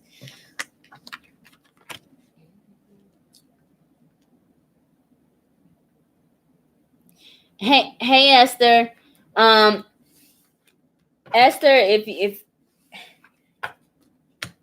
if you are in desperate need of a reading, Esther, and you stay on until I'm done with my last person, I will help you with your question. But it is only fair to those that have been waiting that I do not skip the line. I'm not even taking donations at this time. One, because people have been waiting, and two, because I also need to go to bed at some point. No, Emma, you can't find it because you have to wait until I sign off, and then you'll be able to go back and find it. I don't think you can rewind it as I'm currently still live. So that was Lauren. Kay is next. After Kay is Saris. And after Saris is Linus, and then Sai, and then Esther. Kay, bless you so much for being patient. Bless you.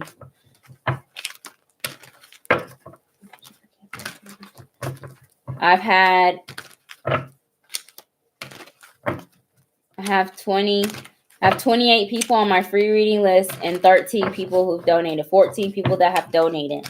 So it's been a really good, productive night. I truly appreciate everyone that's been patient with me. I'm trying to dispel the energy.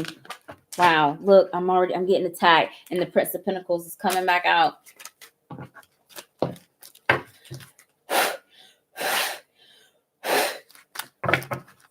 All right, Kay.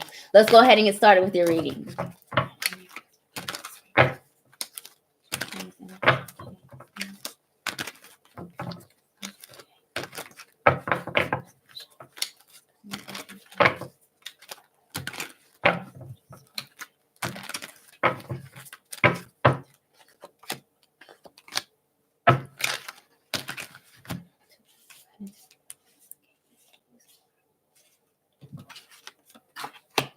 Oh, nice.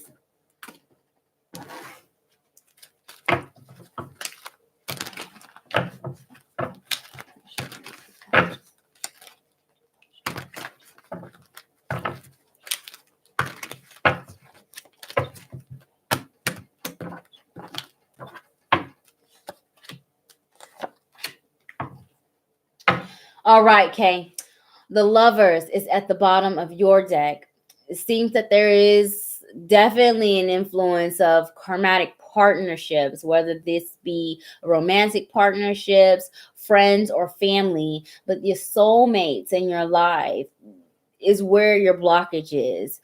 Your love life, romantic partnerships, there always seems to be some type of debt to be owed here.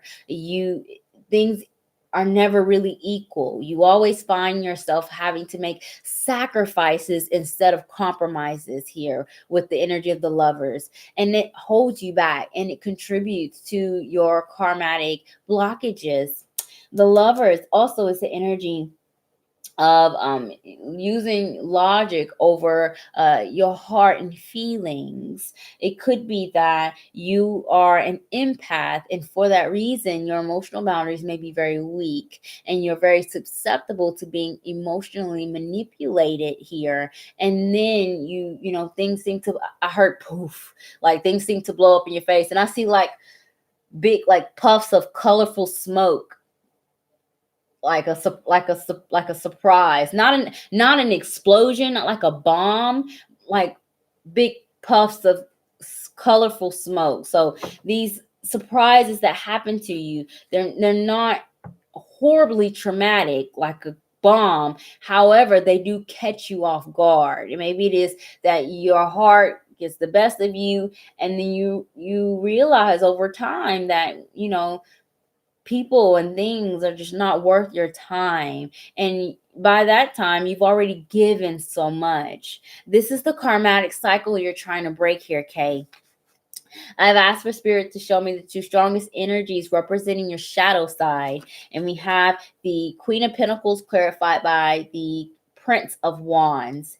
So got court cards here. Queen of Pentacles, Earth sign energy, Taurus, Virgo, Capricorn.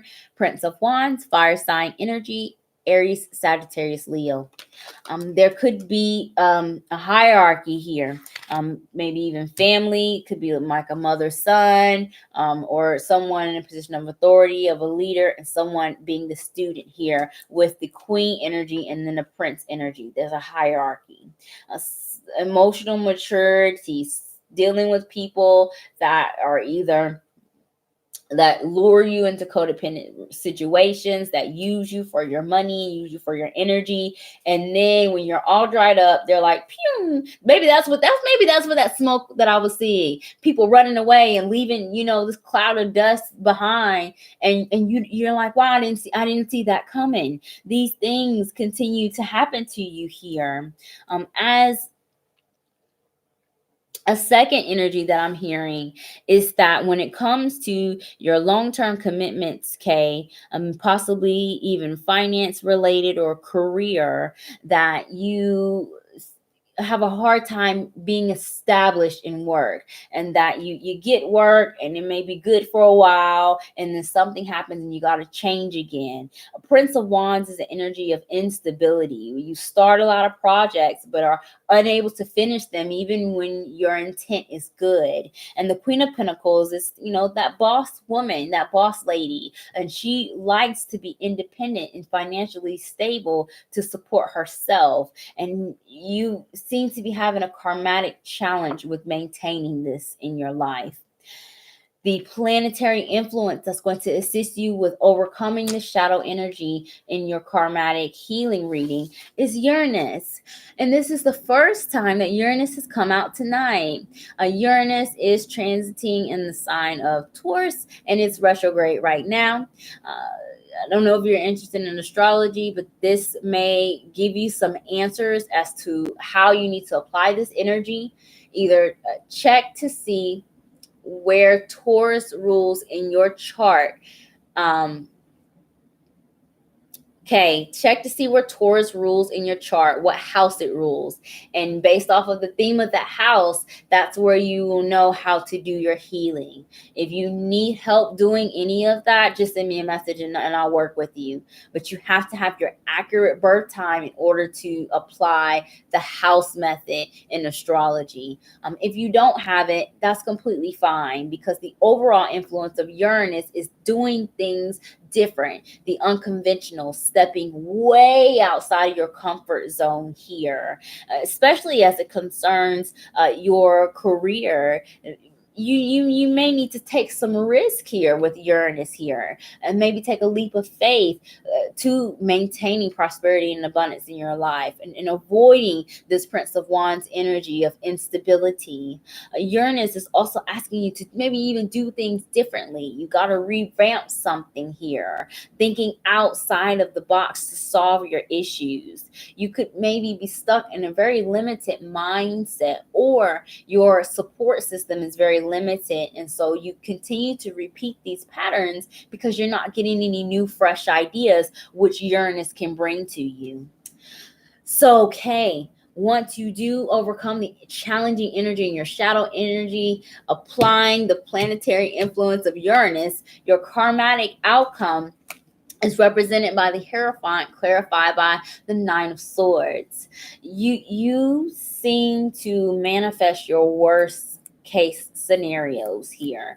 The Nine of Swords is that fear and anxiety about breaking traditions and standards. This is you not giving two flips about what anybody thinks about how you live your life, especially concerning how you make your money and how you maintain prosperity in your life. This is you breaking through society's conditioning, doing something that makes your heart happy and also pays the bills. This also is you having strong emotional boundaries as well, because Queen of Pentacles likes to be cared for. She's pretty spoiled when it comes to her emotional connections. And in the low vibration, she's a taker. She's not a giver. This is you separating yourself from the takers here, and finally having someone take care of you as well. But you're only going to get that, this stability, some type of long-term commitment or partnership, a stable career, the energy of the Hierophant. If you do something different, you have to step out of your comfort zone here, okay? You know what is that saying? The definition of insanity is doing the same thing and then expecting different results. We are all guilty of it, and I'm not going to sit up here every Thursday and act like I'm a perfect human being, because I'm not. Nobody is.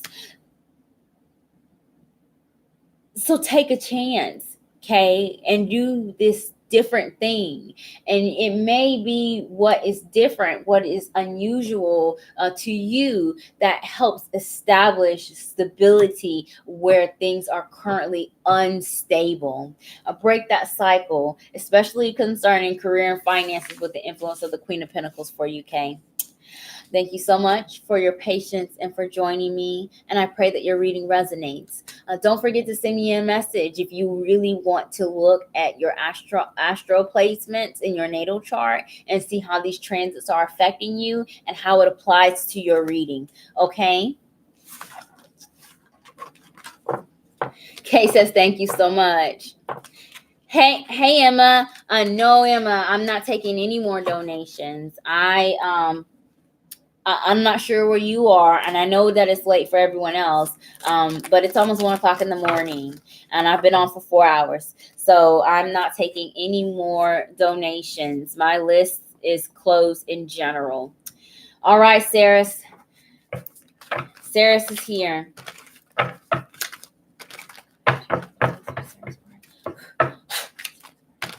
saw the High Priestess. I got try to close my eyes, but like I'll peek just a little bit and I always see like one card.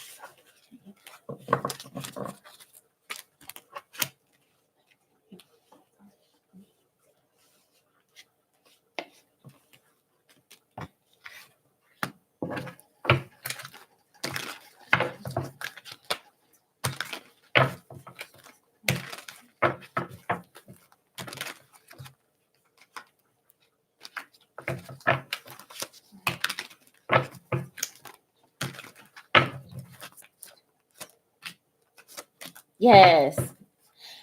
Princess of Wands is at the bottom of your deck, Saris. Fire sign energy, Aries, Sagittarius, Leo. It could be in your chart or the chart of someone that contributes to this karmatic blockage. Princess of Wands is the baby. This is a card of the messenger. Someone that is a traveler, distance here. It could be that your freedom is restricted. You may be limited by external circumstances that you cannot control, or it could be that distance, time even is what is restricting you from having this karmatic healing. A Princess of Wands in the low vibration is someone that's still learning on how to use their energy and how to use the ability to manifest their desires. Fire Wand energy represents fire, passion. It's yang energy, to be in inertia and to move forward. Hold on, let me turn my ringer off. That distracted me. To be in inertia and to move forward. It could be that you are like still learning how to walk and to be comfortable with your own power. And the Princess of Wands as a page card energy can easily find themselves as a subordinate, or maybe even feeling second nature to other things. So maybe you have these constant feelings of not being put first, people not considering your needs. Everything that you want is secondary here. you are trying to break these cycles with the influence of the Princess of Wands. A Princess of Wands does need some level of freedom and creativity to express these things. But in order for this to happen, you got to be confident within your own self, that fire sign energy. Also, with being in inertia and to go, go, go, you can get burned out. And if you have been on this karmatic cycle of starting without stopping until you crash and burn, it is really delaying your progress here. And this is where you need to heal. Sarah, I've asked Spirit to show me the two strongest shadow energies influencing your reading, and I have the Tower clarified by the Eight of Cups. So the Tower is a sudden. It can be unexpected surprises, but if there's when there's a foundation that's already rocky, you leave that foundation behind and walk away. Saris, you have a challenging time being able to do this. You see that the house is on fire, it's burning down to the ground, and you're like, oh, it's not that bad. You know, you're giving way too many people and things the benefit of the doubt. If the roof is on fire, run, get out, find safety here. Be confident in your own ability to find your own personal freedom here and take your power back. Don't just let these things happen to you. You've got to pay attention to your warning signs, first of your body when you're experiencing this burnout, the symptoms of that, by getting plenty of rest here, not taking on more than what you can handle. And secondly, when it does come to those that treat you as second place, learning when to walk away from those people before, everything gets burned down to the ground. Eight of Cups is that energy of walking away from things that no longer serve us. And you tend to rely on even empty hopes and dreams here when your efforts are best spent moving forward. You will continue to move forward, Saris, thanks to the planetary influence of Saturn, the Lord of Karma. In this deck, it's the number 19. 1 plus 9 is 10. And 10 card energy is the Wheel of Fortune. But success and completion only comes through hard work and discipline. Princess of Wands is not one that is very reliable here. Definitely has a lot of high spirit. You maybe get very passionate with whatever it is that you do. However, when it comes to finishing things, it's not your strong suit. And Spirit wants you to finish your commitments thanks to the planetary influence of Saturn. If you can learn when to walk away before things crash and burn, establish some healthy boundaries here, and be committed even to your own self to sticking through with the goals and plans that you set in life. The influence and the karmatic outcome is represented by the Six of Swords, clarified by the Seven of Wands. So this is you holding yourself accountable for those same boundaries that you place on other people. You've got to respect your time, your space, and your energy also. Seven of Wands is all of that. You will gain the ability to trust in your personal power, the Prince of Wands energy, and use your own independent mind in finding the solutions to all of your problems. Six of Swords is that. It's a card of recovery and establishing some type of harmony back into your life. This may be done through communication, letting people know, hey, I'm not digging your vibes. I need my space. I have to protect my energy. Or by being honest and say, hey, I know I volunteered for this task, or you needed me to do this task, but I just simply do not have the time or the energy to do that. It's important. It is imperative that you establish this type of mindset here, because you need to continue to grow here in the spiritual ascension. And Saturn, with the influence of karma, assures you that whoever takes advantage of you, or who has taken advantage of you, Sirius, will get justice. You will get justice in due time, and it is not your place to make sure that that happens. Let the divine take care of the dirty work. You just need to focus on yourself and establishing these standards and these boundaries and not settling. Thank you so much, Sarah, for all of your help as you have been the last few Thursdays.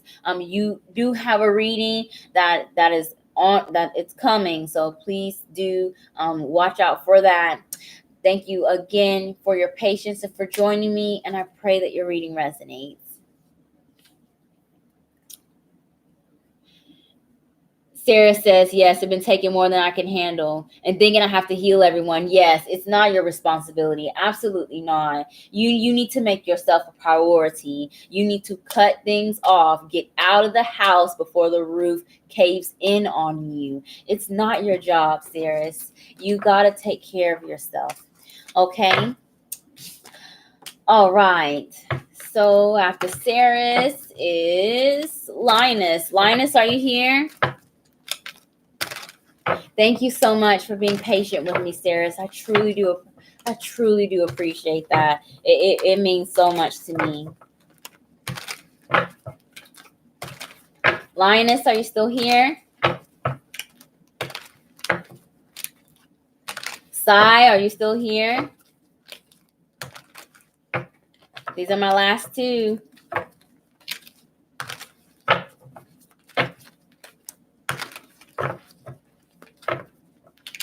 All right. Linus isn't here. I know how to reach Linus. I'll reach Linus on Instagram. Sai, I did a donation. I had a miscarriage when you showed me and Elvis having another child. I'm sorry to hear about your miscarriage, Sai. I will definitely see what energy Spirit has for you concerning pregnancy.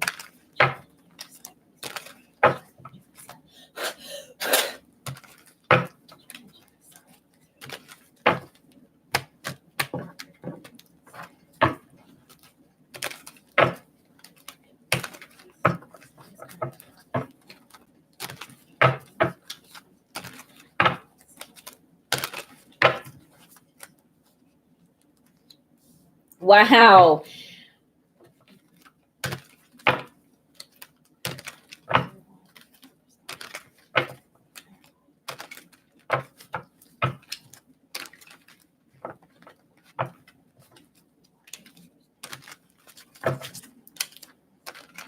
Oh, come on, shuffle for me.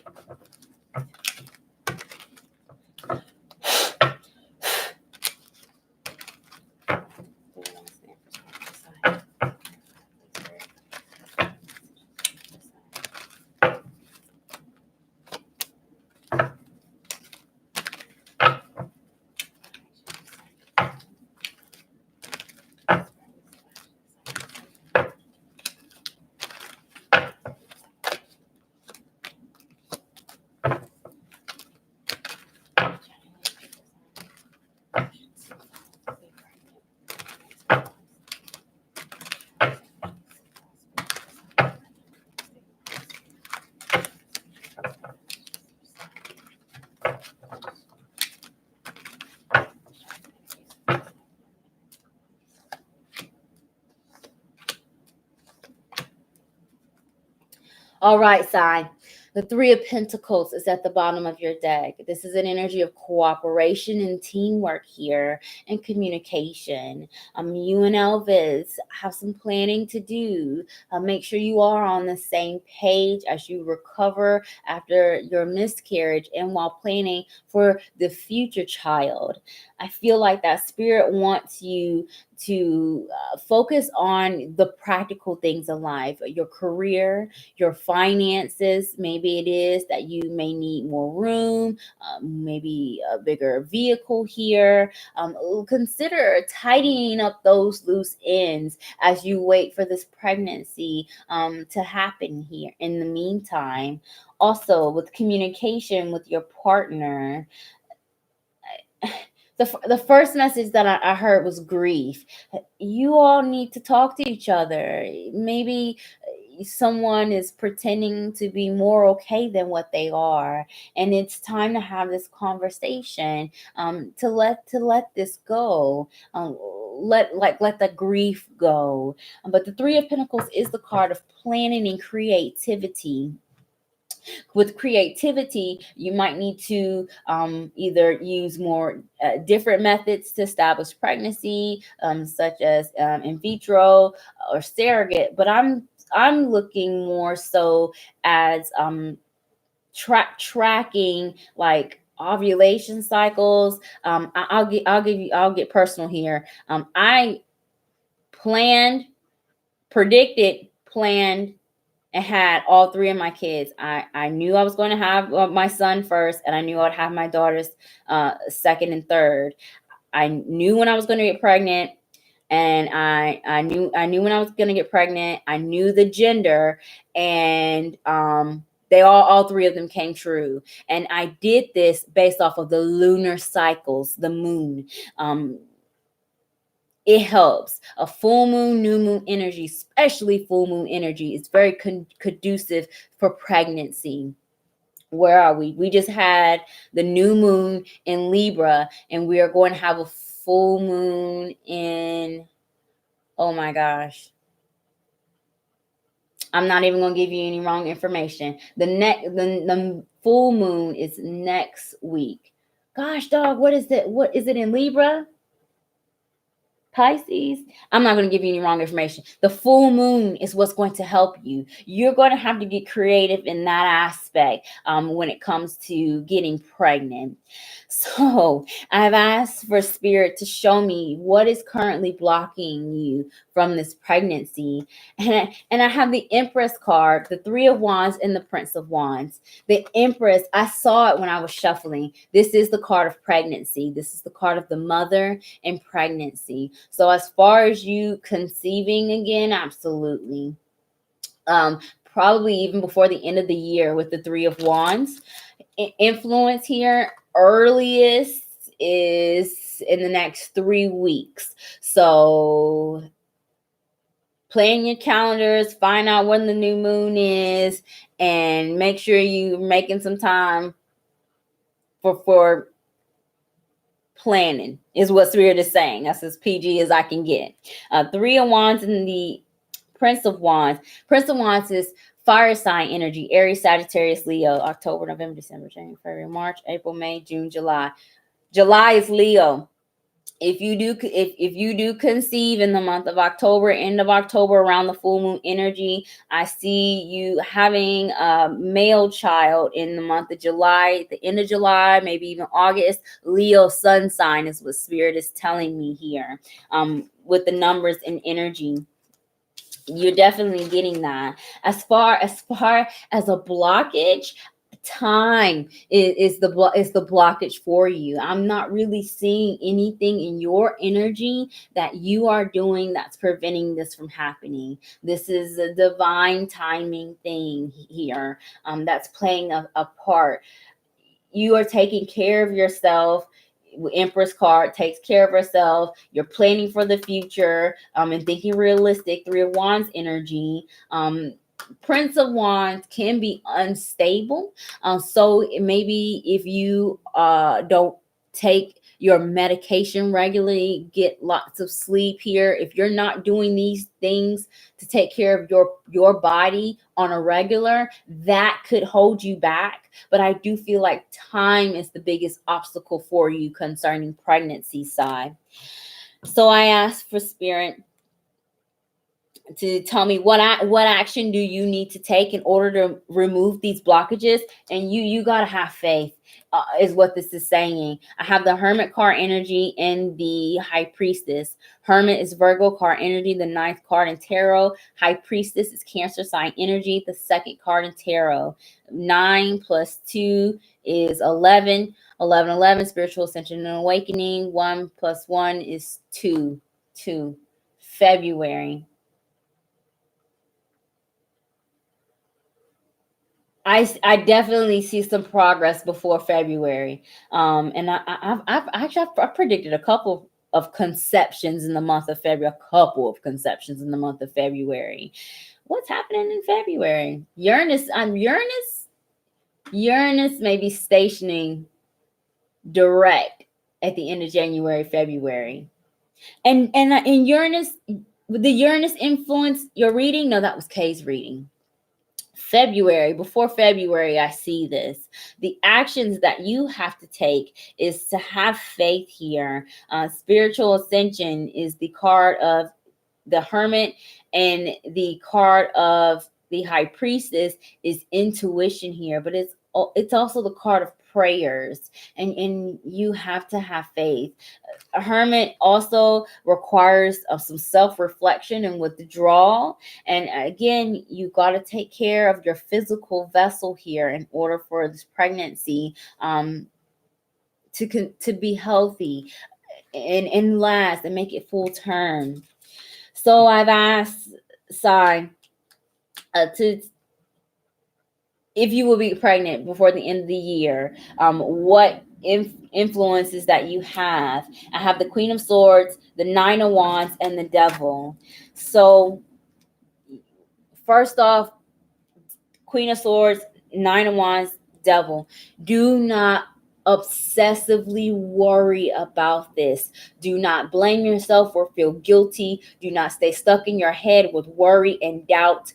That's Queen of Swords, Nine of Wands, Devil energy in the low vibration. Nine of Wands is paranoia. This is when we put up our iron fortress. We pretend that we're fine when we're not okay. We act like we're not hurting inside, that we don't need more healing or support. This is also when we try to self-sabotage our hopes and dreams by trying to convince ourselves this is something that we don't want when it really is what you want. You got the pregnancy card. I pulled the card of pregnancy for you. It is going to happen here. But if you worry about it, you're pretty much sending the signal to the divine that you do not believe in the timing that's in place. Maybe you have a promotion coming, or your partner has a promotion coming, and you need that money to move, and that has to happen before you can have this pregnancy. Maybe it is you need this new car, and you got to get this established. Maybe it is that there are other things that have to be taken care of that you really will not have the energy or money to handle while being pregnant. There's a bigger picture going on here in play, and Spirit does not want you to get discouraged. The Nine of Wands side is my favorite minor arcana out of all these cards in tarot. This card is my favorite card because this is the card of perseverance. It's the card of the wounded warrior. No matter, my voice is shaking, like I sound like I'm about to cry, but I don't feel sad. So this might be you why my voice is shaking. No matter how many times you get down and get discouraged when it comes to establishing and expanding your family, this is not something you need to be giving up on here. A plan, take advantage of this Queen of Swords energy and turn it in the high vibration by using your analytical and logical skills to plan this pregnancy. I mean, you know, that basal body temperature, those different techniques, the moon, like I did all of that. Chinese pregnancy calendar. Definitely look at the Chinese pregnancy calendar side. And if you don't know what that is, send me a message. The Chinese pregnancy calendar is what I use to assist me in predicting the gender of my children. Of course, with tarot as well. But bam, bam, bam. Like I had names picked out before I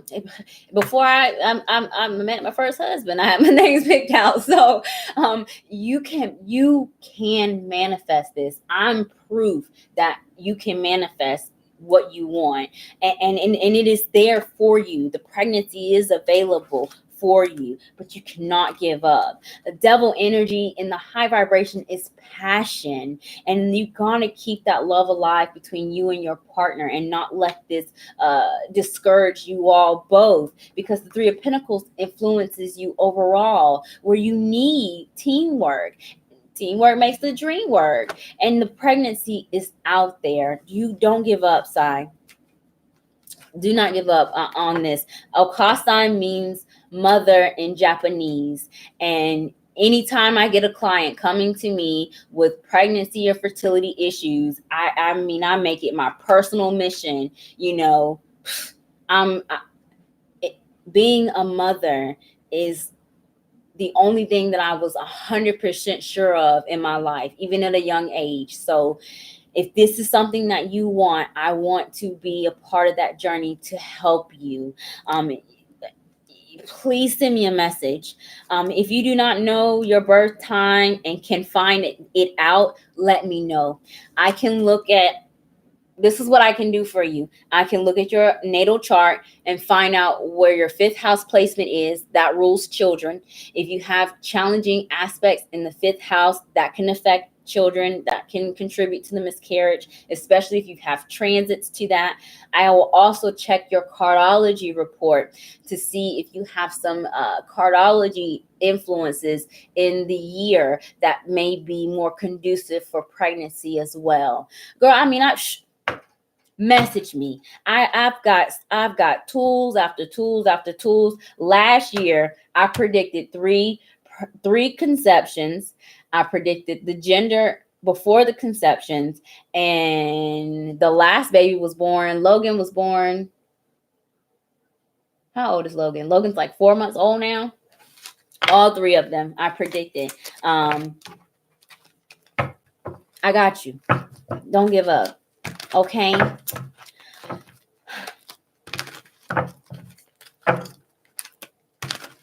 Sai says, his ex did witchcraft on me, and that's how I lost him. But I have been doing a lot of meditation and healing. You know, when the devil doesn't come up in my readings very often. But when it does come up, there is a potential influence of a hexing. And I don't really like to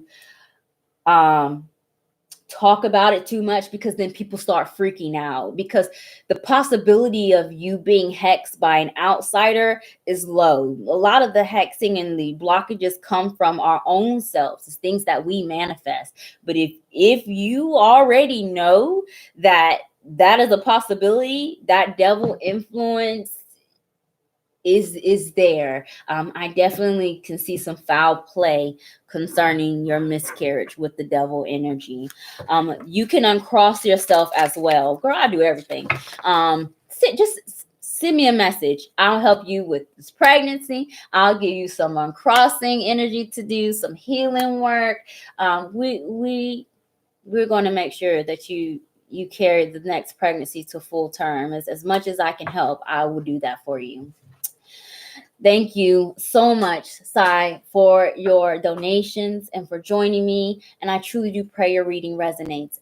Email me, okasanstarot@gmail.com, or find me on Facebook or Instagram, okasanstarot. You'll need your birth time for me to do your astrological chart. I don't need your birth time for cardology. Okay? All right. You are very welcome. Who? Okay. So, Lioness, did Lioness come back? I don't think Lioness came back.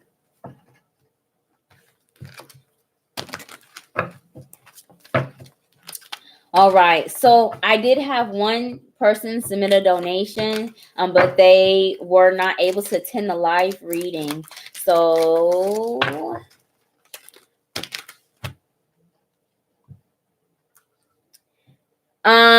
hey Doreen, hey Crystal. My free reading and donation list is closed. I'm not doing any additional readings tonight, but I do this every Thursday at 8:30 p.m. Eastern Standard Time. That's my starting time. I do suggest that you subscribe to my channel and turn on your notifications so you can get first in line. However, everyone that has attended my Thursday live reading, whether you were able to get a card message or not, is eligible for 50% off of any tarot services. No, I don't speak Spanish, unfortunately.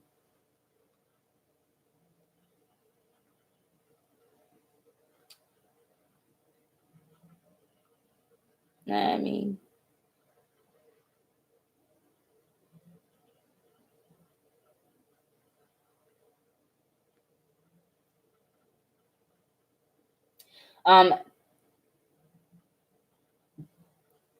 How do you do an uncrossing, Doreen? Send me an email. A basic uncrossing. I use candle magic to do my uncrossing and my chakra healing. A basic uncrossing spell, you're going to, at a very minimum, need a white candle. At a very minimum, and a piece of paper and a pen, so that you can do your petition. There are other components to make that spell stronger, but if you send me a message, I will send you different beginner level and intermediate level, and then like my uncrossing spell. Like I take out all, I petition to the ancestors, the Catholic saints. I'm asking everybody for help when it comes to uncrossings, and it works. It works a lot. Send me a message and I'll help you. So yes, a white candle and a petition. Sundays are the days for uncrossing. It's for white candles, but you can do it any day. But Sundays is resonates with the color white. We're currently in the full moon energy. So if you are trying to increase anything, prosperity or abundance, this is the perfect time to do it as well. All right, you all. Hey, Hooser. Hey, welcome. My list is closed. I'm going to do my last reading for someone who submitted a donation 4 hours and 47 minutes ago, and then I'm going to go ahead and sign off. All right, this last reading is going to be for Keisha. So, 448.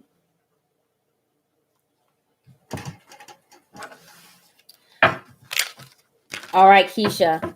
Keisha, thank you so much for your donation. I know that you're at work because you are a nurse. Saving lives, Keisha. Let's go ahead and do your karmatic healing reading. Keisha, I'm going to look today into your shadow energy to see what is blocking you from karmatic healing. And then I'll check into the astrological planetary influence that you will use in order to remove the blockages in the shadow energy. And then that karmatic outcome once you do accomplish that. Keisha, since you did submit a donation, I will be closing out your reading with your oracle spiritual numerology message as well.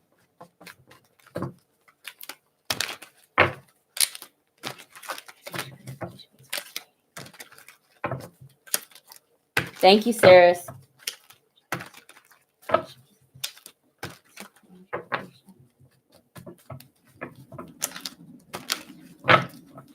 Hey, Emma. Emma, I've got to get off. I have to be awake in 4 hours and 30 minutes for my first job. So I have to get off. If you send me an email, Emma, and I will work something out for you, okay?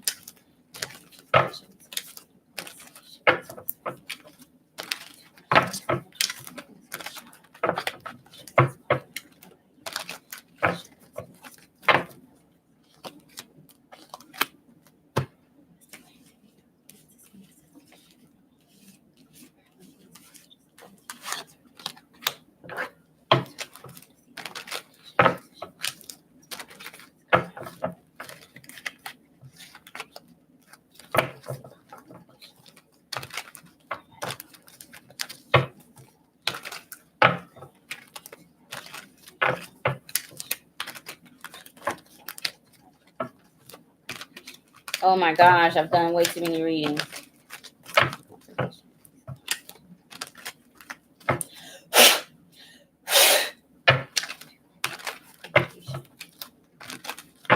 Y'all see? Oh my gosh.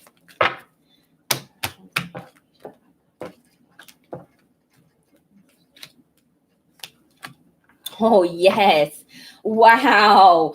I'm so glad I blew on those cards. So when the cards start to stick, means that I'm having a hard time pulling that energy from the divine. And that's just because I've done a lot of readings. Keisha, the Wheel of Fortune is at the bottom of your reading. You are already doing it, Keisha. You're already actively breaking karmatic bonds right here. The Wheel of Fortune is destiny. That wheel is already turning. You're already in this new beginning, and you just need to get to the finish line here, and you're almost done. Karma is influencing this reading, and this is an energy of success. You are closing out some cycles, and for that reason, especially with the upcoming Mercury in retrograde in the sign of Scorpio, you might be hearing back from your past by the end of October, maybe even early November. Once you take care of this last little bit, maybe even get this closure, close the door, potentially give someone a second chance. It's really up to you. After this Mercury retrograde period, that's when the wheel will be able to be in forward motion again. I asked Spirit to show me the two strongest energies affecting your shadow, and we have the Ten of Swords clarified by the King of Pentacles. King of Pentacles is earth sign energy, Taurus, Virgo, Capricorn. It could be in your chart or the chart of someone that contributes to the karmatic blockage. A King of Pentacles as a personality is someone who in the low vibration is a workaholic. They definitely do not take time for themselves. They lack self-care. They, operate like a machine. This is could be you, or you could be dealing with someone in that energy. I know you're at work right now.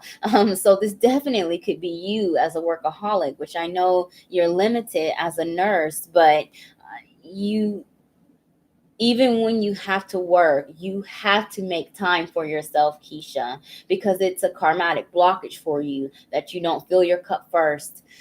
Also, as it relates to our emotional connections, this is someone who's very controlling, someone who is a micromanager, very nitpicky about things, very overly critical towards themselves, and then they spew that to other people. It's time to cut that loose here with the Ten of Swords. A Ten of Swords is some challenging mental perceptions, overcoming fears, worries, and doubts, these anxieties here, being afraid of being honest about your feelings and your needs, about being tired from working too hard, or having a lack of support from a loved one because they're in this energy.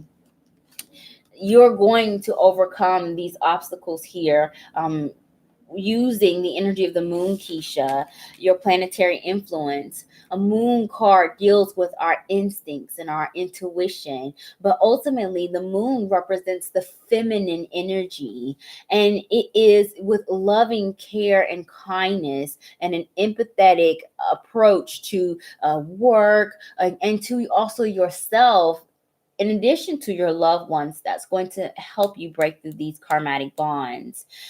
With the moon and the feminine energy, you have to receiving love, receiving care, receiving help here also. You need to lighten your load. And that's what's going to help you overcome this karmatic baggage.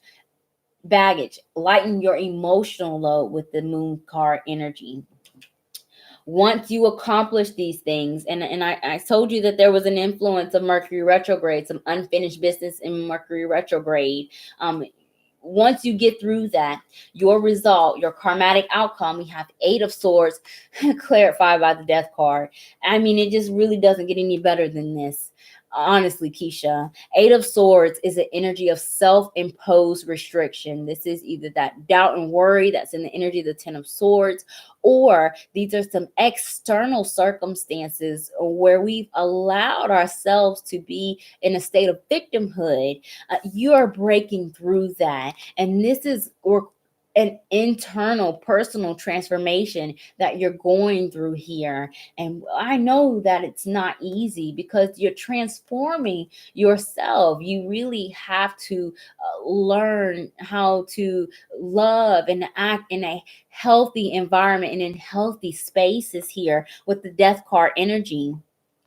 Death is the 13th card in tarot, a sign of Scorpio, which is influencing your reading.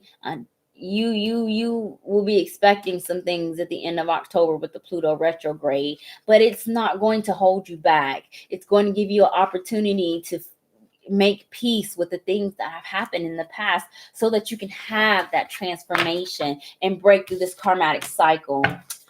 All right, Keisha, we're going to go ahead and close out your reading with your oracle message.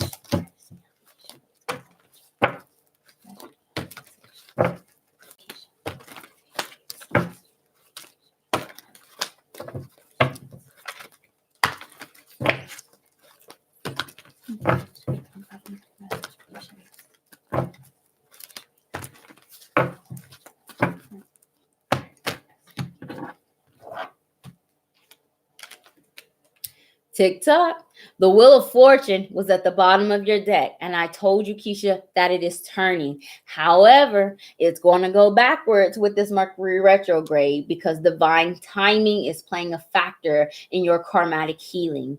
Tick tock in this deck is the number 30. 3 plus 0 is 3, representing the Empress card, the divine feminine energy to be able to receive here. Growth and expansion also in a number 3, and creativity is really where you need to be focusing your energy on. There, especially when it comes to life, it cannot be rushed, and you should not be rushing this process here, this process of healing, because it is challenging already. So imagine, imagine having to walk through I see, like the snake charmers back in the day where they walk on the hot coals and they're fine. Imagine, having to walk on those hot coals through like a whole mile long of pain. That's kind of what you're going through. I'm trying to sugarcoat it. If you know you already have to go through the trenches, why make things harder on yourself by rushing this process here? Sometimes it can be good, like taking a Band-Aid off. You kind of want it to go fast. You don't want it to linger. But when it comes to an inner soul transformation, Keisha, you got to be patient with yourself, and you've got to be patient with others. Take care of yourself. Make sure that you're not working yourself to death as much as you can. And if you do have to work very hard, because the nature of the work that you do, get plenty of rest here. You're breaking the karmatic cycle that you're on, and I feel that it will be refreshing for you when it is all said and done come December. Thank you so much, Keisha, for your donation. Sarah has timestamped this properly for you, and I will find you so that you can get your reading. And I pray that it resonates. Okay. Oh, Doreen. Yes, it's me whispering. I talk to spirit. It's me channeling. I apologize. There's nothing in the background. Hey, Adriana, hey, welcome. Yes, the free reading, my list is closed. I've been on for 5 hours and I don't know how that happened, but, I do this every Thursday. So please do subscribe to my channel and turn on your notifications so that you can be first in line. My free reading list closes at 9:30, but I usually do extend it. So just try to be here on time. But if you could not get the message that you needed in this free live feed, or if we're not able to get a message at all, don't sweat. All of my tarot and Lenormand services are 50% off for the next 24 hours. So please do check my website at www.okasanstarot.com for a list of those services, and send me an email or a message on Instagram or Facebook for the discounted invoice if you would like to book a private consultation. I do written email readings, transcriptions of your readings. I do pre-recorded private video links, same as here, except for you don't see my face in your reading. All you see is your cards in your spread. I also do video readings, live chat readings, and phone readings as well. So definitely take advantage of all of those. And all of those they're discounted as well. So send me a message if you think that a private consultation would better serve you. Emma, I don't know if you're still here. I know you wanted to submit a donation. Who else is still here?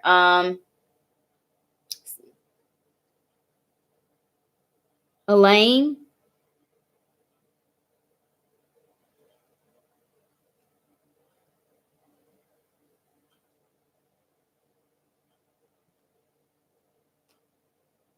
Where'd she go? Yes, Doreen, 5 hours. I was on here for 5 hours last week too. It's nothing. I love doing this. I mean, 5 hours is nothing. You know, I do 8-hour days reading tarot. So it's nothing. It's nothing. Emma, are you still here?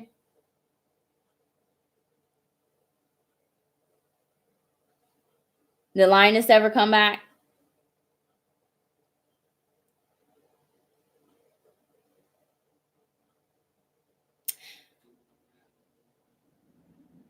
All right.